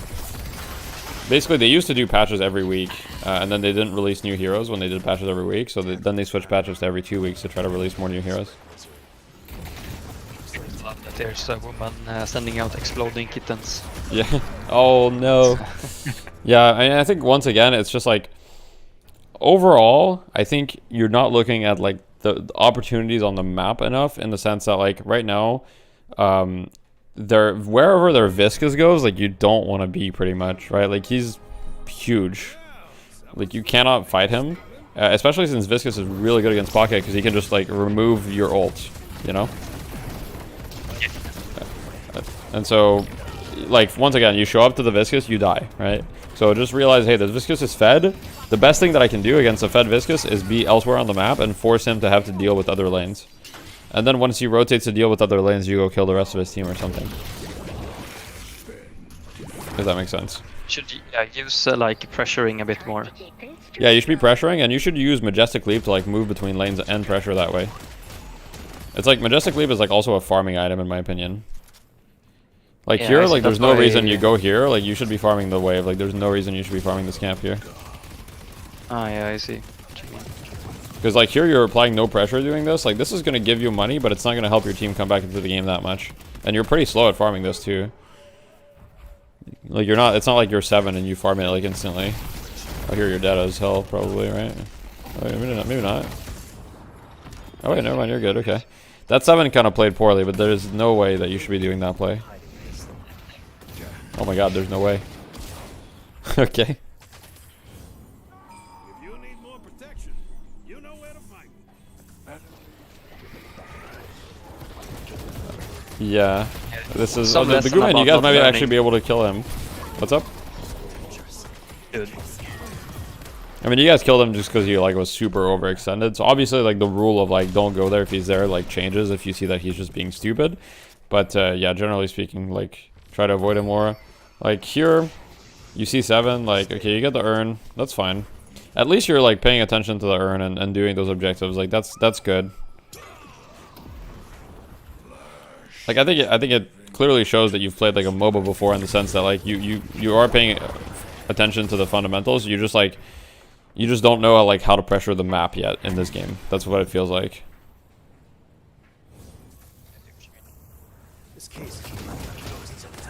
Like this is good. Yeah, Instantly you go yellow, no? Like yeah, okay, you're going yellow. Sorry, what were you saying? No. I was just thinking. Here I'm just like, fuck, give me 100 gold.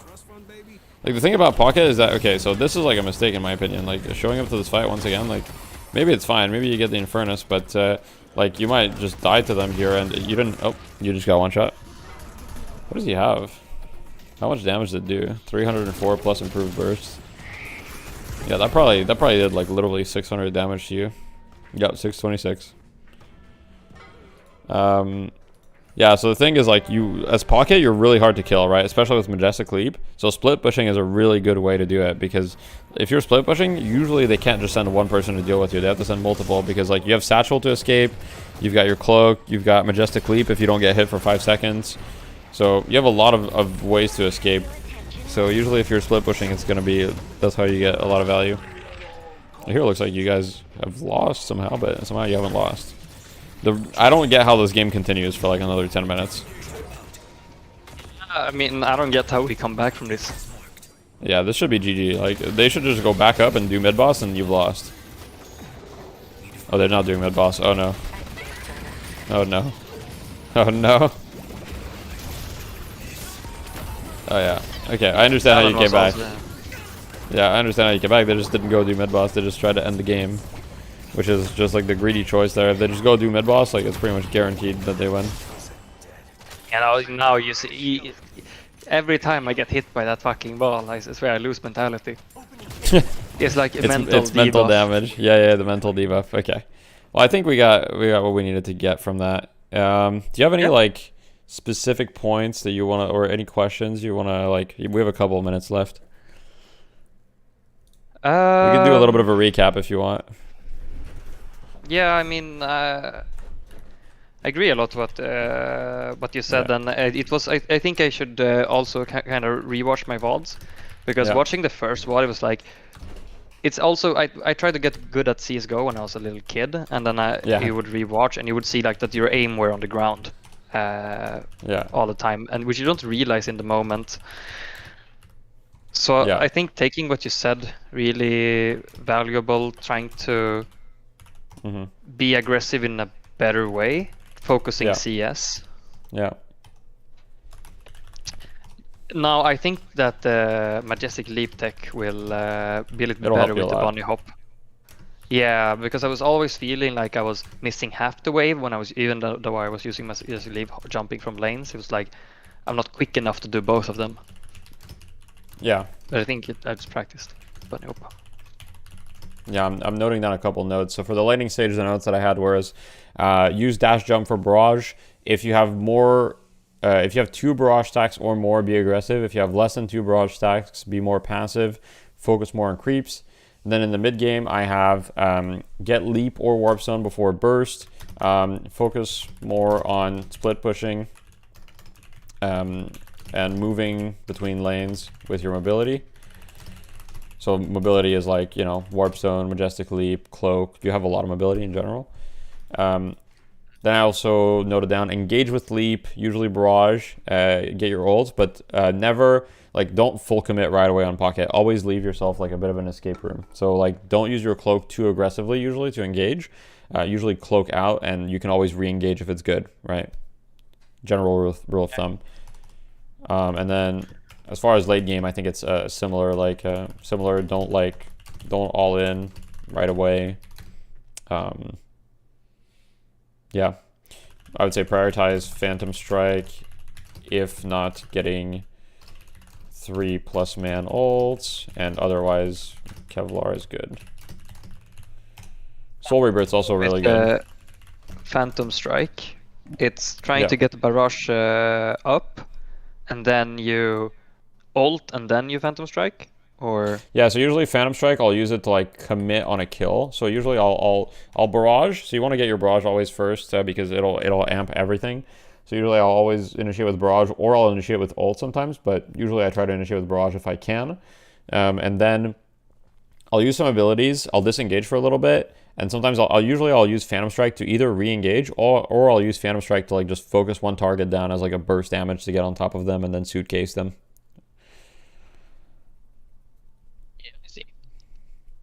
Yeah. Okay, so nice. Thank you for send the, you the recap. input. Yeah, no worries. Here's the notes that I sent you on Discord. Nice. Yeah. Hopefully you enjoyed it. Hopefully you learned a little bit. Yeah, I did. I have one side question about the tourney, because I was a Haze player right before. Yeah. Before I got into the ELO where people bought metal skin. Yeah. I was very surprised at how often she was picked in the tourney. Is it just like if you don't end before 35 minutes, we insta win, or like? Yeah, I was also pretty surprised with how often she was picked because like in the NA meta at least, like I've been scrimming for the past like 2 weeks, and I've barely seen Haze at all played. So it might be like an EU secret tech that they've been practicing or something that I'm not aware of. But honestly, like I was also really surprised by that, to be honest, because Haze feels not that good. Even if the game gets to 35 minutes, I mean, she feels way better late. Obviously, she scales really well, but yeah, I was surprised. Yeah, no, I typed it in It the might be chat like a before. player thing as well. Like maybe they just have good Haze players. Might be. I typed in the chat before, but like making a Haze build and it's just like PvE content for 30 minutes until you can press ult. Yeah, pretty much. Yeah, that's Haze right now. Okay, thank you so much. Yeah, you're welcome. All right, well, Okay. you know, go to sleep. It's late in Europe. Yeah, but my girlfriend is probably waiting for me. Yeah. All right, have a good night. Yeah, okay. Good night. Good night. See you. Bye. All right, chat. How'd you guys enjoy that? We having a good time in the chat? Educational content today. All right, I think we're going to do a couple games from the Discord now.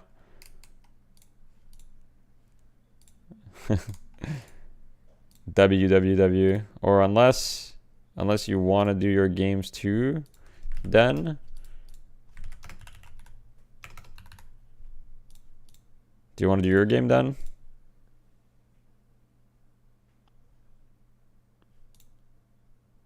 That was cool. Are you going to cast tournaments? I'm not opposed to it. Maybe. That was cool. Thanks for the content. Yeah, no worries. Yeah, let's do it. Sure. All right, I'll DM you. Hello.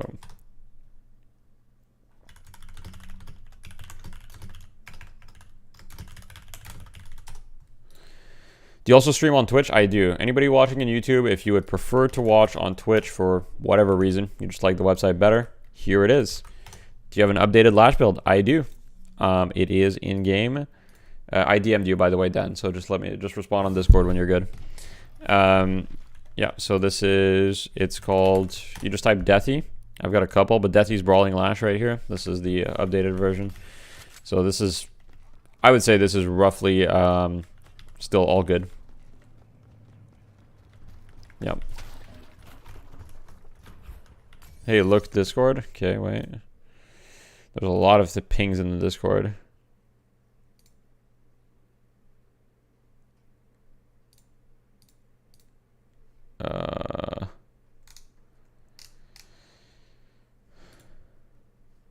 I'm not sure what I should look at in the Discord. There's a couple pings.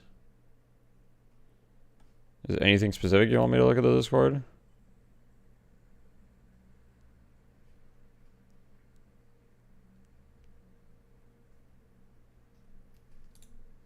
You DM'd me. Okay.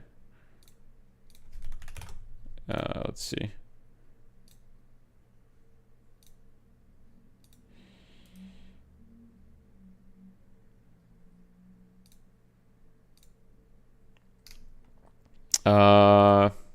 Accepted DM and message back. Yeah. Is Warpstone good on Lash? Yeah, it is. Maybe you could watch a replay, or rather mid boss, blah blah. Bros don't want to Roche.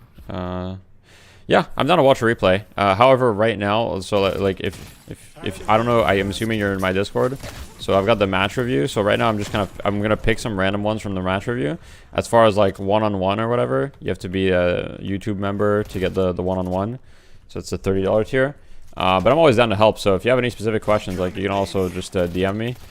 I also played Dota, although I wasn't like pro or anything. I was 6.5k MMR, so not that good, but you know, yeah.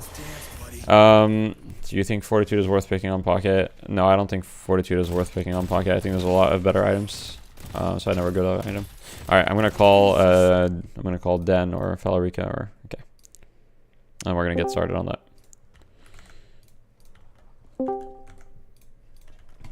Yo. Hey, what's up? I'm good. How are you doing? I'm doing great. Thanks for asking. What do you want me to call you, by the way? Is it Dan or is it Felarica or? Oh, you just say Dan. Okay, sure. All right. You got some match IDs for me? Yep. I have. Here, I'll just get. Is it better to get one where I'm like losing or like a losing or winning doesn't really matter. I think the two things that matter most are you want to get one where you're not 100% sure what you could have done better. Ideally, like you felt kind of lost, or you don't really know exactly like what mistakes you made. Because if you already know all the mistakes that you made, then it's kind of pointless. And you don't want to get a roll. So ideally, like you don't want to get a game that was like 16 minutes, right? Okay. Let's see. Could I had these two? Well, I don't know how long these are. We could check, and if they're like. Yeah, I mean, as long as they're not like 16 minutes, it's usually fine. Like sub 20-minute games tend to be like there's not. I mean, there are some things to get from them, but sometimes it's just like okay, you got skill diff, or sometimes. Yeah. This one's 24 minutes. That can be fine. And then the second one is Second one is also 24 minutes. I mean, both of these can be fine. 24 minutes is enough usually. Okay, so I can check if I have one longer one while we watch whichever one. Sure. Do you have a preference with which one you want to start with? Not really. I think the here, let me check. The 897 one is the most recent game I played. It's like I played it like last night. So I guess that one would make more sense just because I played it earlier, I guess. Okay. Sure. All right, let me just... So basically, you can pull up my stream. If you want my Twitch stream, Twitch has slightly less delay than YouTube, so it'll be easier to follow along there, probably. I'll send you the link. Here. Got you. Oh, okay, one sec. I'm getting the replay download bug.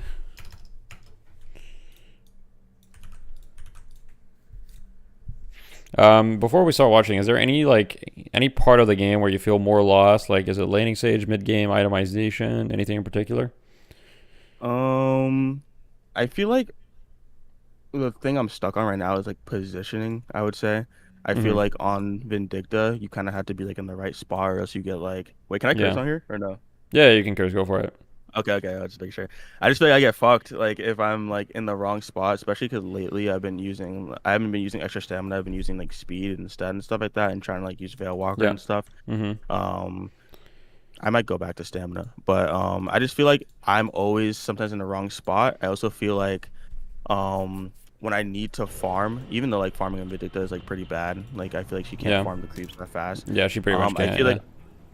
I feel like I like want to please the team, so I'll like pull away. Like I'll see the team fighting, in a fight that like maybe I can have no impact because I'm like so behind in farm, and I'll be like, I need to go like participate because I don't want anybody to get pressed and be like, oh, this man's farming across the fucking map while we're getting like absolutely stomped.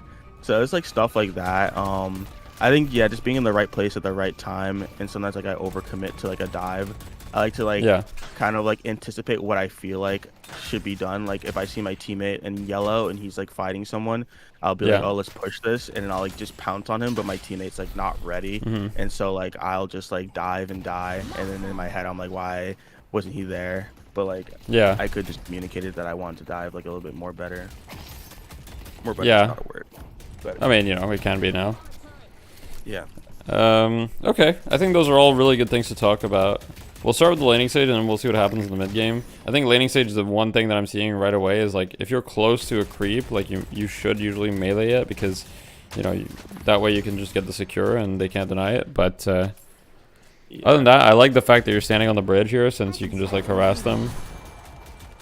Yeah, I get so scared like when I'm like trying to melee the creep or whatever because I feel like if they're good, they'll just like spam me. That's like what I like to do to other people. So I mean, That is true. They will spam you. It depends how you do it, though. A lot of the time, like, for example, these two creeps. I mean, these two creeps, you don't need to melee them. But if you're, like, already close to a creep, you might as well melee it and then dash away.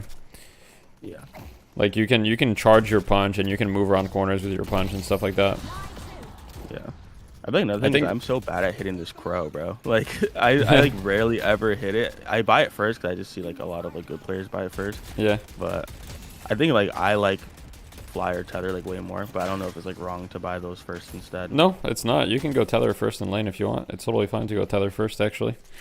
And you can also go flight first if you want. I think flight first is a little bit more grief. I think you go tether or crow first, but crow first is totally fine. Sorry, tether first is totally fine if you prefer that playstyle. Yeah. I think right now the main thing I would say is like you've got 1200. Like here, I know it feels a bit awkward, but like you guys are pressuring them, but you would actually be killing them if you spent your money here, I think. Yeah, if we've got extra item. Yeah, I have like a problem. Like sometimes I feel like I don't want to let go of the pressure because it could return. Yeah, right. I fully understand you because I also struggle with that sometimes. But like here, like you just have to go back at some point. Like it's not gonna magically happen. Yeah. Like a thing I'm wondering about is like because like this guy right here is like my duo. Like I always play with him. Yeah. So like Like, is it better if we alternate? Because, like, we like to alternate. Like, I'll go buy something, and he'll like, hold. No, both of you should go back at the same time. Okay, so we should just both just, like, back and then just come back. Yeah. Yep. Okay. The reason for that is pretty simple. At the end of the day, usually when you go back, the lane will push forward. If one person is back and one person stays, then if the enemy team is good, they can put a lot of pressure on the one person that stays, because it's essentially going to be a 2v1 for like 10 seconds. Yeah. So you both want to go back at the same time. Anyway, like souls are shared and everything like that. So yeah, I like the Same pressure that you're philosophy if he, applying. like, dies, too. Like, should I back up? Oh, sorry, I didn't Yeah. cut you off. No worries. No. Yeah, you can always cut me off, by the way. Like, your questions, I mean, this is your hour, so I want you to get whatever is most important. But to answer your question, yeah, if he dies, you should back up.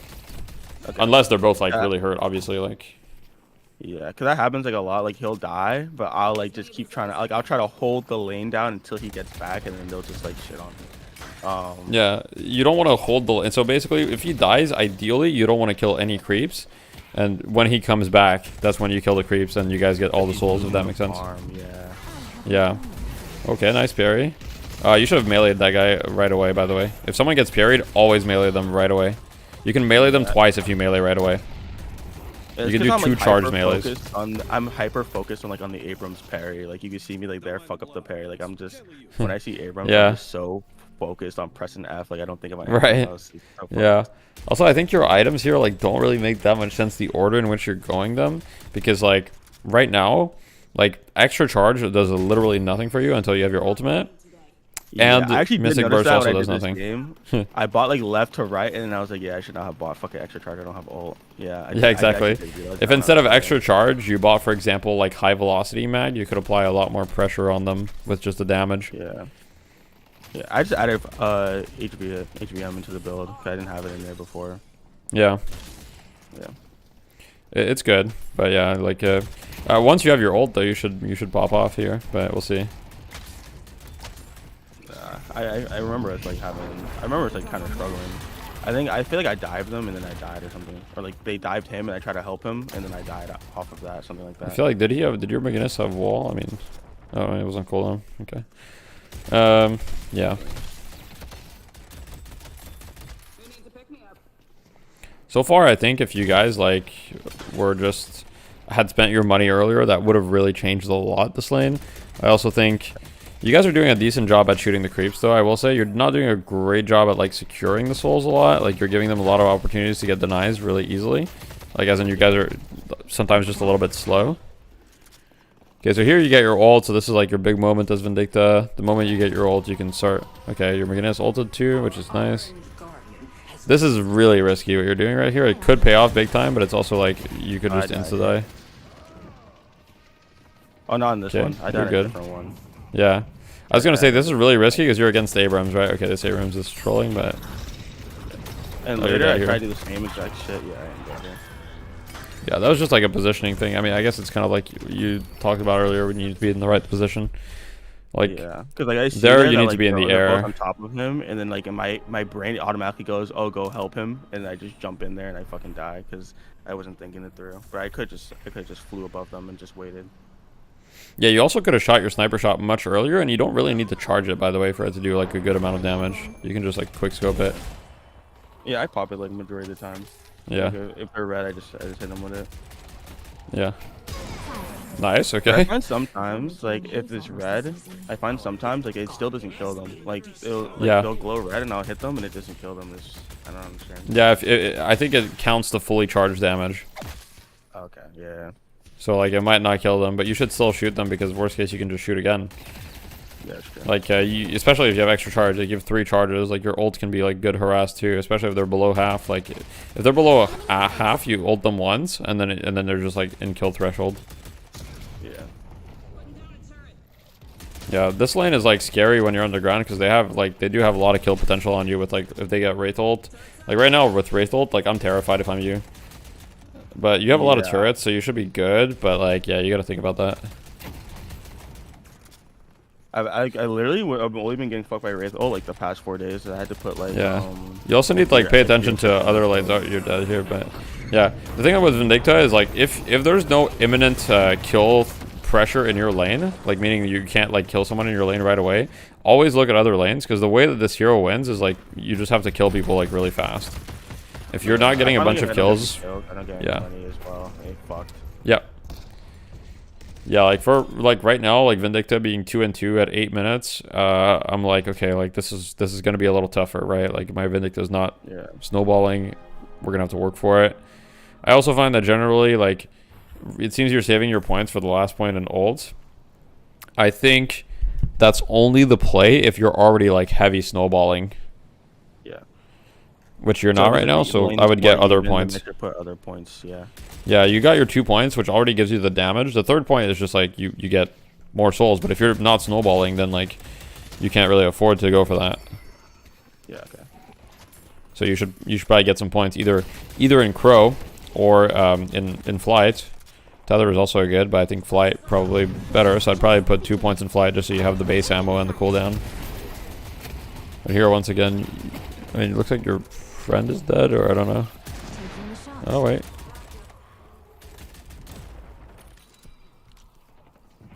Oh, you might be able to get a kill here. Oh, nice try. But yeah, I mean, sometimes on Vindicta you miss, it happens. And here's where I made like the biggest blunder of all time. Oh, like, no. Yeah, this is, yeah. Yep. That'll happen. Because when I was fighting him in the lane, like he was like 1 HP. Like he was red, and then I turned that corner like immediately, and he was like already almost full HP. I still don't know how he heals so fucking fast. He has extra regen. He has an extra point in his passive, and his passive also regens him. So, yeah, that's why he had like 8 HP regen plus his passive. Yeah, that was just so. I've low-key never seen anybody heal that fast. I literally saw him. I turned the corner, and bro was like almost full HP. I was like, oh shit.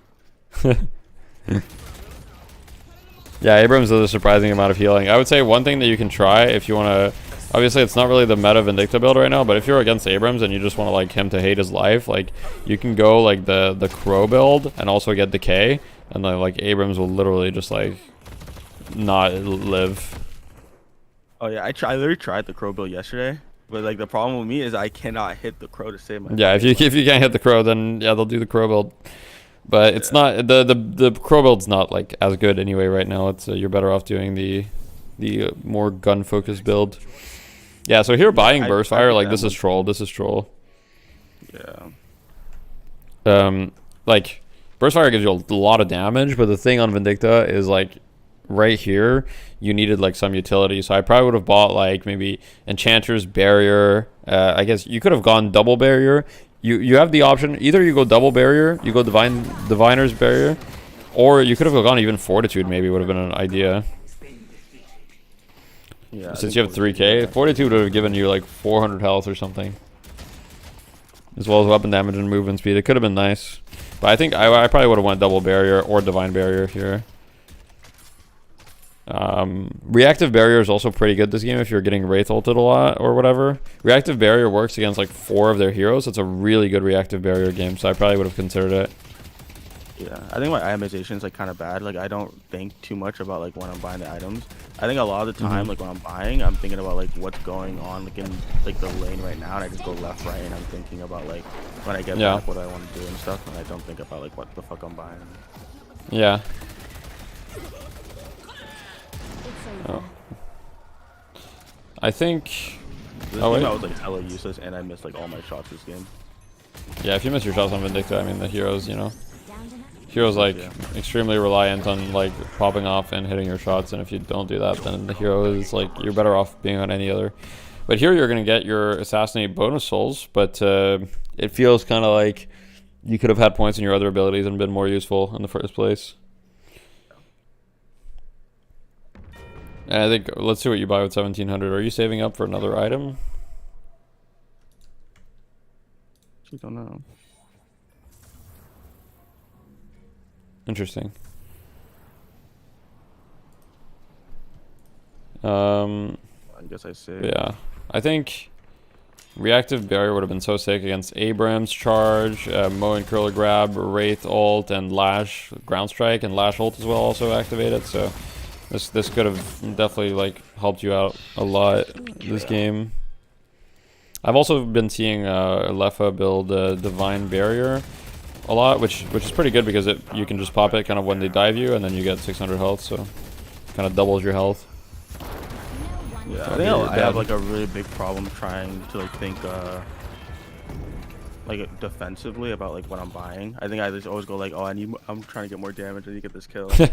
'Cause, like in my Yeah. head right now, I'm like, yeah, I haven't like fucking killed anybody this game. I'm getting no money. I'm not snowballing. I need to get more damage. I think I was probably thinking about Veilwalker here, honestly, or Emblem or something. Is probably what I Yeah, was thinking about. Veilwalker's okay. I wouldn't mind Veilwalker. I really don't want you to go like more damage here. Veilwalker is like a mix. I guess you get some fire rate, which is nice, and you get some ammo and whatever. But like, I think Veilwalker is just much better.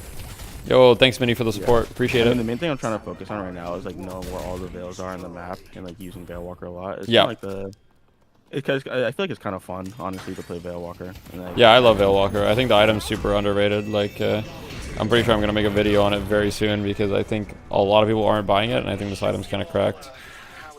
But yeah, you have 4,300 souls. Like, you're not snowballing, and you have 4,300 souls not spent. Like, if you're behind, it's really important that you're spending like your souls as often as you can. Like, you don't want to save up for greedy items. Like, right now your team's 20k behind. You're not spending your money. I hope you spend it here. Okay. Because, like, effectively, right now, you don't have 11k. You have 7k because you have 4,300 souls you haven't used. I actually don't know what I was doing here. I'm actually griefing. Well, you've got 6,400 souls, so you better buy something now. Oh, you're dead. Oh, yes. That's because you're a 700 health Vindicta 17 minutes in. You're paper. I actually don't know why I didn't buy here. I don't think I've ever done this. Okay, you better buy here. I'm gonna speed it up. I better see you buy. Otherwise, we're gonna go to the next replay. Okay, I'm going to the next replay. You didn't buy. What? Okay. I think there's a little bit of trolling here. I'm gonna. I'm not gonna lie, I was really tilted this game, so maybe that's why. Yeah, that could be. Okay, we're gonna watch this one. I hope you buy in this one, but yeah, like not buying in the first place is kind of troll, but when you're behind, it's even worse because it's just like you already are really weak. I actually don't know why I fucking did that. All good.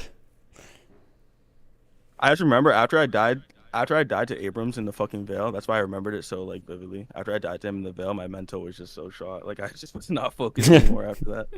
Yeah. Yeah, I think I mean, obviously, like, you know, it's hard to like improve like mental sometimes. Like, you know, I used to tilt like a ton in games too, but I think one thing that really helps, and maybe it'll help you, maybe not, is just like if you focus on just like improving one thing rather than winning, then usually it's a lot easier to not get upset. If you're just like, okay, this game I'm gonna just focus on, like, for example, ganking other lanes, and you're just really focused on that, then usually even if you lose, you're at least, okay, did I gank other lanes well or not? Like, you can think about that, and sometimes that can take your mental off of like the fact of like, damn, I just died to this dumb fucking Abrams punching me. Yeah. Alright, let's see what we do this lane here. Bebop. Okay, you hit the crow. Brother, like this Bebop really hard. I have no clue. Yeah. Bebop's also a reactive barrier type of lane. Oh, you're gonna get caged here. Yeah, against this lane, you really have to buy like extra stamina early because otherwise you're gonna get caged a lot probably. Yeah. Okay, this Bebop's kind of trolling though. I mean, you are railing him.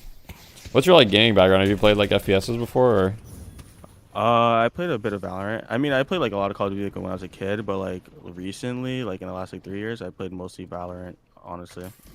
Okay. It's like my tracking is so bad. Like, I mean, honestly, your tracking is not that bad. Like, it's because it's like it's the number one. I got saved by the fucking pole there, but still yeah. Yeah, I think that in my head right now, I'm only thinking about tracking. Okay.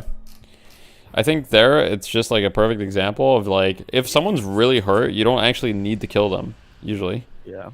Like, get the farm from them. Yeah, you just get the farm. Like, if they're really hurt, they can't do anything. You know what I mean? Like, they're useless. So like, oh god, run away! You're a Vindicta. I'm getting greedy. But Yeah, it's all good. Somehow. Here, I would say like, try to like, one thing that you're not really focusing on is your own creeps a little bit. Like, if you see the Bebop shooting a creep, try to like see the creep that he's shooting and like deny it. Like right there, you did it. But a lot of the time, people are bad at confirming their souls, and so if you just like pay more attention, you'll be able to get some free denies, I think. Yeah, it was like. And here, like you have 500 buy. Okay, you're buying. Yeah, I have a lot of issue like with Bebop and lane. So like sometimes I give up like mentally on like getting like the deny or something on him, because I just feel like he's just gonna Yeah, get it before because he me, just hit like, scan. on Yeah, the yeah, screen. yeah. Yeah. But there is priority in deny as far as the insider info that I've gotten. You have 100 milliseconds where the Bebop can't get it, and you can. Oh, yeah, I literally heard you saying that today. I was like, oh, honestly, I need to hear that. Yeah. Well, yeah. So you should still try to go for the denies. Like sometimes it feels like denies are easier to get than secures. It actually feels that way very often. So I've been in a lot of lanes recently against like really good players, and we're just like both just trading denies because it's just easier to get the denies than securing the souls. Yeah. I feel like here I should buy like extra regen or reactive barrier. But Yeah, I mean, I think buying sprint boots is troll because like sprint boots is not like a lane item. It's like a I want to get out of lane item. Yeah. So it doesn't actually do anything for you here. So like instead of sprint boots, I would have bought extra stamina, which would have been nice against the Bebop and stuff. Sorry, against the Warden, also against Bebop. But yeah, I think I don't have any cooldown. yeah, there's really no reason to go aggressive there. Like I think if you just let the creeps dictate your aggression, life will be a lot easier for you. You have more creeps than them, be aggressive. You have less creeps than them, like be passive. That should be what's going through your mind all the time. That should be the first thing you're thinking about. Yeah. So like here you'll have more creeps than them. Way too aggressive, I feel like. Yeah, for sure. Like here is a good time to be aggressive. Although like this guy's gonna cage you, you really need to. Yeah, you could have dodged that cage, so you had 2 stamina. You could have just like dash jumped back. Yeah. And also, if you bought extra stamina, you would have been like easier even to dodge it. Yeah, that's like another problem I have is like if I get like CC'd or like any sort of CC, any sort of stun or anything, like I feel like I just freeze the fuck up. Even like with Kelvin, like he starts freezing me, like I don't even try like to do anything. I feel like a lot of times like my brain just fucking pauses. But also your brain gets CC'd. Yeah, my brain gets CC'd. But I've only like fought Warden and lane like twice because my duo literally only played like Warden's his main champ, so I never have to play against Warden. So like I don't really know like what I'm doing because I've only ever played against him maybe twice and like one time. Right. Okay. Yeah. Makes sense. Yeah. Just know that when he cages you, if you dash jump away, you're out. You're out of the cage. Yeah. Like all you need is a dash jump. So all you need is 2 stamina, and you guaranteed get away early game. This no longer becomes true if he has slowing hex, but early game you guaranteed get away with 2. Oh, you're dead. Maybe you're not dead. Okay. Go away. Oh, nice snipe. Okay, good kill.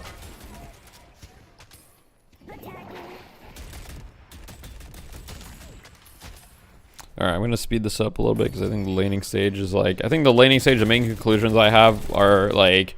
Let the creeps dictate your aggression. Don't try to force plays. Like you try to force kills a lot. I feel like when someone's hurt, I feel like what goes through your head is like, ooh, I should get the skill. Like I kind of deserve the skill or whatever. He's so hurt, you know? Yeah. Against Warden Cage, obviously, you just need to get used to playing against it. I don't think that's like even worth touching on. I think you understand that part. Yeah, he was literally telling me that too. He was like, you could just dodge that. I was like, you know what? You're actually right. Yeah. And I think another thing is, as soon as you get your ult, like look in other lanes for opportunities. Like stop thinking about your lane so much. Vindicta, like you want to get kills like everywhere you can. So looking at other lanes is like really important, so you can go get kills in these lanes too. Like how you snowball as Vindicta is not like snowballing just your lane. It's snowballing like multiple lanes.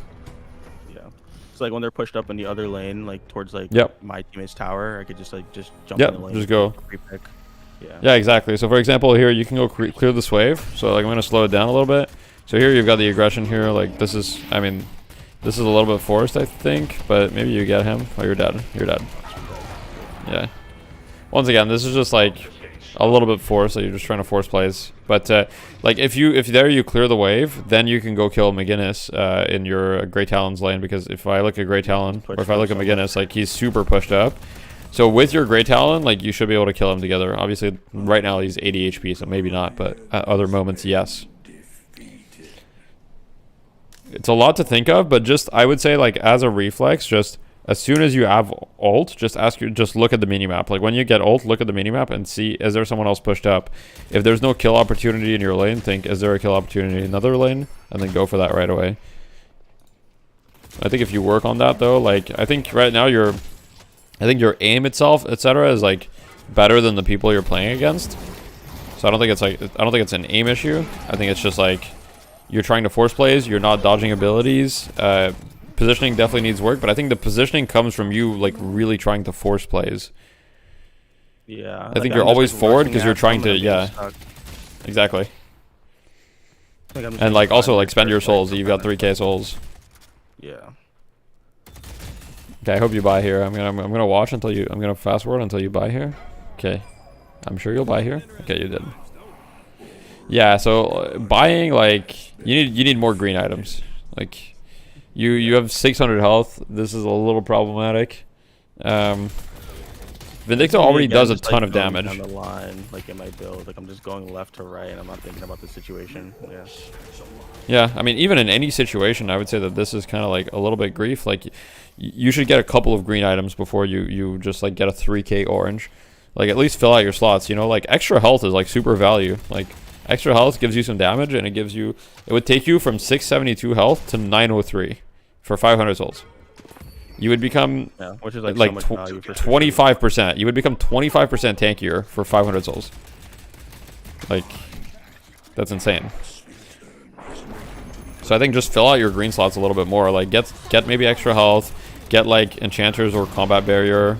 Enchanter's barrier can be really nice, and you get cooldown reduction while it's up. Both barriers are pretty nice, honestly. Yeah. Like, especially, like, you guys are behind, like, you don't necessarily want to fight these guys. I mean, now this Warden's really hurt, so you might be able to kill him, but... You can also stand on the roof more as Vindicta, by the way. The roof on your left with the rope or whatever. You can abuse that a little bit more. Is that on the other side, too? Like, on both sides? Yeah, it's on both sides, but it's on the yellow lane. Not on the purple. Like, they don't have a roof in this lane. So, like... Your lane is actually like, so when I play scrims, we consider this the like safer lane because you have the roof, you have the rope, and you have the jump pad to like escape or go to another lane. So in the lane that you are, you can very easily gank another lane too, right? Because if you see an opportunity, you can go gank the lane to your left by just taking the jump pad, and you get there pretty fast. The jump pad on the roof. Yeah, I need to like spend more time going around the map to like see like where the everything is, like the buildings, the jump pads, the bales. Yeah, nope, unfortunate. Honestly, you got the urn. That was kind of worth though. Yeah, because I saw that we were like 57k to 57k, and I was like, if I get this urn, we'll get like a small lead here, and maybe we can like carry it over. Yeah. Okay, so I like the fact that you bought Veil Walker combat barrier. I'm down for some green items. Now you should be, you know, you shouldn't get one shot by a Shiv now. Yeah. But yeah, the urn was good play. The urn was good play.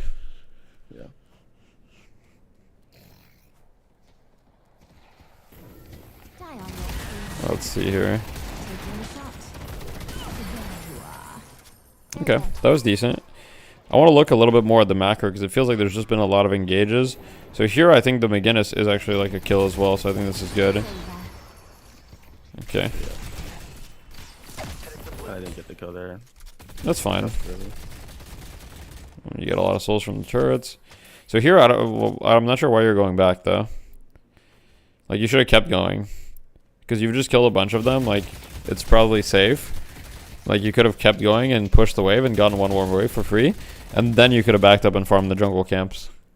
Yeah. Because usually lane creeps are worth more than jungle. Like, I find myself behind and I'm looking for camps, and like all the camps are just been like super like turbo farmed. Like, there's like no camps left. So I think like in my brain I was like, I need to get this before someone else gets it because I need this shit. But like I should just push the wave. Man.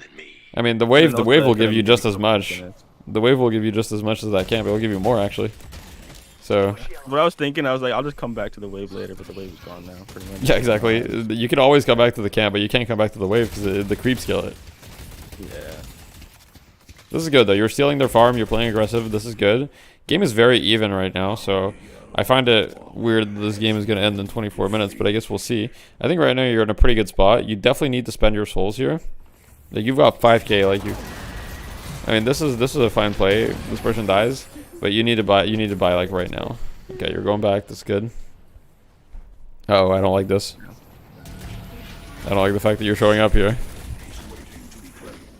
Yeah, this is the thing I was talking about earlier, where it's like I want to go do something. So like here, you can see me on the rope, like want to go by, but then I see my team doing this fight, and I think like I need to get in the fight ASAP. Even when I'm farming and shit like that, I'm like, oh, let me go help them, cause I don't want anybody to be like saying like, oh, we're fighting and you're doing like this bullshit. But like I just need to like, do what the fuck I need to do. Yeah, honestly, but like I get your perspective, like it makes sense, but think about the time that you wasted like showing up to that fight. If you just went straight back to base, bought, and then showed up, you would have showed up at a similar time, like maybe 5 seconds later, but you would have been way stronger. You would have been actually useful. If I'm your teammate, I don't want you to show up if you're not like useful. Like if you don't have the items to be useful, I don't even want you to show up. And now you're here, and now you're really strong. Like you've got 19k, you're pretty farmed. You know, you're doing well. So now you're actually useful. Now your team wants to play around you. Yeah, I just had like a assuming lot you're of gonna buy games here? low key where I'm like farming or something, or like I'm like going to buy something and I call them like, oh, I'm gonna go buy and come back, and they just get mad and they're like, yo, just come here, like help with this fight. Fuck the Yeah, I mean, that's the classic MOBA. Like honestly, like it's classic MOBA experience. Like people will just tell you things and they'll get mad at you if you don't do what they tell you. But like, okay, so here you should have gotten the wave on your right, by the way. Try to just make sure you're always prioritizing waves over like jungle camps or other things. Obviously, Vindicta doesn't like pushing waves, but like if the wave is right there, you're gonna push it. But she's not like she's not a big fan of that. Yeah, if I'm thinking about the jungle camp, I'm just gonna put a note here. If I'm thinking about the jungle camp, I should look to think about the wave first, and then Yeah. after the wave. Always like basically, if you're farming a jungle camp, always think, is there a wave nearby that I can farm instead? And if there is, you should leave your jungle camp, even if you started it, and then you can always come back. So here, this seems like kind of indecisive. I'm guessing you're deciding whether you want to go back to defend or stay here with your team. Yeah. Because like they're pushing here the lane. Don't let them destroy me. A little bit of advice. Yeah, cause I didn't have boost, so I was like, well, I come back like fast enough to help if I Yeah. get back and I buy something. Yeah. But I was like, fuck it. Yeah.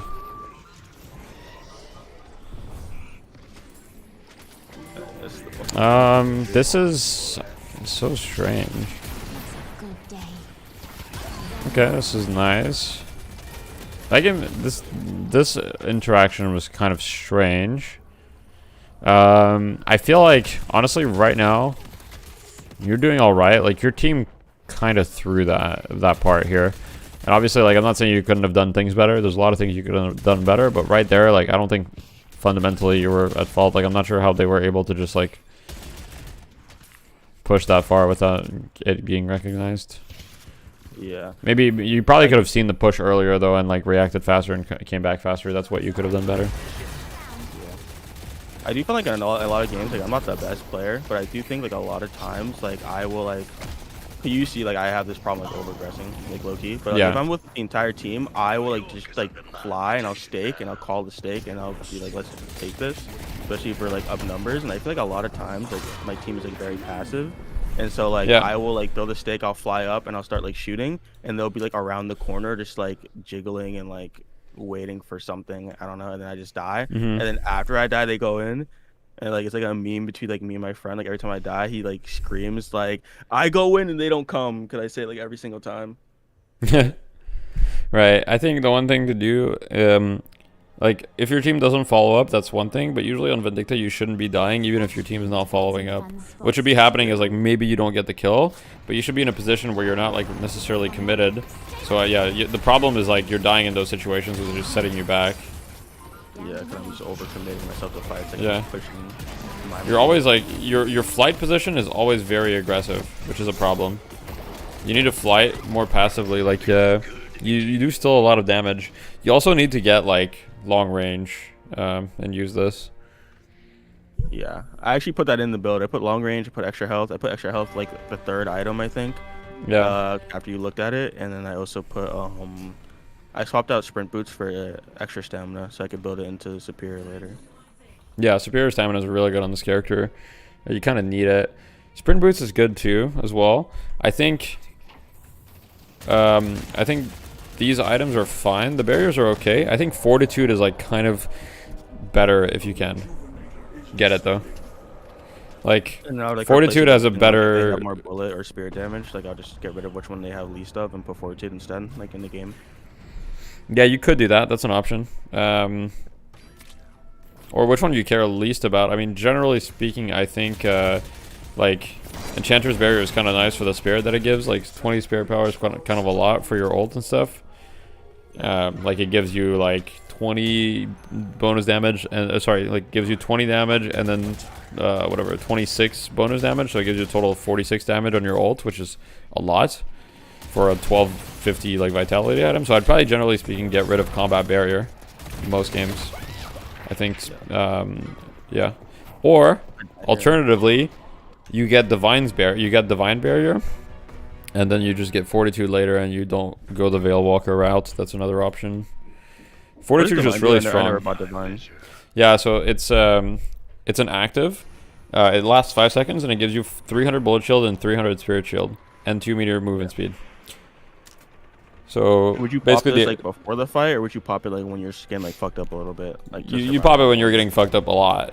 Basically, when they're committing on you. Like if someone commits on you, that's when you pop it. Yeah. Like let's say, I don't know, Lash gets on you and he does this combo, you pop Divine Barrier. Let's say Bebop hooks you, you pop Divine Barrier. Let's say, you know, that's when you pop it. Because it only lasts 5 seconds. So it's very like timing dependent. But it's quite strong. Also, one thing that I haven't seen you do, and I don't know if you know about this mechanic, but this is like, I'll show you real quick. This is this is Vindicta's best escape and survival. Alright, Mini, I'll do you next. 1 sec. Is it like the fly cancel, just slide thing? Yeah, it's the fly cancel like this. Oh, I messed it up, but I haven't seen you do this once where you just like, whoops, dude, I can't do it. I don't play Vindicta that much, but like this. Okay. Yeah, so I do this not is know give about you it. some I just didn't know life. you. I didn't know you could dash into it though. Yeah, you can. You Okay, go so yeah, far, that's like. fine. Yeah. Yeah, so you just dash. Whoops, I canceled it too early. You don't want to cancel it too early, but. Wait, is like it dash, jump, fly, or should dash into? It just fly dash fly. Dash fly, and then you cancel it like halfway, and then you slingshot. Yeah. So like dash fly, bam, like this. I've been doing the fly cancel. I just didn't know you could dash and get more distance. That's actually so far, honestly. Yeah, it's a lot. Like it's kind of insane. Oops, and I keep messing it up. But like if you don't mess it up, it's a ton of distance. Like anytime you get gone on, if you do this, like you're out. Pretty much. So that's one of the ways to make Vindicta like much tankier. And if you have this and like for example, Divine Barrier, and you just kind of pop it, then there's no chance you die, pretty much. So if you ever get gone on by like an Abrams or a Lash or something like that, yeah. We still have some time. Did you have another replay you want to look at or something like that? Yeah, we could do this one. This Okay. one I think was a good, or like a game where I did better. Okay. Those are like lost games, right? I like low-key griefed the whole game, but. All right, let's see. I don't know how long it is though. 36 minutes. Okay. Yeah, that's fine. We're not gonna be able to watch the whole thing, but we'll see. I mean, generally speaking, when I'm watching replays of people, like the mistakes tend to be very similar in all of the replays, right? We are creatures of habit. TSM potato chicken.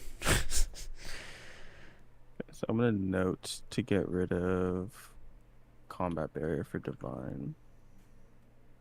Combat for divine. No, if you get rid of combat, like if you go divine, you get rid of both barriers. Basically, if you go divine, you don't go like the Veil Walker route. If you still want to go the Veil Walker route, you can think about getting rid of combat barrier for fortitude if you want. Okay, so I'll do combat for fortitude because I actually really like Veil Walker right now. I think it's so fun. Yeah, if you like Veil Walker, keep going it. I would say you can consider swapping combat for fortitude. The reason is fortitude gives you like a lot of just survivability, and movement speed is really nice too. Like you get 2 meters when you're full health, and if you're Veil Walker, you'll be full health very often. Yeah. I'll All put right, that like early. I won't stop until they're dead.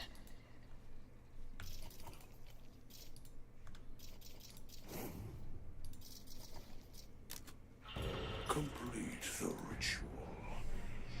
The friends of humanity will fall before. Okay. Let's take a look if there's any big differences in the laning stage, but I'm gonna fast forward it a little bit just to see if it's the same thing as the other times. Okay, that was good. So far, this is actually better than the other lanes, like significantly. Yeah.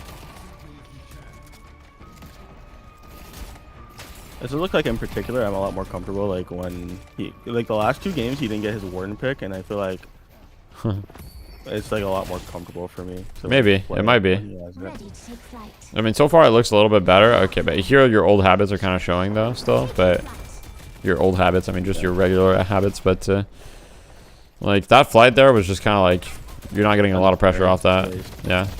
Yeah, I don't Just have kind of a long waste. range either, so I'm just peppering them for like no damage and wasting my. Yeah. Yeah, flight's a pretty long cooldown, so you want to like use it when you have a nice opportunity. Usually, if you've got like a full wave pushing into them, you want that. But there you had like I think 1 creep or like maybe 1.5 creeps. They are really hurt though, so you're doing good at pressuring, but you got to really make sure to also keep the creeps pushed, because even though you guys pressured them, like you guys have 4 creeps going against you, like how much damage do you take for creeps there? It has to be like 200 at least. A lot. There's a lot of times where like I'm like locked in on them and I like take so much creep damage. Like you were 285 health here. Okay, you're 270 health. They haven't shot you a single time. You went from 285 health to 100 health from creeps. You lost 180 health from creeps. So yeah, you gotta really watch out about that. Yeah, cause when I noticed it too, like I backed up and I started shooting them, but it was already too late because like they're so. Yeah, pushed up. and you guys are both like, you guys were owning them, but look, now you're the ones that are 1 health because you didn't shoot the creeps. And here the mistake that you made is you didn't get like a regen item. Like you have to get here in this situation, you have to get healing right or extra regen. I would have gotten extra regen because you're like half, so you don't necessarily need healing right, and extra regen will give you some ammo and stuff. But yeah. Okay, she just fed.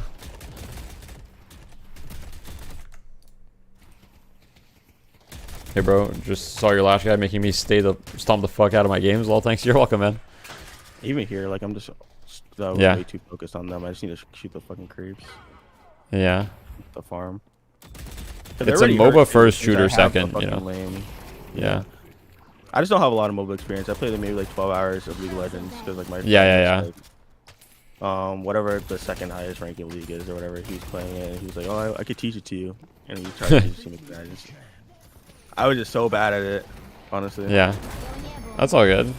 I mean, the good news is that Deadlock, as far as MOBAs go, Deadlock is like pretty approachable. Like it's much easier to learn than something like Dota or League, for example, at least right now, because there's a lot less stuff.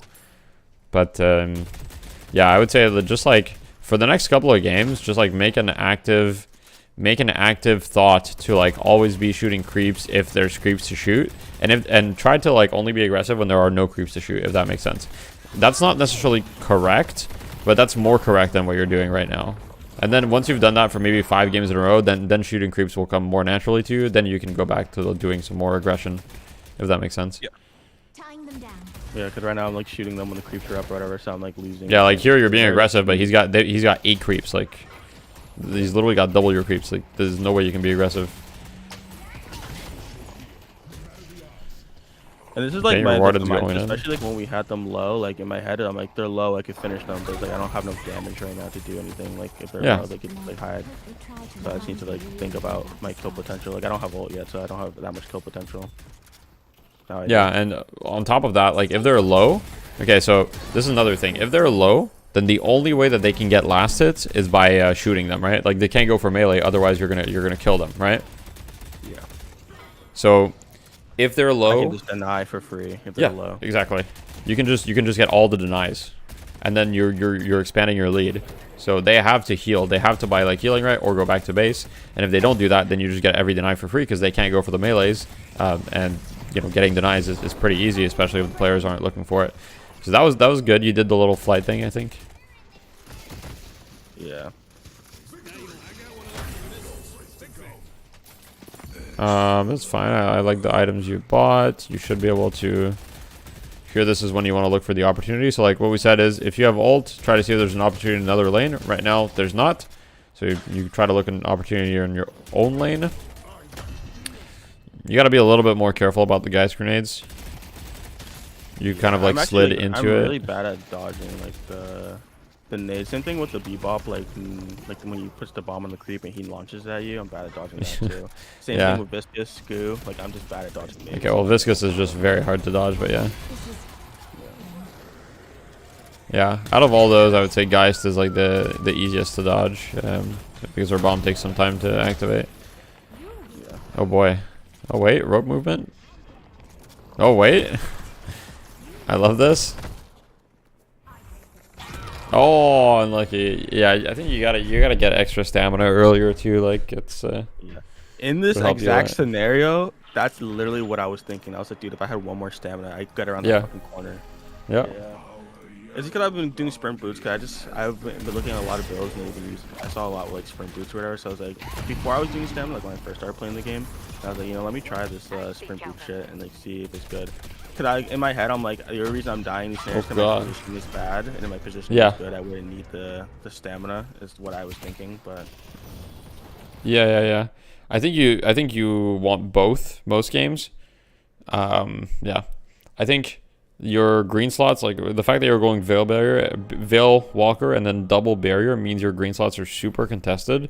If I had to choose between sprint boots and extra stamina, I would take extra stamina. Ideally, I wouldn't want to choose. So yeah, I would maybe reconsider the whole like Veil Walker double barrier. Seems, I mean, you can obviously do it if you want, but I would probably drop one of the barriers, you know, just like maybe drop combat or enchanters or whatever. yeah. I think I'll just like. Yo, what's drop up, most of Mario? Combat. I feel like Yeah, I still die a lot grinding. with superior abilities and just like Yeah. bullets and getting shot. Well, yeah, because you're far up in the sky, right? Like they've got a lot of damage fall off on you with bullets, whereas abilities can still hit you for full damage. Yeah, Once I again, wasn't you're able like to you're fight you're Haze insane being in this position as Vindicta. Just over aggressing all the time. Oh, that was a nice shot.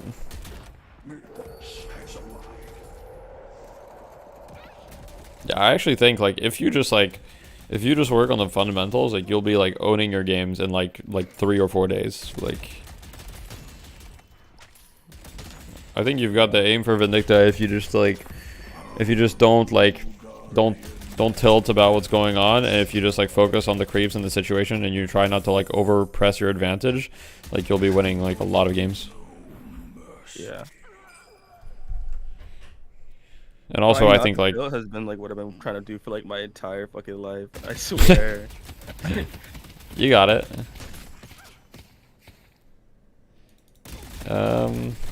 Once again, you gotta buy, like here, just farming the scamp instead of buying is just like kind of a waste of time on Vindicta because you want to buy and you want to get active. Like farming the scamp is okay, you're gonna give you a little bit of gold, but like as Vindicta, momentum is really important.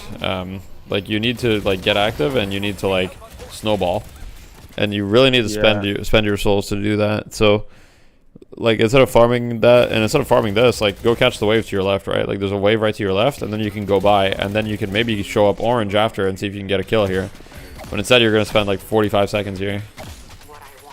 Yeah, it's just like I think a lot of the time, like when cause initially I could tell here that I wanted to go by, but then they came back to the lane, and so I wanted to fight them. And then like I'm thinking like, oh, I want to go to orange and get in this fight, but there's these camps on the way, and there's this wave on the way, and I want to push the lane on the way. Like I'm thinking like of all these things I can do on the way to getting my buy, and I think it's like I just need to go by and do that shit later. Yeah.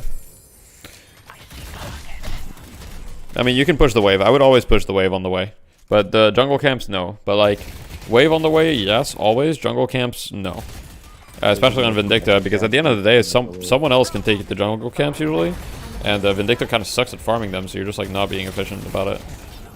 Yeah, farms are really fucking slow. Yeah, she's not like a farmer. She has to kill to win. Nice, good kill. So once again, I see you have 3k. What am I thinking? I'm thinking, oh, go buy it. Why are you fighting this Megiddos?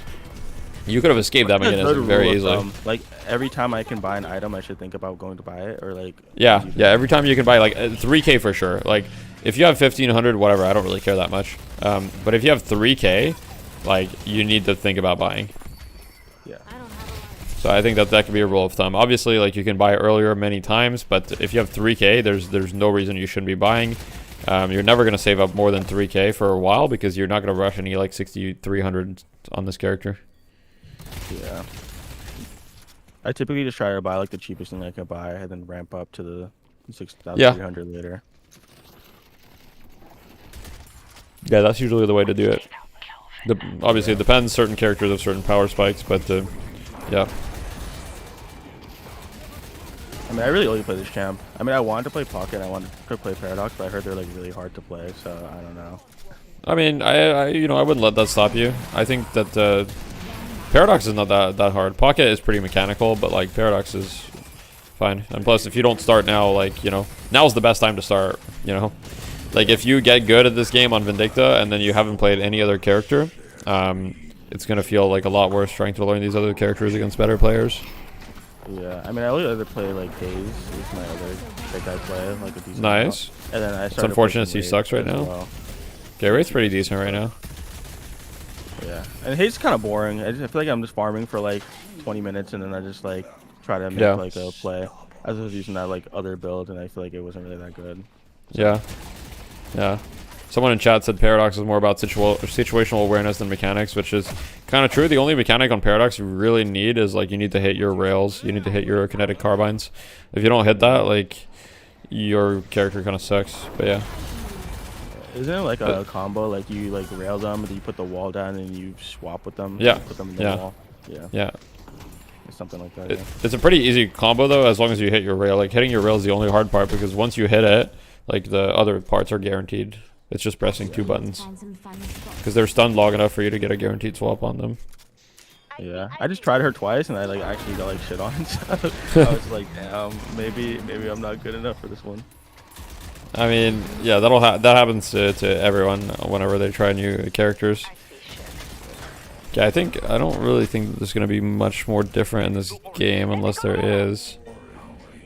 I think like there's there's like 3 or 4 main points. Okay, let me do a recap so that we don't lose track of the main things. Okay, so let's do laning stage first. What do you need to work on laning stage? So first thing is let the creeps dictate your aggression. So creeps first, hero second. So creeps.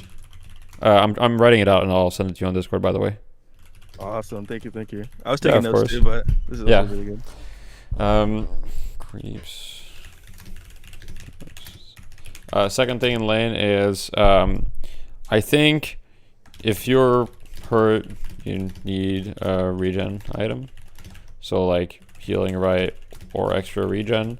You can sell this item later after the laning stage, but if you're hurt in the laning stage, you need to buy that. Yeah. If they're very hurt, don't overextend. Instead, focus on denies and don't force kills. It'll happen naturally if it happens. So I think for the laning stage, that's pretty much it. I would say mid game, don't farm jungle if there's lanes nearby. Don't farm jungle on the way to buying unless you're going back to base.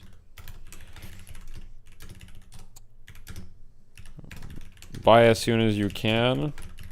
Definitely if you have over 3k souls. And don't position flight so aggressively. Don't fly so aggressively.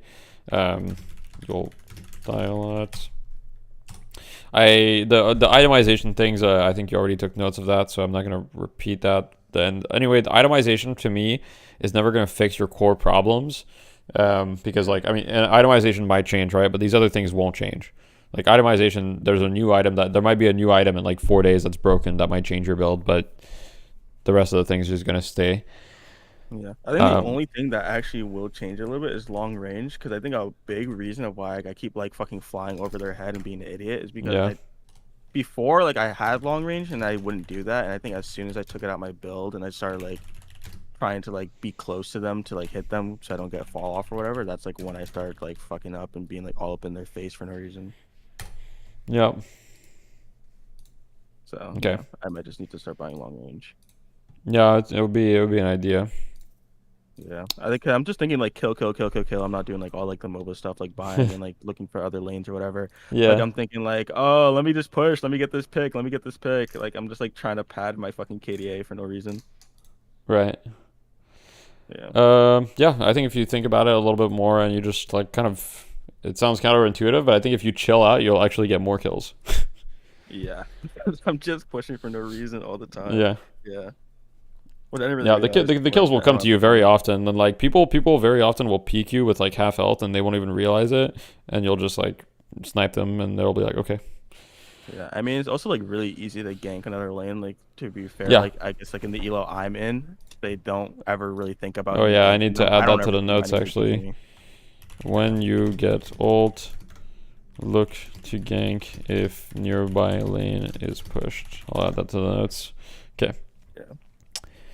I think that's like the big thing for me. I think that's like Yeah. maybe like number one. I think I'll get like so much farm if I just like look at the other lane and go gank them in the middle of the game instead of just like trying to like farm jungle camps and shit for no reason. Yeah. Yeah.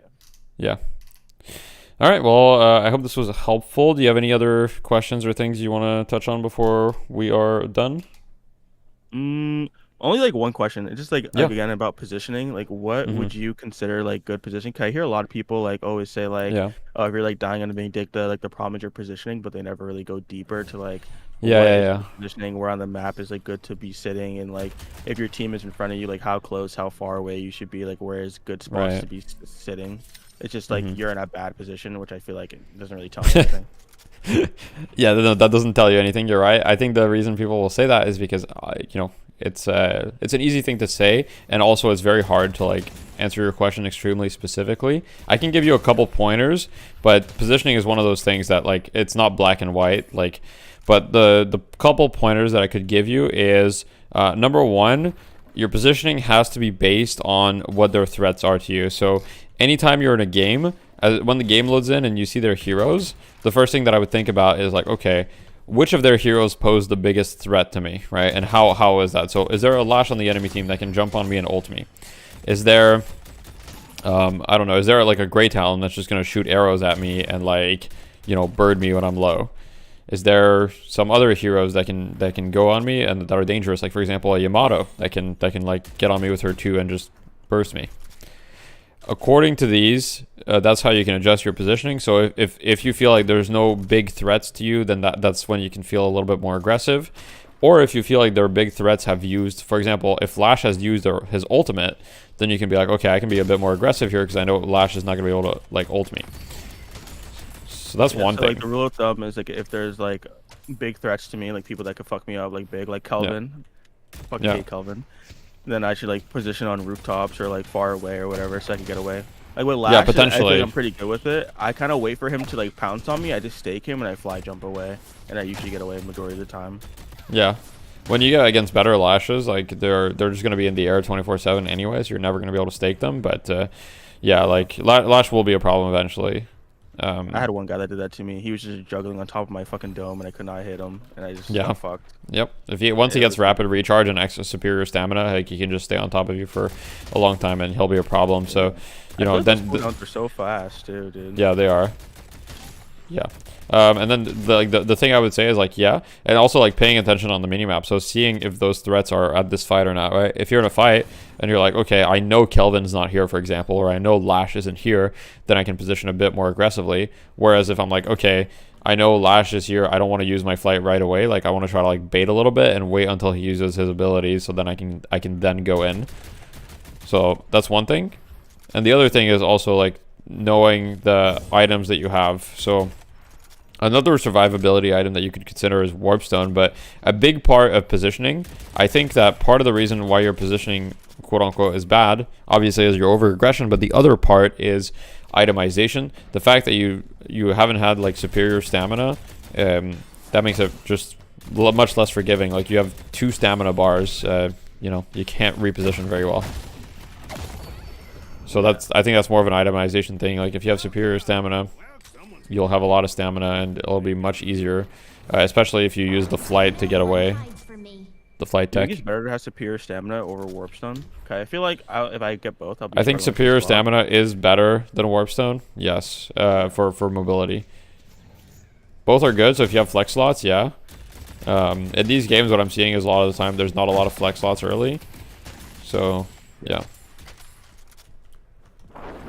And then So I would recommend would you like superior deal stamina. with Kelvin, by the way, like on this champ? I feel Kelvin's like just about like flying really high. Like you have to. to like a lot of the time you're not flying high, so Kelvin just gets on top of you, but you need to fly high against Kelvin. As high as possible. And he can't hit me Maybe with not the as beam. high as possible, but he can't hit you with the beam if you're high now. And then I if feel he like a tries lot to of run at you, times- you'll just like melt him. Yeah. I feel like the moment he hits me with the beam, I'm kind of fucked. 'Cause I can't shoot back. Oh, yeah. Because it's so slow, and like my build. Yeah, has, the like, a moment lot you of, hit with the like, beam, you run. Yeah, it's like a lot of rapid fire. So like the moment he hits me, like I can't really do anything. I'm just like fucking dead. Drop on them. I feel like in that situation, like warp stone's usually good, like over stamina. Warpstone is good against Kelvin. I think Warpstone and Superior Stamina are like both good against Kelvin, unless he gets slowing hex, in which case, yeah, it's harder. I feel like He gets Ethereal's slowing kind of hex, useless yeah. against him, like on the beam, because a lot of time I Ethereal and I pop out of it, and then he just continues. Yeah, Ethereal's not good against like Kelvin. Ethereal's good against like all ins. So like for example, it's really good against Lash. If Lash is the problem, Ethereal's good. Yeah, I try to like curse him, but I feel like I never have it's hard to like decide if I want to buy curse over buying like an item for my build or whatever, and if I should just focus on killing everybody else, like all their squishies instead of, I would say usually Vindicta 60K shouldn't on be him. buying curse most games. Yeah. Because you, it depends. If it gets late enough, obviously, yeah. But usually you want to be like buying other items that are just going to allow you to just kill everyone.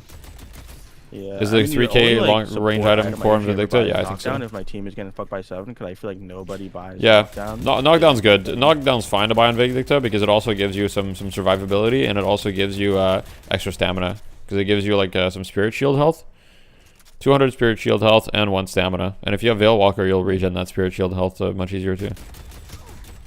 All right, thank you. That was like all the questions Yeah. I had. I actually. No worries. I'm like so excited to hop on now because I feel like I'm really.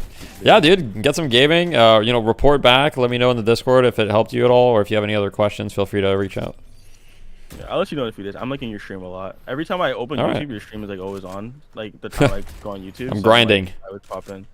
Dude, I respect the grind. You're doing pretty good. Thank you. Thank you. Thank you. All right, have a good one, man. All right, you too. Thank you so much. Thank you. Bye-bye. All right. All right. That was a good one. Is Sharpshooter good on Vindicta? Item feels kind of sus after it lost the headshot portion. Yeah, it's still good. Sharpshooter's still good. You don't have to get Sharpshooter though. You can just get long range, honestly. But Sharpshooter's good. But yeah, you could just get long range. You're right. Where do I get a disc link? Here it is. 1 second. I got you. Give me a sec. I haven't figured out how to get Nightbot to work with Discord, so give me a sec.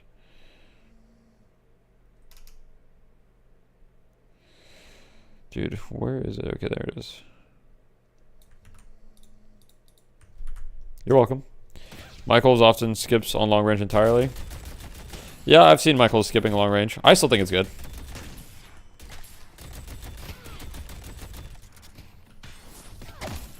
And like people are still figuring things out. Maybe it's not optimal. Maybe it is. It's hard to give a definitive answer. I think it's a good item. I would say that Michaels would probably agree that long range is in most cases good. It might not be the most optimal always, but it's more useful in late game. Yeah, Michaels goes more Spirit Vindicta though. He does a different build. My teammate Zach has been doing mostly gun Vindicta. Michaels is more Spirit Vindicta. You saw some Vindicta with high win rate on track lock, rush glass cannon. Yeah, I mean, if you're owning, you can rush glass cannon, and then you might own even more. Depends. If you're, like, just better. Viscous punch mechs. What does that mean exactly? Do you think Warpstone should be bought on every character? Probably. I thought the last review was 2 hours ago. Yeah, but then other people bought reviews, and then I figured I'd do them. We actually did four, like, I was planning to do some viewer ones as well, but the demand seems high, so. Thoughts of Ricochet Rush and Infernus? Yeah, it's troll. You don't want to do that. Infernus is so good when you build him like a brawler, like tanky. Like, why would you rush Ricochet? It doesn't make sense to me, because rushing Ricochet is like, yeah, you'll farm really fast, but like, you're not going to be online for 20 minutes.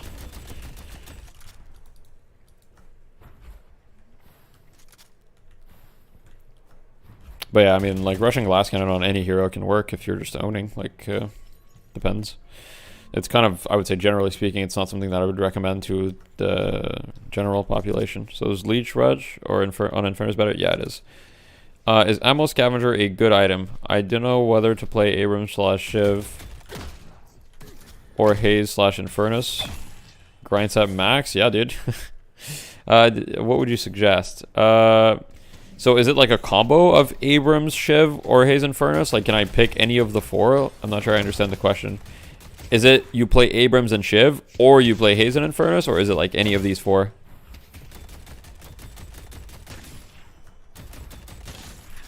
Let me put on a game to watch so that we're not just chilling. Oh, I have to update my game. All right, 1 sec, chat. I'm going to update my game.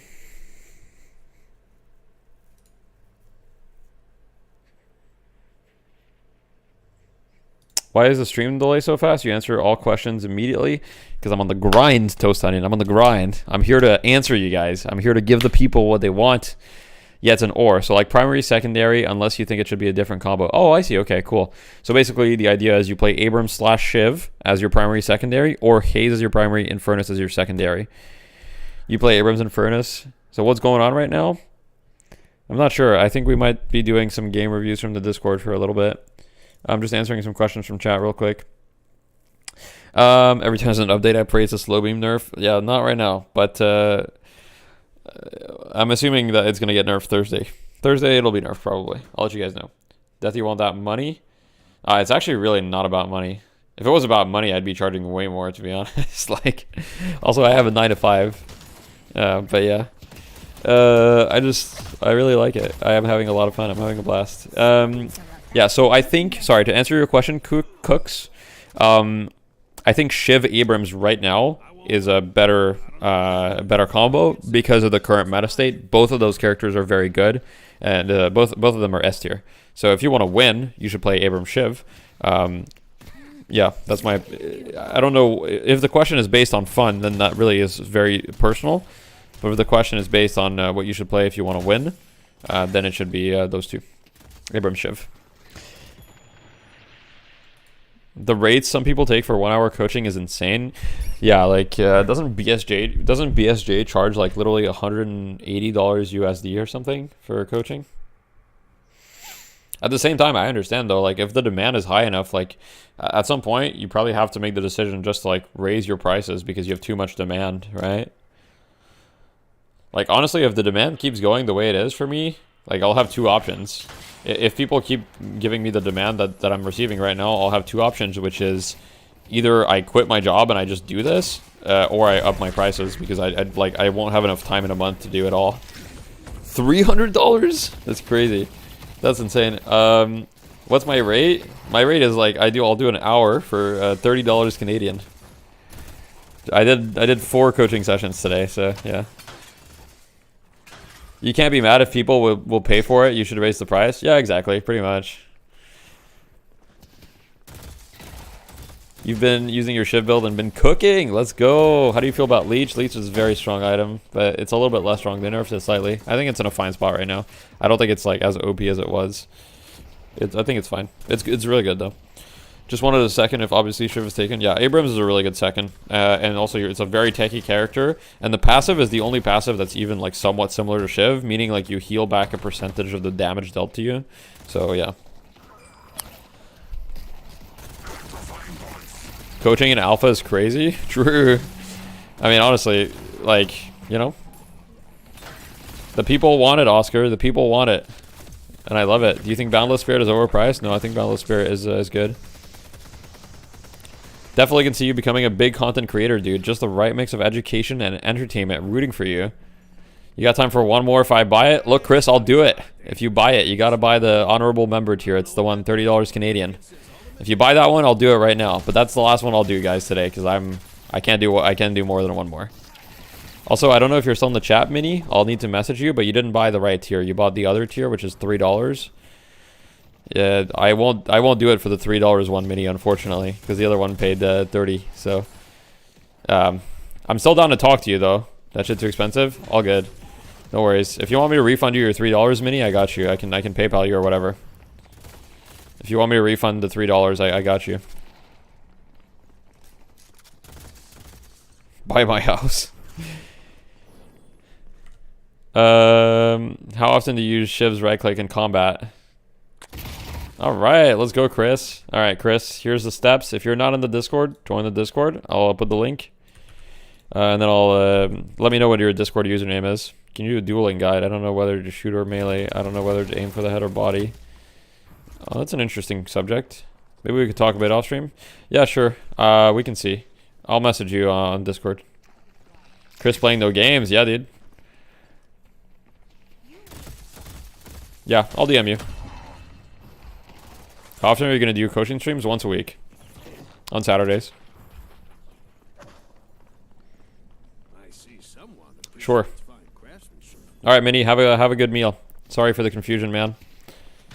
I'll DM you and we can arrange something for a refund or whatever for the $3 since maybe you misunderstood. That's all good, man.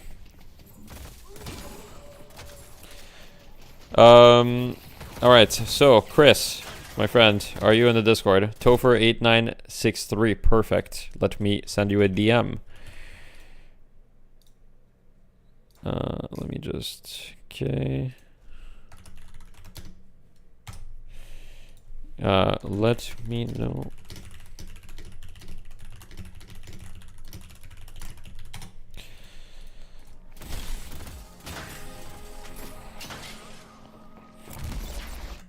All right.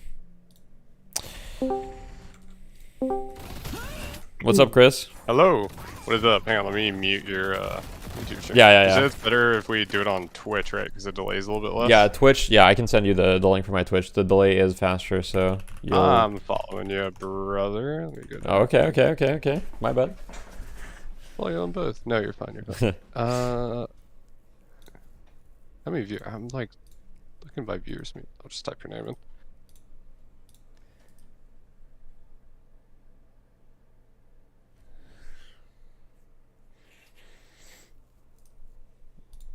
Yep, no worries. Just let me know when you're good, and then send me like a match ID or something, and we'll get started. Yep, just a second.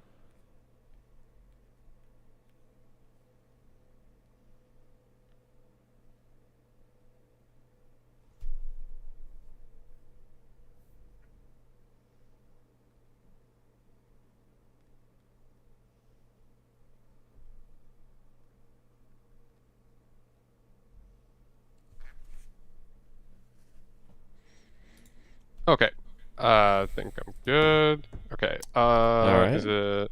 Oh wait, I'm hearing myself talk in your Twitch, that's crazy. Oh yeah, just mute it, yeah. I'm on the match, is it... I don't see Yeah, how the match copy ID is like paste it. top right. The match ID is top Yeah. right, so you'll see match like 8, 9, whatever. Yeah, I'll just type it in Discord Yeah. for you. Yeah, you have to type it, you can't copy it, it's annoying. That should be one. Question, do you make more money streaming on YouTube than Twitch? I haven't received any payments yet, but like, yeah, generally speaking, you'll make more on YouTube. Okay, let's check this out. So this is a game where I felt like I was going against a great talent on Pocket. I mainly played Pocket and Shiv, pretty much, and I felt like I did a really good job in the lane, and then a lot of the times, let me see how many, I think I got a couple hundred, yeah, like 200 games played. Okay. So I like to kind of think I know what I'm doing. I have 5,000 hours in Counter-Strike, and Yeah. not a ton of League acknowledgement, but I do feel like typically I'm mechanically better than the majority of the people that I play against. But a lot of times it's that mid-game MOBA. Okay, I guess I'll just go farm this jungle camp because like the waves are pushed out, or doesn't seem like the right move right now. And like if I don't want to overextend, because now that I feel I'm obviously playing at higher elo, because whenever I get like a little bit caught out, like I'm dead every single time that I overextend. So I'm like, it's almost that balance between like passive and aggressive, where I feel like I just fumble. Yeah, so I guess it's a thing of like not really knowing how to take your early start that's decent and then kind of like capitalize it into something that's going to be good for you. And I don't even think like I absolutely won this lane, but yeah, it's a really hard lane if you're against great talent. Yeah, but I was against great talent, so like not losing is going even, like that's yeah, pretty much. It's a very hard lane for Pocket. All right, we'll start taking a look at the lane, and then after we'll see. But okay. Sure. All right, right away you're using your barrage. So that's already a good start. I can already tell that you have more games than other people that I've reviewed today. That's part of the reason I sent it in. Yeah. We've got like more. Yeah, it's good. It's good. I'm excited because that means that it'll actually probably be easier for me to give you feedback because you're probably like, right. Because like I was a new player, but like 4 months ago. Right. I just started playing like maybe a month ago. Yeah. You've been on the grind then. Yeah. And still playing a lot of CS. A little mechanical. Oh, I see. There. Those bridges catch me a lot. Trying to dash back the amount of times I get caught. So I'm just trying to play passive here because it's I mean, you missed a lot of creeps for no reason here though. Like you just like missed 2 last hits. Not even like getting denied. You just didn't get the last hit. So make sure like you just gotta pay attention to that. This Grey Talon's kind of trolling though, and also against Grey Talon, like the one thing that you can do against Grey Talon that's really good is you can deny. Like it's very hard for him to secure the souls. I watched this review before, like earlier today, and realized that I was so hyper focused on not like getting bursted down to 1 HP. Yeah. That I missed a lot of CS. Right. And didn't do a good enough job of when I poked him down good enough denying him. Instead, I was worried about like more poke, and when I didn't need to be poking more, I just needed to win by getting a lot more denies. Yeah. Yeah, like the reality is like you can beat Talon in lane if you just outskill him. Like in fact yesterday in my scrims our Talon lost lane to a pocket, but like it's just you shouldn't necessarily be thinking about it that way. You also like I think you're right now like you're doing really well and this Talon's like not applying pressure on you, but yeah, there's a lot of like last hits that you're just missing. Yeah, you just missed like 2 last hits again. Oh, this is okay. This guy's actually getting cooked right now. And then I had to reload and went for the deny. Yeah, this guy's actually getting cooked. And like here, I don't know if you do this yet, if you've gotten the MOBA habit, but I would look at his items here, because I got him really low. Actually. Yeah. So that's a really good habit to get into. So in this situation, like you got him super low. First thing I would do is I would look at his items. I'd be like, okay, he didn't buy healing right. He didn't buy extra regen. Like. So he has 2 options, which is, well, he pretty much has only 1 option, which is either he stays like 1 HP or he goes back to base. So I would be like, he's probably back to base. Sorry, I didn't mean to interrupt you. Yeah, I thought he went back to base, so this is my time to shove wave, go back and buy, and meet him back. Yeah, no, that was perfect. I think you made that guess without the information, so it could have been wrong, but like you guessed correctly. But if you checked his items, then you would have been able to know like almost for sure that. He went back. And I could have killed him if he, Yeah, if he didn't go back, you could have killed him. If he stayed in the corner. Yeah, exactly. Yeah, exactly. If he stayed in the corner. And I could have had that information if I just hit tab and looked. Yeah. Pretty much. I mean, I'm pretty sure he dies here now. I would have went in, actually. I'm a little bit of a psycho, though. Yeah, I actually would have went in. I think the league, like, brain happens, like diving under towers really risky, where in this game I think the towers need to get buffed significantly. I think it's way too easy. Oh really? I think it's perfect the way it is right now. I like it, but it is very easy.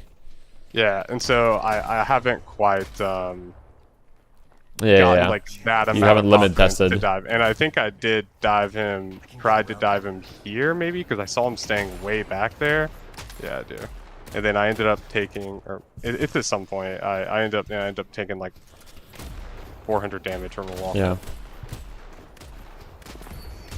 So here I'm just trying to stay out of the range from his whatever that's called, where he's up in the air. The thing is, like, you are giving it in general like this guy way too much respect for how little damage he's done to you, though. Yeah. Like, I feel like he hasn't given you any reason to respect him. Yeah. I think you've been burned by a Grey Talon before, I assume. Oh yeah. You have PTSD now. Yeah, a lot of PTSD.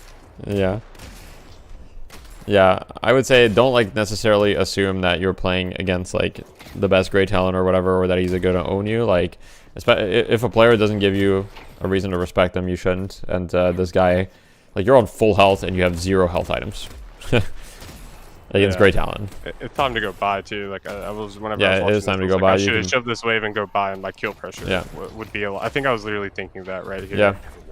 Shove the wave, go buy. Yeah. Looks like today I have to. Yeah, this is a little grief. Like, you're gonna get some pressure here, but you have 2k. Like, if you buy it and you go buy, like, oh no, you're diving in with 2k in the bank. Yeah, and then you got hit by the walker, so you lost all your health. Yeah, and then had to leave. Like at that point, I could have just. If I'm you here, I just go back to base, because the alternative to going back to base is like buying like maybe healing right or extra regen. In which case, I don't think you can be like super aggressive right away. Yeah. Yeah, I should. I thought about that, but then I guess my thought process, well, he's low too, and he really wants to get this farm, and so I'm gonna try to poke him again. Yeah, I'm just all poke, like no kill, and then he ults me, and I suitcase it. Yeah. That's the one nice thing about Pocket is you can suitcase the bird pretty reliably. Yeah.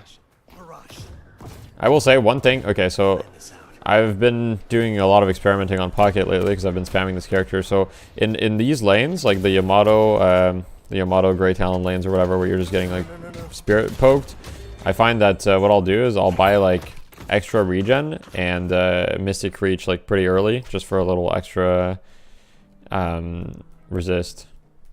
But usually I'll buy extra regen first. Yeah, and I heard you talking about that the other day, and that was something that I was going to start doing today, was especially in lanes like this. So I just pathed incorrectly here, but I was worried that he was going to get a burst shot on me with 100 health. Yeah, it's fine. It's not... Yeah, and here I'm fine with you buying Mystic Shot. One thing that I would do, though, is like, I wouldn't have gone back to your lane here. I actually would have gone like to another lane. For example, Orange was like a free kill on the Wraith, potentially. Right. Or like Yellow. So... When you have speed as Pocket, it's very often a free kill because it means you can speed barrage people. So like, always look at other lanes. You don't necessarily need to go back to your lane unless your guy's pushing.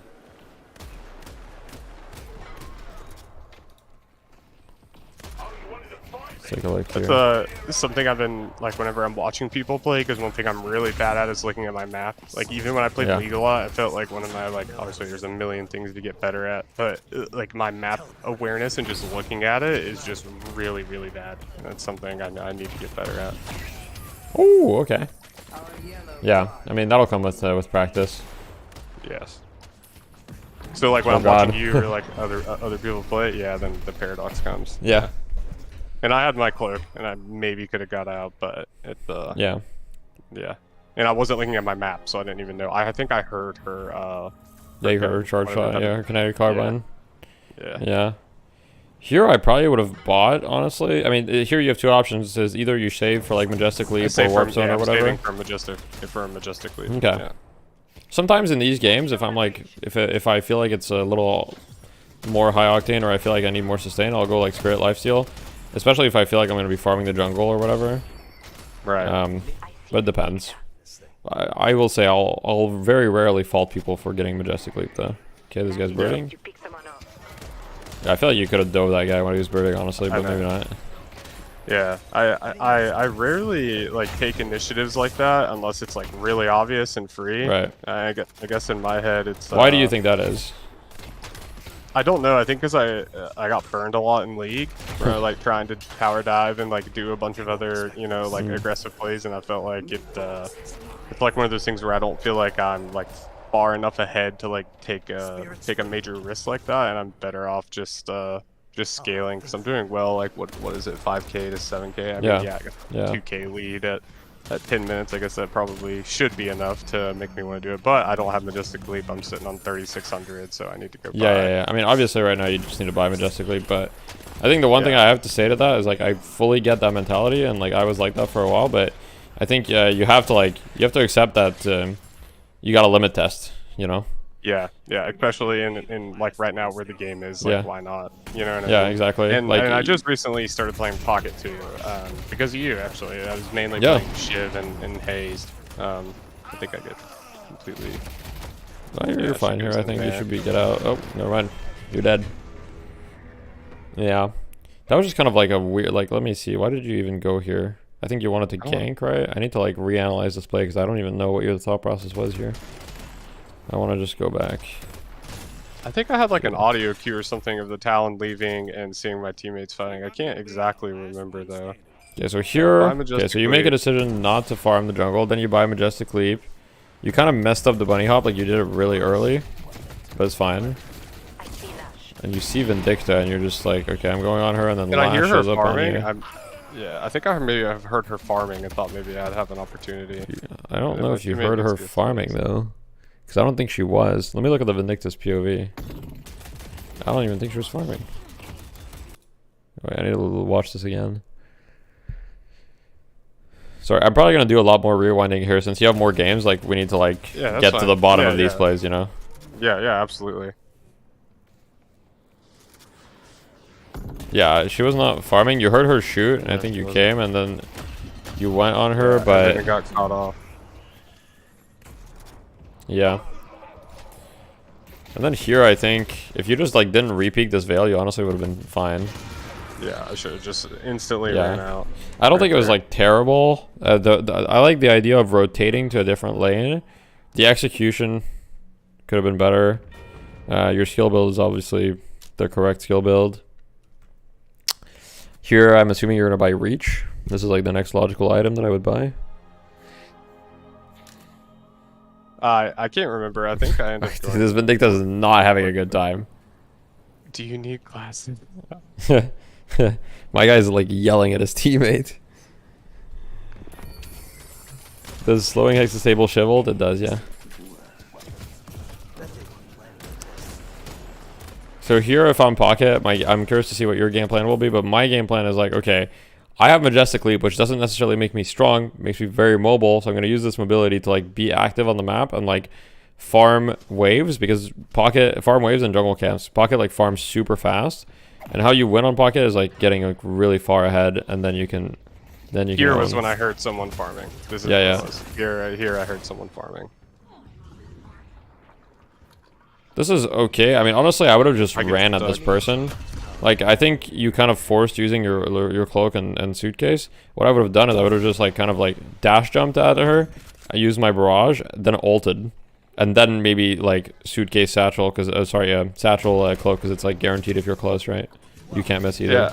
I think in my head, I thought I had teammates closer and that I could get like the initial burst damage and they could kind of clean it up instead of it was actually just a 1v1. And that kind of falls back to that, just not being super aware of the map.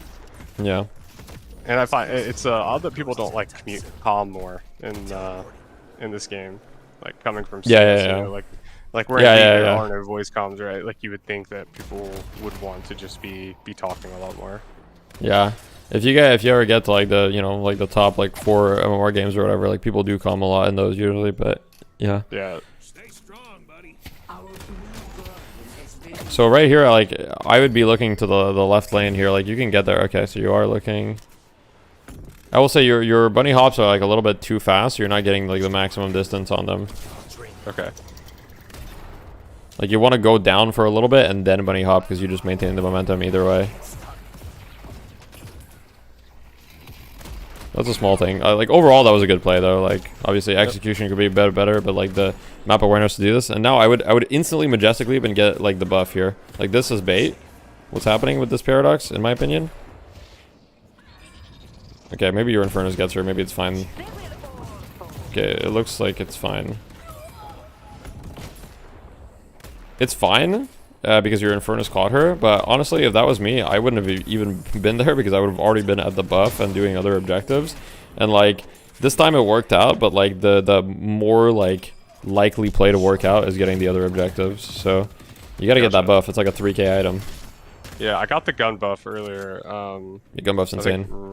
Yeah, I got the gun buff, and then yeah, that's like what is it? Every 5 minutes they respawn. Yeah, it's every 5 minutes. Yeah. Unconditional to when it's been picked up, so it's always every like 10, 15, 20. It doesn't matter when it's been last picked up. So here you're piecing out, right? Like you Majestic Leap out those. Okay. And then here, yeah, it's a close one. Yeah, so here looking at the map, like I'm going orange here. Like I'm not going back to base. Yeah, because orange there's farm. And here you're like so you went back to base, you're wasting your speed. Speed is like a pretty good resource. You don't want to use it unless you like have a really good reason to. And here you just kind of went back to base when you could have been orange farming. Now you go purple, which is fine too. At the time purple didn't need farm though, so like you could have gone orange. But you don't want to use speed unless you like usually have to because it's a fairly long cooldown and yeah. I think here is when I'm thinking like, okay, like this is when if I push up a little bit too much, I'm gonna get caught. And then I'm looking at the map now, yeah, like the Vindicta, and I don't think I knew that there was 2 here in the time.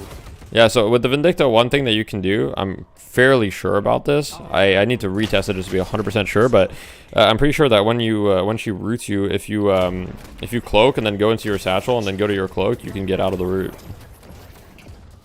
I feel like I've done it many times, but I haven't like actually tested it, so maybe it's just like me being like dumb, but I'm pretty sure that that's how it works. So the root doesn't actually do anything. Dad would be proud. You're getting Urn, which I like. I hope you get the buff on the way. Nope.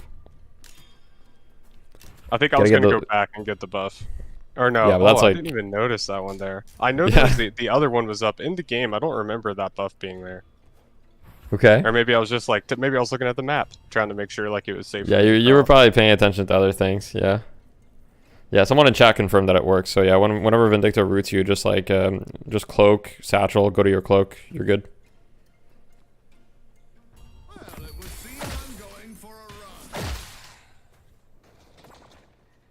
Okay. You need to get reach earlier. Like you don't have reach and you have your core items. Like reach for me is like you get this pretty early. Okay. What if you die with the buff? Then you don't have it anymore.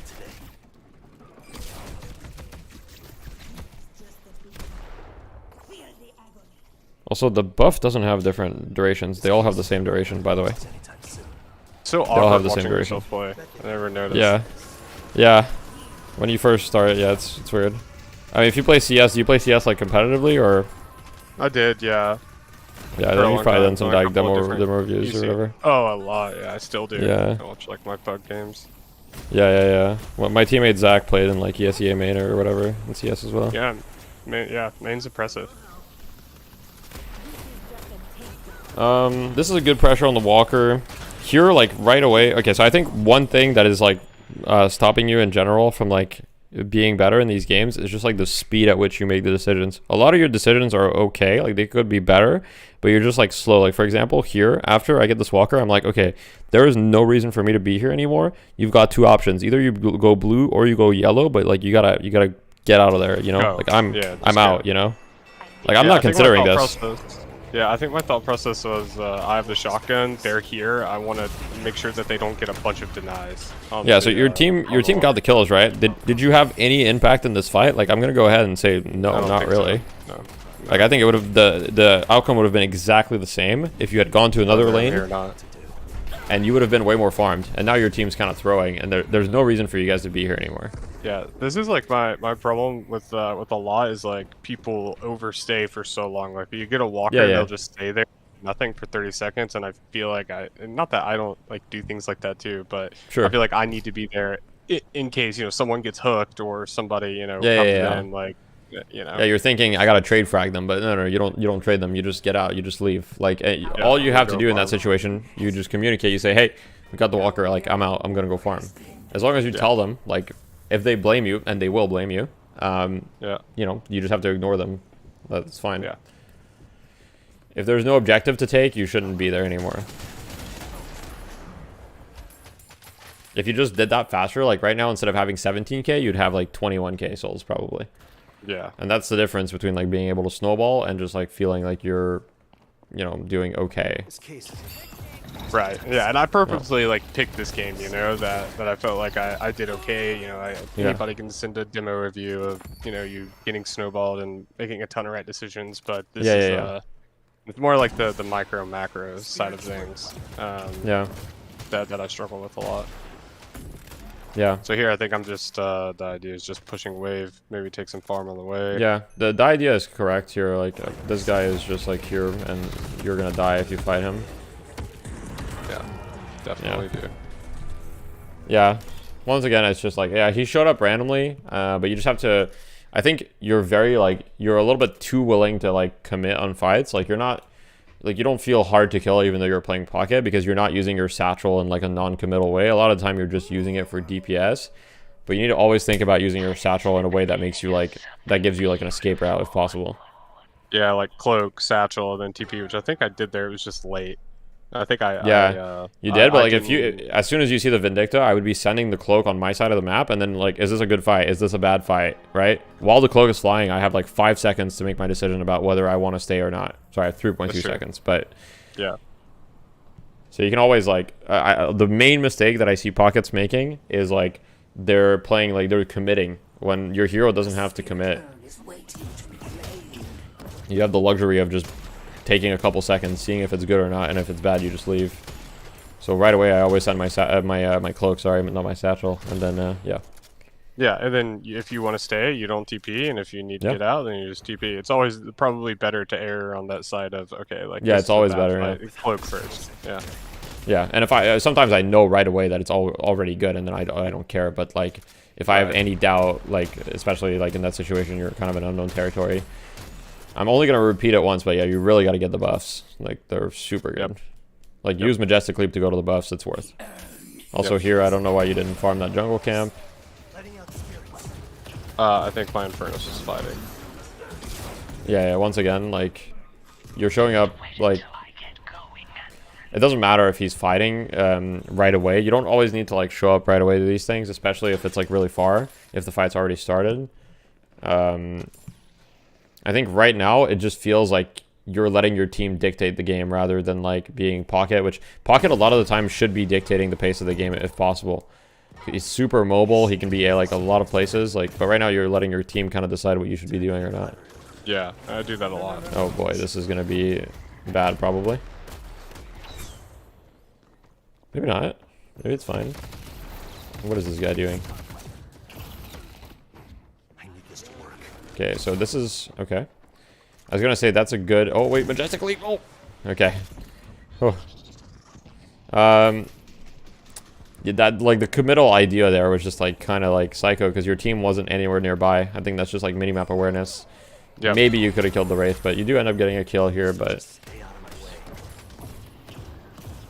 and then I think I overstay and get. Yeah, here I'm seeing. Okay, Wraith is pushing yellow. I'm seeing this, right? Someone needs to deal with it. Pocket is excellent at dealing with Wraith because she can't ult you, right? You can dodge it 100% of the time. So I would have been instantly like, as soon as I see Wraith pushing yellow, I'm like Majestic Leaping over there. Yep.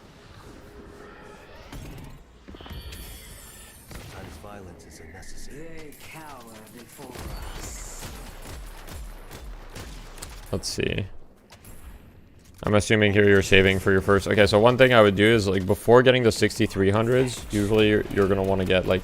So you still don't have reach, so I would definitely recommend just making sure you buy reach. You might have just forgotten it this game. And Mystic Vulnerability as well is really value. Yeah, this is a common mistake against Bebop. Like, don't suitcase right away against Bebop. Yeah, it's like just habit. Yeah, it's just like you get hooked, you're in danger. Yeah. Yep. You need to wait because the time of effect on the dot, it's going to be like longer than my suitcase. Yeah, exactly. You think if Pocket has Puck from Dota? Yeah, they're pretty much it. All right, let's speed this up until you're back up. Okay. So I actually agree with the decision of the lane you went to when you respawned. Like, there's no way you're showing up where your teammates are, so I think it's fine to deal with the lane. Here, right after this wave, I would go to the other lane. I wouldn't go to this fight, whatever the hell is happening here. This is another thing where you're chasing the ball, right? Like, you need to be playing the waves.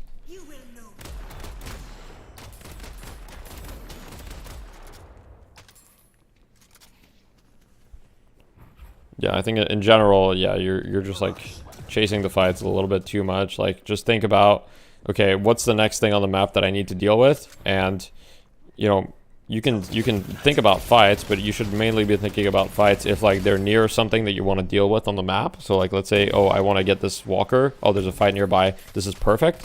Or if like you hit like a huge power spike. So sometimes like later in the game, there's going to be like, you know, big team fights, 6v6s. Those are really good when you just hit like one of your big timings or something. Right. That should be a kill here. Okay, that's good. That was good. Wraith versus Pocket is kind of weird because like Wraith does a lot of card damage, so Pocket gets melted by that, but at the same time she can never ult Pocket, so it's kind of one of those matchups that can go either way. Yeah, it's probably just whoever's more farmed or whoever's better. Yeah, usually it is. Yeah. Like right now she's more farmed. She's full gun build though, which like she pretty much needs to ult you to kill you. Yeah. And she can't. One idea this game, one itemization that I would have went. So you went Soul Rebirth. I don't necessarily.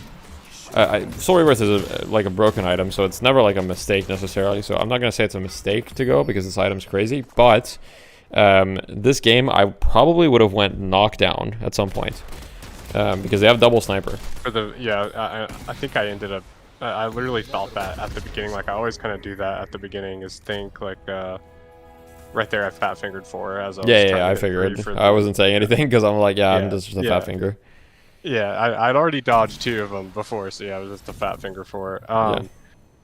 Or like, like at the beginning of the game, I kind of looked like, okay, like, do I need to buy Knockdown, you know, for somebody who could get really fed, like, even like Haze, you know what I mean? And then for some reason, I think I just kind of start autopiloting, you know, like with the things. Trying to focus on too many things, you know, because I know that I struggle like in the mid game, especially against better players. Where, you know, now I can't, you know, get away with things that I used to be able to get away with, and you know, just trying to focus on too many different things. Yeah, I feel you on that. I think, well, you know, if you've played like ESE or whatever in the past, you're probably familiar with the principle of like, you know, focused practice, right? Where you're just gonna like for a couple of games focus on a couple things, even though it might make your overall game worse. Like it'll then become a habit. I would say that applies to this game too. So I would say right now the one thing, if I were you, like my next 10 games, I would just be like literally like I would not ignore fights everywhere. Yeah, I would just be majestic leaping like everywhere and thinking about objectives. I'd be like, okay, is there an objective we want to take here? If not, like I'm out. Like. And is there like it would be literally flowchart for the next 10 games. I'd be like, is there a wave to push nearby? Yes, okay, I'm gonna go push it. Is there an objective to get nearby? Like yes, okay, like perfect. I'm gonna go to the objective. If no, then go to somewhere else, right? Yeah. Objectives are obviously large. Like there's towers, there's urn, there's buffs, there's even crates. Like with the new roofs, there's a lot more crates now. By the way. Yeah, I heard you talking about that earlier. And the gold statues got a little bit of a buff too, right? Like they drop more items? Yeah, the gold statues got a little bit of a higher drop percentage rate, so they are a little bit better now.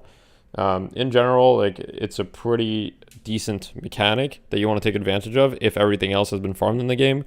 In your game, I'm seeing that there's still like half the jungle that hasn't been farmed, so I wouldn't even like worry too much about the crates because like you guys, like the jungle has not been optimized yet. If the jungle is empty, then it's like the next best thing to be doing. Right. Looks like you guys are... Okay, so you guys killed 4 of them here. Yeah, so I come in instantly, and I'm like, okay, objective, and then he gets a hook and kills all of us. What? I don't even know how that happened. I remember in game my eyes were just like, what in the fuck? And bro's got a million bomb stacks, dude. How did he do this? He's literally got a million bomb stacks. And then I think I had Soul Rebirth.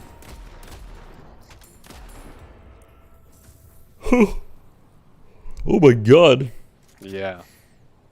So I think I used my Soul Rebirth to get the fuck out and go defend. Yeah.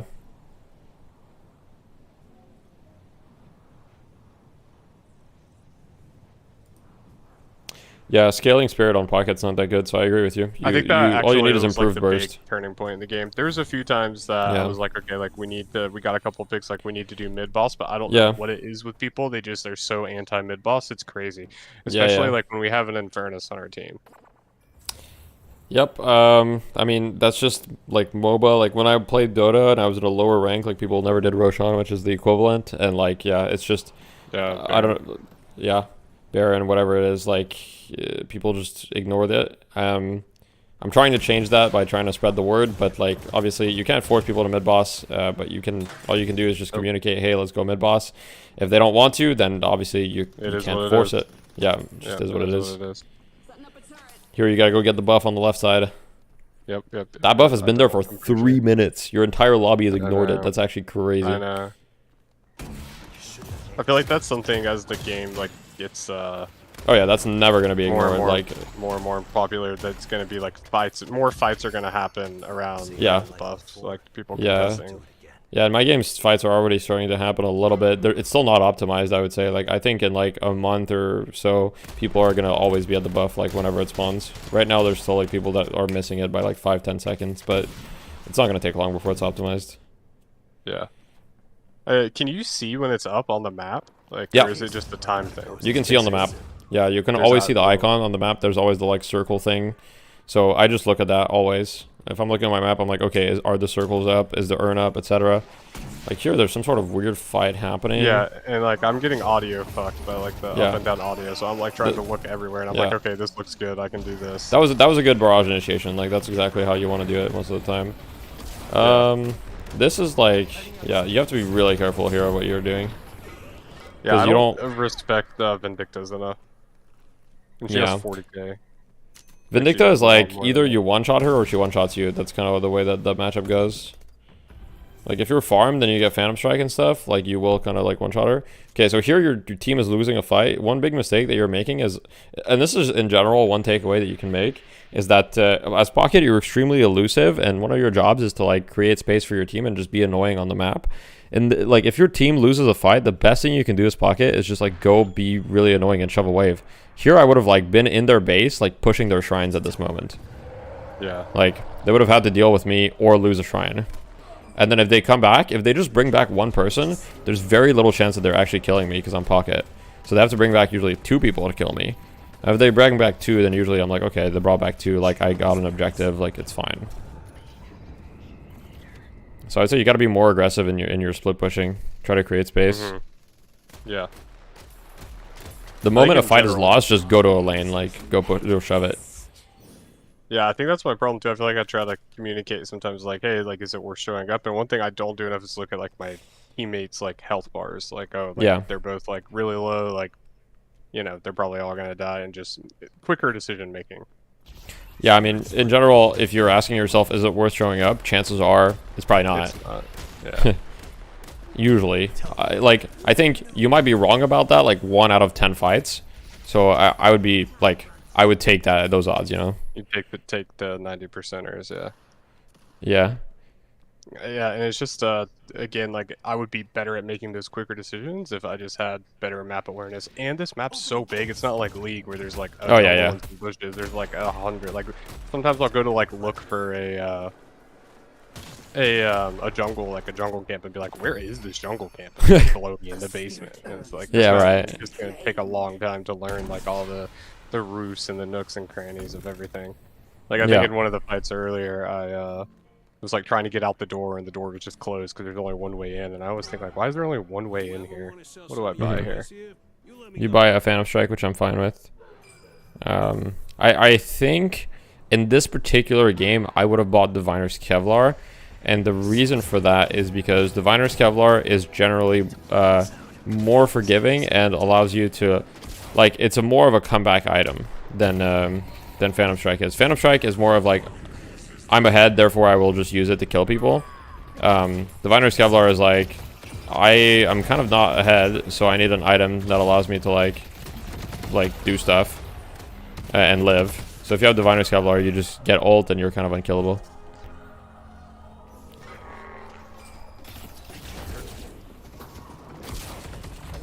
Yeah, this is mostly just an execution problem here. Like if you threw your cloak first and then you went into your suitcase, you'd have been good. So this is just like ability usage. That'll just come with practice. I'm not too worried about that.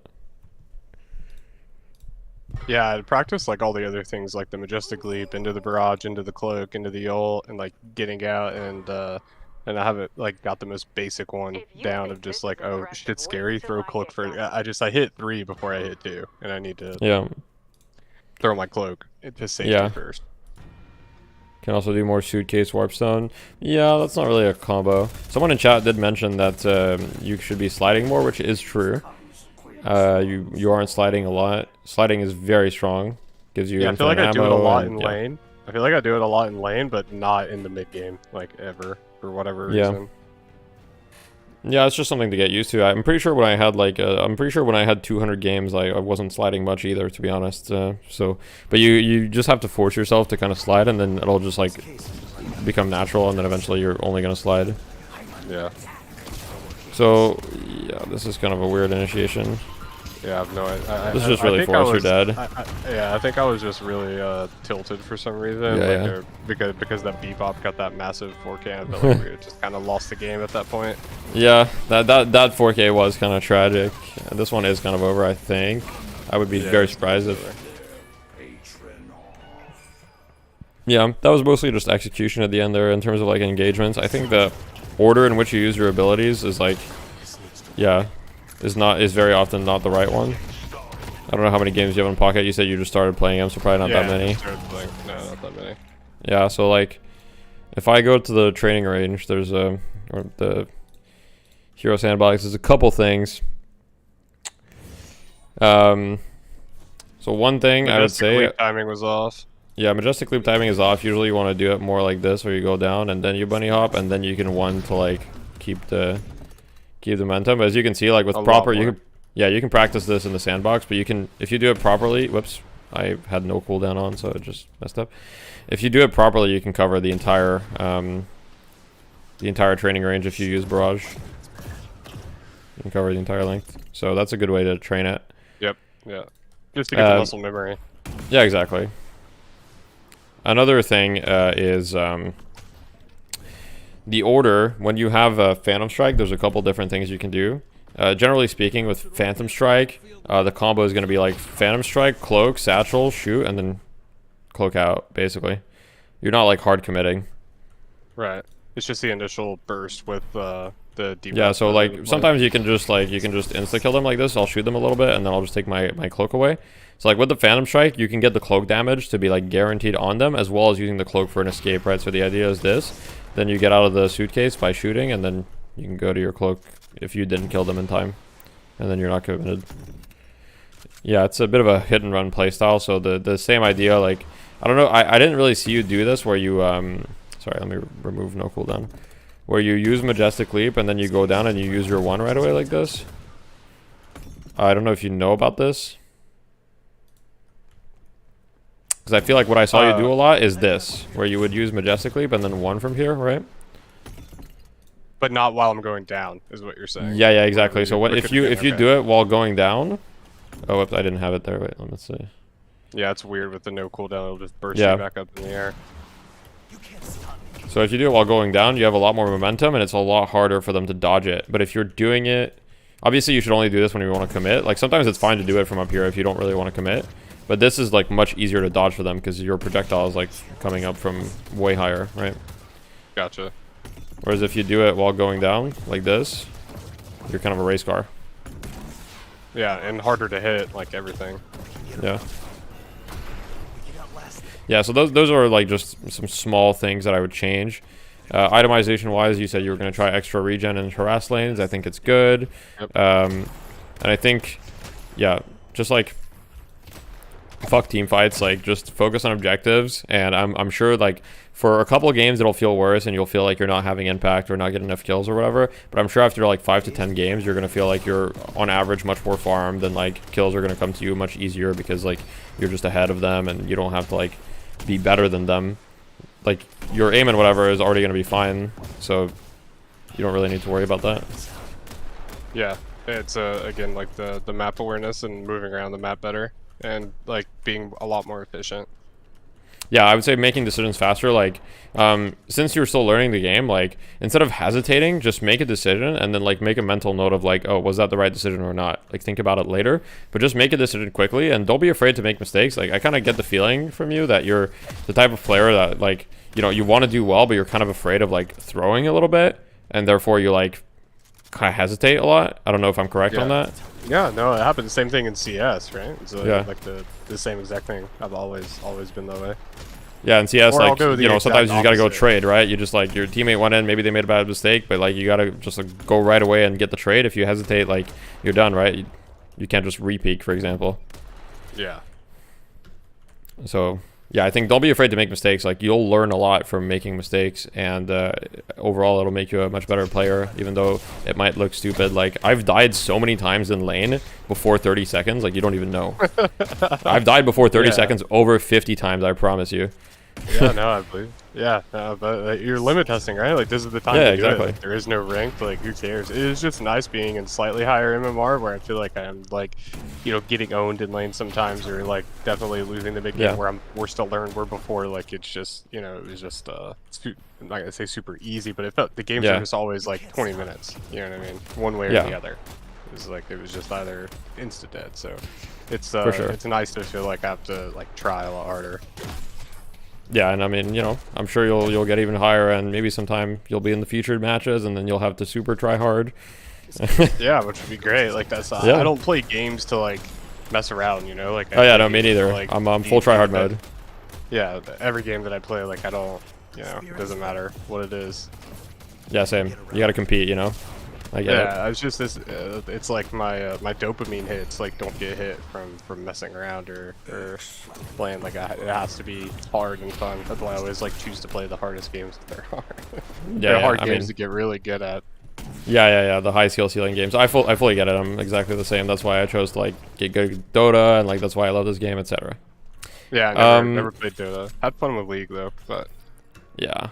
Is there anything else, like any like another match idea you want to go over quickly? We still have some time. Like it's up to you what you want to do with that. oh yeah, we could go over a quick one. I can't remember Yeah. what I do. I think I've been mostly doing your. I'm gonna try to talk and type at the same time. Your Yeah. Shiv build, but I've been playing around with the knives, and I feel Yeah. like for different like matchups, it's good, but it is just a completely different Yeah, it's a very different playstyle. play style that I'm not used to. Oh. Yeah, the knives build, I've been playing around with it a little bit more. The knives build is like, it feels more consistent, but it feels like if I want to carry, I don't really want to be playing knives. Yeah, so I think this is like one of my first games, like kind of doing the knife build. So, you know, there's probably like a lot to go Yeah. over. Not that I have the gun build like max, but like I'm used to the heroic ordering, you know, spam all the time, like when we're fighting. You know, but like the like what's the word I'm looking for? Like the action, like where you're Yeah. active slots where you have to click them, like those, you know, like the extra keys, like oh, which, you know, key do I have, like, you know, this on, you know, so like I think I got decay in this build, you know, and it's like, oh well, I normally, you know, I don't know how to explain it any better than that, but it can get No, I mean, I get it. a little bit You just have much to like think mentally about, map like, all of those things. exactly. Yeah. Makes sense. All right, well, we'll take a look at it and see what's going on. Yeah, But you yeah, I can would say go that through it. usually it's like the thing with this build is that you pretty much are just like peppering people down until you just like execute them. Whereas the gun build, you just like go kill them. Yeah, I was on Pocket and a Shiv did this build against me, and man, it felt like my whole team was slowed down and bleeding, and I was like, wow, that seems like you may not feel like you're having as much impact, but like to play against it is super annoying. Yeah, it's more consistent in the gun build. That's the way I see it. The way I see it is like, in some aspects, it's better than the gun build because it gives you really good utility, and you're never unhappy having this. And even if your Shiv isn't popping off, like, you know, he's still going to be fine with that build. Whereas with the gun build, you kind of have to like be doing well for the gun build to feel. But when you are doing well, you are kind of like 1v6 though with the gun build. So let's see. Speed it up at 1.5x here. Yeah. In lane, I would say like you can abuse the Veil a little bit more, especially as Shiv. Like you're a fairly tanky character, so a lot of the time at the beginning in lane, I'll be standing in Veil. I'll shotgun the creep once or twice, and then heavy melee, just to kind of get the wave pushing and get the advantage. So try to maybe abuse the Veil a little bit more. Okay. In general, as tanky characters, you want to be in the Veil if you can. Because like nobody's gonna come contest you in there, right? Like they're gonna get slashed. I feel like I'm poking good here with the knives. Yeah. Yeah, no, you're getting good poke and stuff on them, and I think you could focus a little more on denies. Like right there, like they just got some last hits. I think you could have gotten maybe 2 denies there. Shiv's really good at denying with the shotgun too, so I would just like pay a little bit more attention to that. Yeah, I got a big burst. I would also like melee more. Like there's a few situations in which like obviously I don't want you to take a bunch of damage, but there's a few situations in which meleeing those creeps would have been free. Gotcha.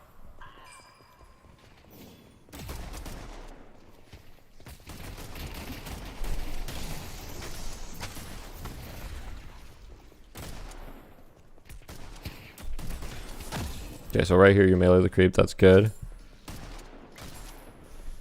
So another thing you can do, and this is like a pretty like advanced tech or whatever that I think a lot of people don't know about, but if you're in a situation where you're in a double lane and right beside you there's a solo lane, you can actually do this thing that people have been calling double soak, where if you manage to push your lane really hard, you can then rotate to the other lane and get the souls from that lane as well and come back to your lane. That's crazy. I never even thought about that because it's split equally between two people. It's split so equally I'm not between two. my teammate. Yeah. So it's okay. So there is counterplay to it. If the enemy team is good, what they'll do is they'll kind of just like harass you a lot and follow you around, and then it makes it hard. But like I promise you, in these lobbies, like nobody knows what that is, and they're just gonna let you do it for free. I never even thought about it. Thought about it. So like I'm if you can just in my head. Go ahead. No, sorry, go ahead. I was just gonna say, like, I feel like reasonably, I'm thinking like, oh, well, I'm losing out on poke or something like that, or denies under the tower.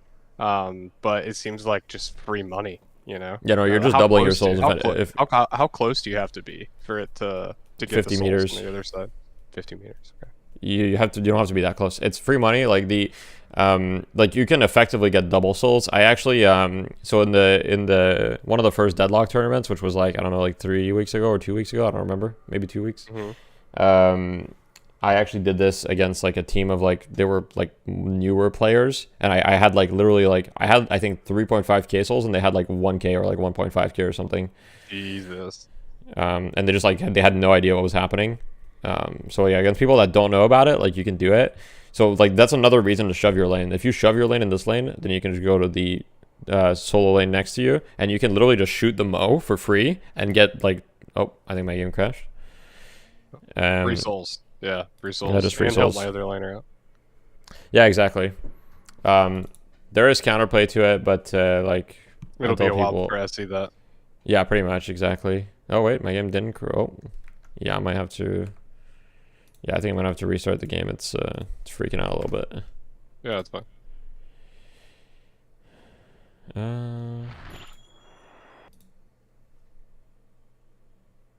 Okay, I think it like memory leaked all over the place or something. Yeah, you've been watching a lot of demos today. Not Yeah, that's possible. It said my memory usage in Deadlock was at 99% of my overall RAM, and I have 16 gigs, so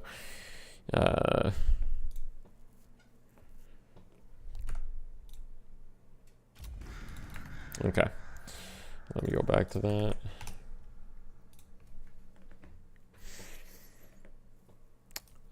It's like you want to pick up another button. It's very clunky trying to game. Yeah, someone's saying using one for a knife is clunky for aiming or whatever. I actually really don't feel that way, but obviously if you want to rebind your keys, you know, go ahead. I actually really don't mind using one. No, one doesn't bother me. Like when I first started playing the game, like everything felt clunky, like not QWER, but 1, 2, 3, 4. But I think that's just something that I just got used to. Like what's your specs? I'll answer in a sec, Toast. Right? People think that's crazy, but oh, I think that's not crazy at all because I've played a bunch of Quake and stuff, so I've had jump on right mouse button. So yeah, it was also my first like FPS on PC, and control just felt awkward for me to get to, and I was like, well, there's just this convenient button, and everybody, like, one thing I noticed when I started playing CS is everyone crouches when they shoot, so I was like, okay, I need to start doing that. Yeah, they both have. Feels terrible. They're both good there's handler. this nice button on the side of my mouse right here. Yeah. You're trying to do the slide tech. You need a little more practice on that. Yeah, haven't practiced it, and yeah, you can with shotgun characters, you have to shoot a little bit slower, but you can pretty much have infinite ammo. Like you never have to reload, but you can't shoot like as fast as possible. Yeah, I think I was just holding mouse 1 when I was doing it, where I probably need to like tap, right? Like in between the bursts. Yeah, you do need to tap in between, yeah.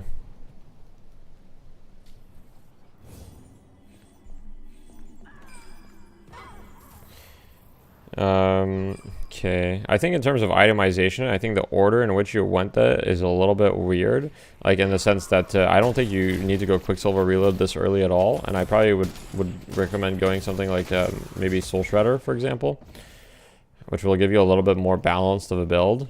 So I feel like if you have Quicksilver this early, I don't think you're making that much use of it, and I think I'd prefer having Soul Shredder in most situations, just so I have a little bit more sustain. Gotcha. Well, obviously it's a personal preference. That's more of like a build thing, and I'm sure like that could change any patch or whatever. So. This is like my second game on this build too, so like I'm not used to like even saying. Most of the time, you know, it's like, you know, I get headshot booster into the reload whatever build into headhunter. You know, like I have like my system that I like. You know, unless I'm getting like fried in lane, then you know. For sure, yeah. Yeah, that comes with playing any build.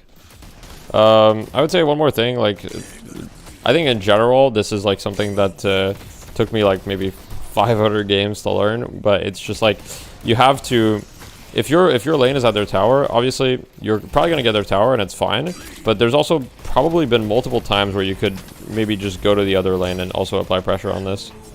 So always like consider that, and well, here you guys are gonna get the kills and it's gonna be just fine. But right after you clear this way, what I would do is I would straight up go right away to the other lane and get the tower. And I don't know if you're going to be doing that. It looks like maybe not. This is once again just like some hesitation. I mean, it looks like you guys are going to get the tower anyway. You're stealing the jungle. It's all good. I'm not sure why your Geist is not pushing the tower either. Like, this is kind of weird. This is kind of a free tower though.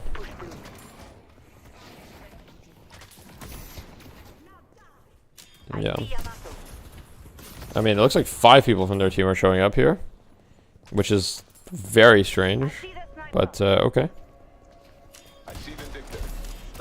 I think I saw that opportunity to GTFO and go push this back out. Yeah. Especially at half health, like I'm not going to be able to do too much in that fight. Here I would actually like keep going. I wouldn't back up.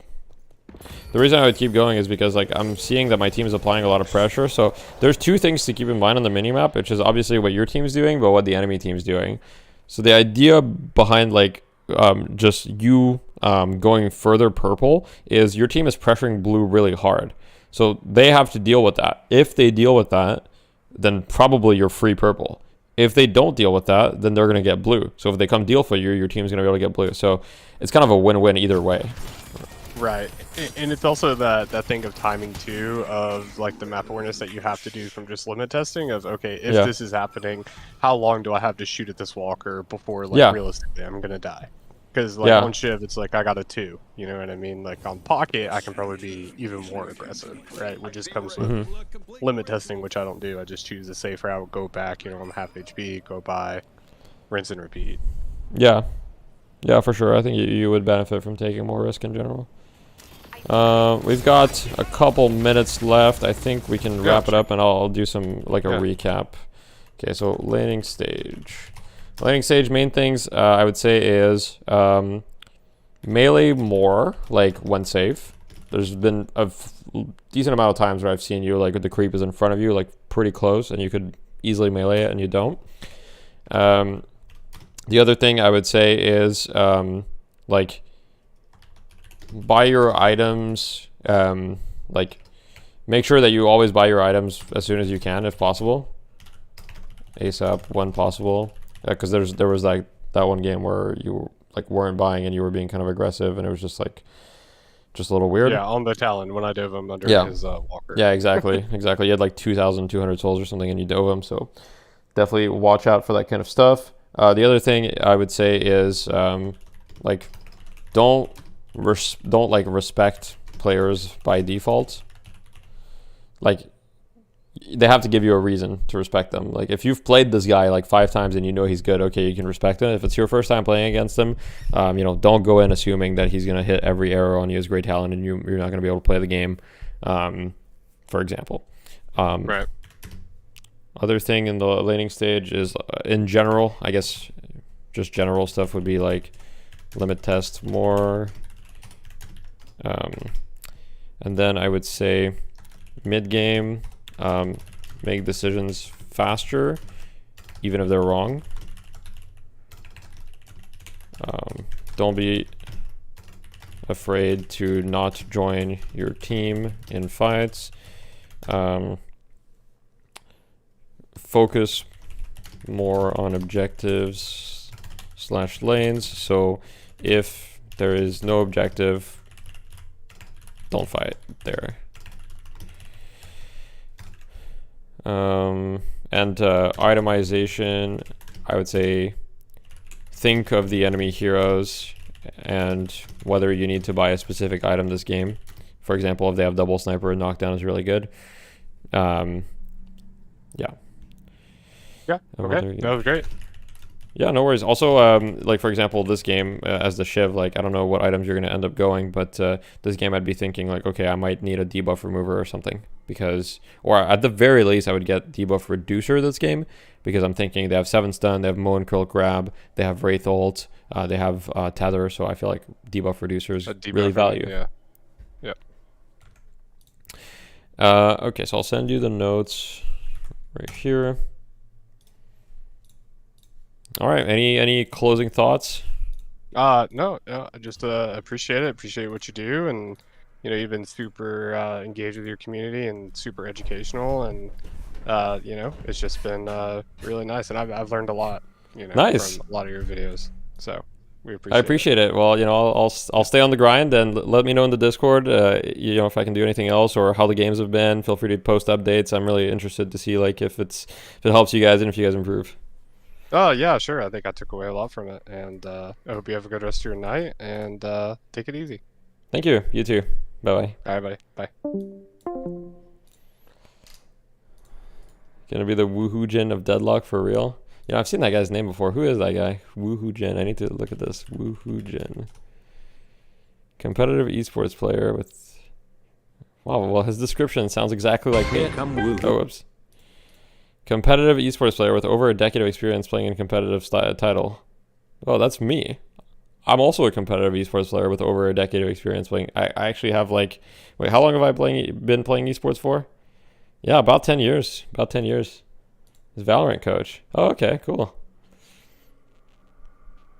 I've also been playing esports for about...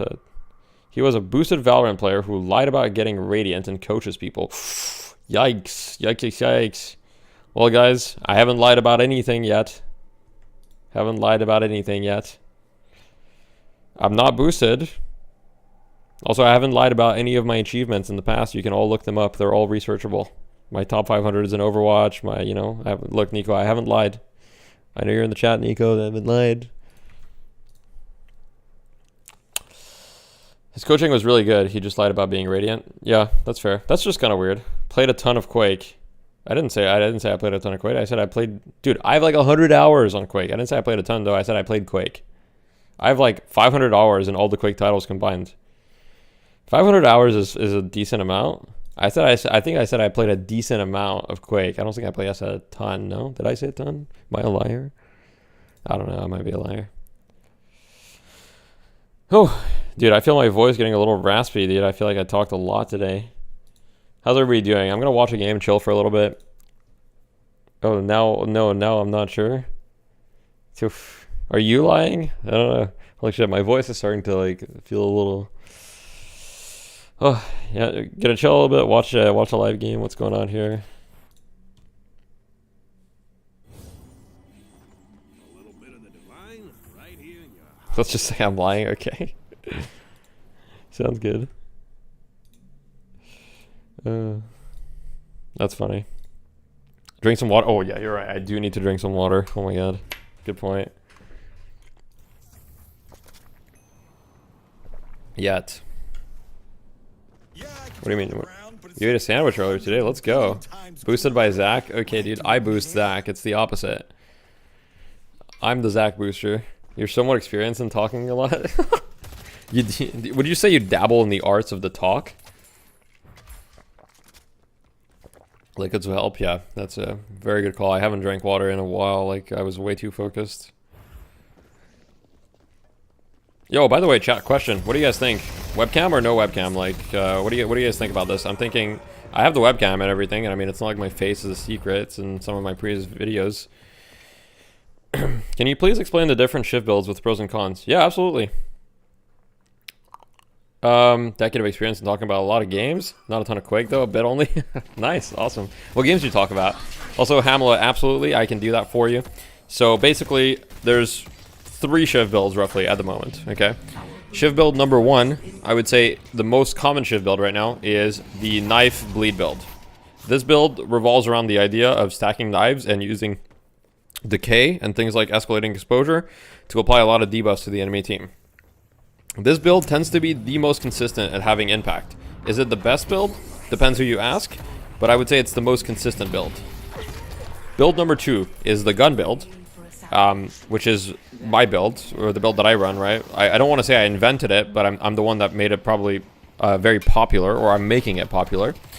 The idea with the gun build is you do a ton of damage. Like, you can 1v1 anyone in the game. You have a ton of kill potential, and I would say you have more carry potential with that build than with the Blade build. However, it is very reliant on getting really farmed.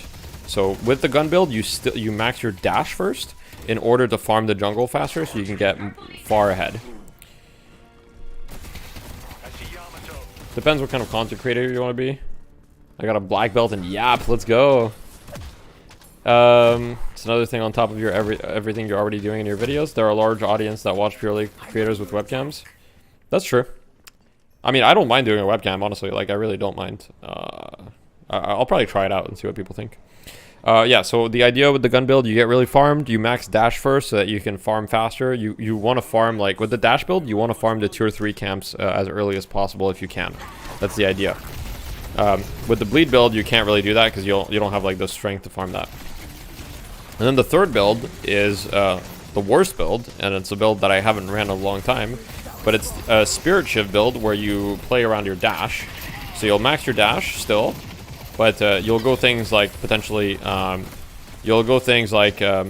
Reverb, Improved Burst, you know, Superior Cooldown or something, maybe Torment Pulse, and then you'll go like, maybe Torment Pulse, and then you'll go like Spirit Lifesteal, Leech, etc.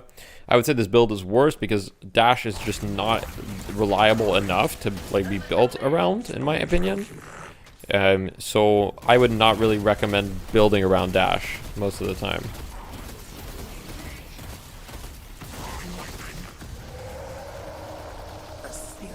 Does that answer your question? You missed the reviews? Well, the VOD is there. The VOD is there. I did a lot of reviews. Yeah. Lash is what really got me. Lash is what really got me first into the game for real. Fun hero, getting top 3 damage pretty often. Though when the game goes bad, it's real bad. That's the thing with Lash. Like, if you're behind on Lash, if you're not doing well, your hero's kind of useless, to be honest. Which is the way it is.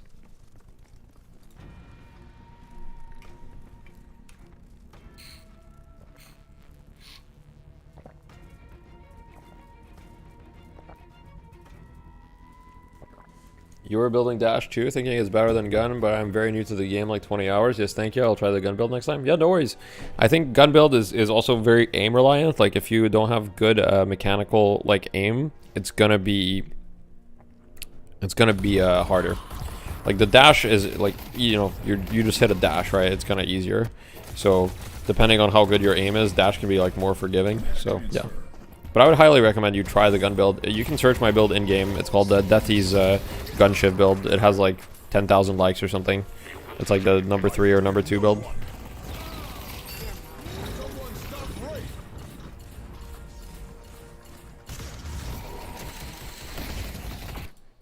Alright, chat. I think after this game, I'm probably going to call it. We'll see. This build is fun AF to play, the gun build. After this game finishes, I'm probably going to call it.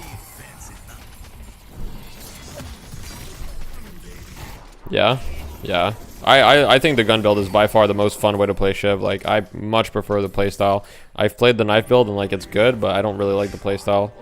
I think that the gun build just feels like you're kind of like a raid boss and you go in there. I love it. I love it so much. Honestly, the reason that part of the reason why knife Shiv is so like so consistent though is that there's so many sources of spirit lifesteal in the game. Like, you get Soul Shredder bullets, you get Spirit Lifesteal, you get Enduring Spirit, and all of a sudden you have like, you know, easily like 60% Spirit Lifesteal, which is insane. Like, with gun lifesteal, like you can't really get that easily. And for me personally, I think webcam is better, and a lot of people like to see the person who plays. Okay. All right, I hear you guys. I hear you. Look, I'm gonna order some lights so that my lighting is not shit. Because right now, I think if I turn on the webcam, like my lighting's terrible. Actually, I can turn it on and see what it looks like. Let me see. What do we got here? Okay, where do I position this webcam? I guess I put it here, right? I guess the lighting's not terrible. I've got the webcam right here. Alright, well, you guys let me know. Face reveal. No, I'm just kidding. My face has already been revealed many times. Not too bad, works. Yeah, it's not ideal though. I feel like the lighting's kind of sucks, but all good.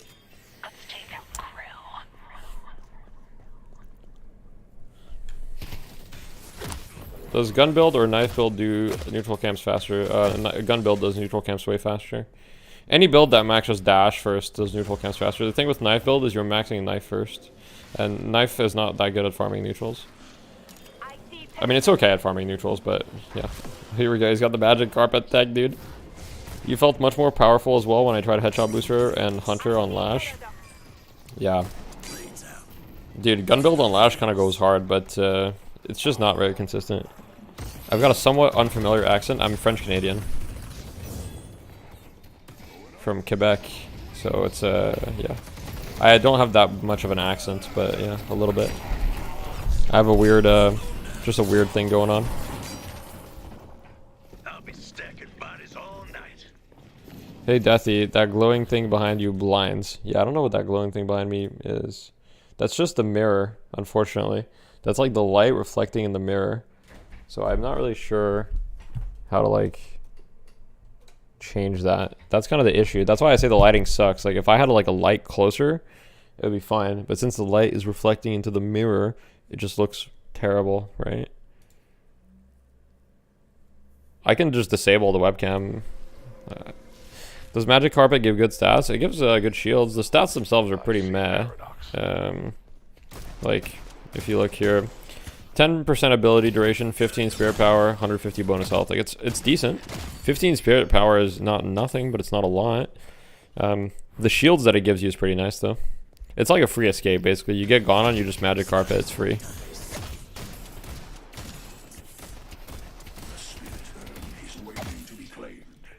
Where are you from? Quebec. Montreal. I'm in Montreal, but I'm from Quebec City.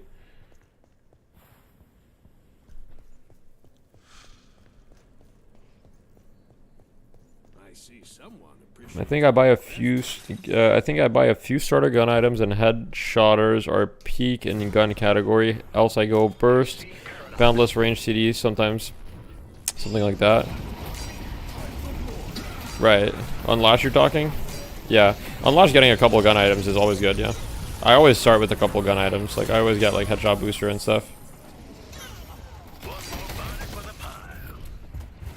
Ooh. You were in Montreal to see the eclipse? Nice, dude. I was in the Parc Jarry in Montreal to see the. I was right there in the park. There was a bunch of people who was sick. Tu parles français? Bien sûr, bien sûr. Well, I'm gonna keep the stream in English though, but yeah, I do speak French. It's my native language. Are you gonna stream for a couple more hours? Probably not. I need to get some food and stuff. So I'm gonna finish watching this game, whatever's happening here, and then I'm probably gonna call it. I've been streaming for what, like, let's see. I've been streaming almost 6 hours. Other than that, I've only been in Montreal whenever I would drive through it. I love Montreal. It's a great city.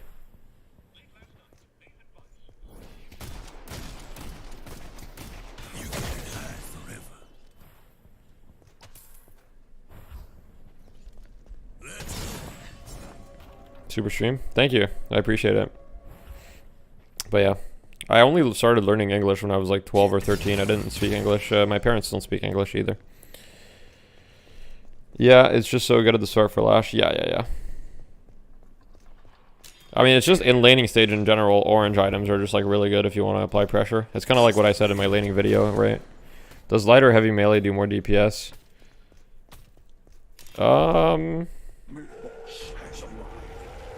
I would guess that light melee is more straight up DPS, but like, actually that's a good question.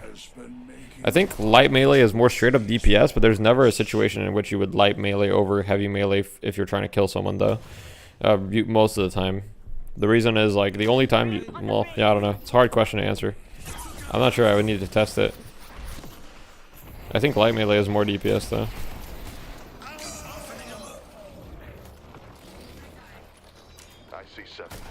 But usually heavy melee is so good because it like moves you, you know what I mean? Like you like charge with it, so it's like It just feels so much better than light melee. But obviously heavy melee gets parried a lot. Like light melee, the person can't react, right? If you're on top of them, they can't react to a light melee. Like they have to just parry preemptively and see if you're gonna do it. But yeah. I was light meleeing in a situation where I was out of ammo and thought that it's way harder to react to. Yeah, that's the main advantage of light melee. Like, you can't parry it. The only way you parry light melee is if you react. Predict that they're going to melee, in the sense, like, they're on top of you and you're like, okay, I'm going to parry. But you cannot react to a light melee.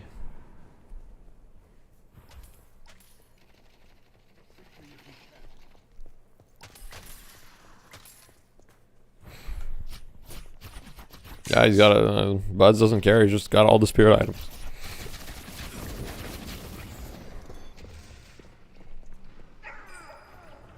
Just wait until I get going. Stay 2 steps ahead of death, my friend. I'm starting to get a bit tired. I think all the coaching got to me a little bit. I think this game's about to end anyway. It looks like GG. I sometimes think that of something like Pocket Hybrid because of that. It's not about the SP anyway. You mostly buy utility, and his gun damage is kind of underrated, but actually pretty good after Barrage. Yeah, no, his gun damage is good. It is mostly utility. Yeah, you don't really scale the spirit. Like on Pocket, you're never gonna buy. Like on Pocket, you're never gonna buy like Boundless Spirit, for example, or like you're not gonna buy like Improved Spirit either, right? Or like, I don't know, some other things. You're just buying items that give you like reduced cooldown. You buy Improved Burst just because Improved Burst is so much damage, but other than that, like you're mostly going the hybrid route. So yeah, for sure, man.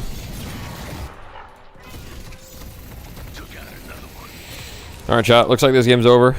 I'm probably gonna call it there. I'm gonna look for someone to raid on Twitch though. You guys have any suggestions for any streamers that I should raid? Send the chat over. Put them in the chat. I might raid Vegas. Might raid Vegas unless you guys have other suggestions. Why is Mystic Reach good on Pocket? It's good because the abilities having more reach is good, and it also gives you 5% spirit resist, which helps you not have negative spirit resist. Stir? I could host Stir, yeah. Is his spirit scaling poor, or you just need other things more for Pocket? His spirit scaling is fine. It's just that spirit scaling in general is not that good on Pocket because you just want utility. See you, good stream. Thank you. Yeah. Stir's a decent idea, but I think I'll raid the scaling. Yeah, I think I'll raid Vegas. All right, guys. I'll put it in the YouTube chat. And then in Twitch, I will do a raid. So stay tuned. Gotta do a raid. You buy burst, yeah. Raid Vegas. All right. Thanks for watching, guys. I hope you have a wonderful night, and I'll see you tomorrow. Bye-bye. I am French Canadian.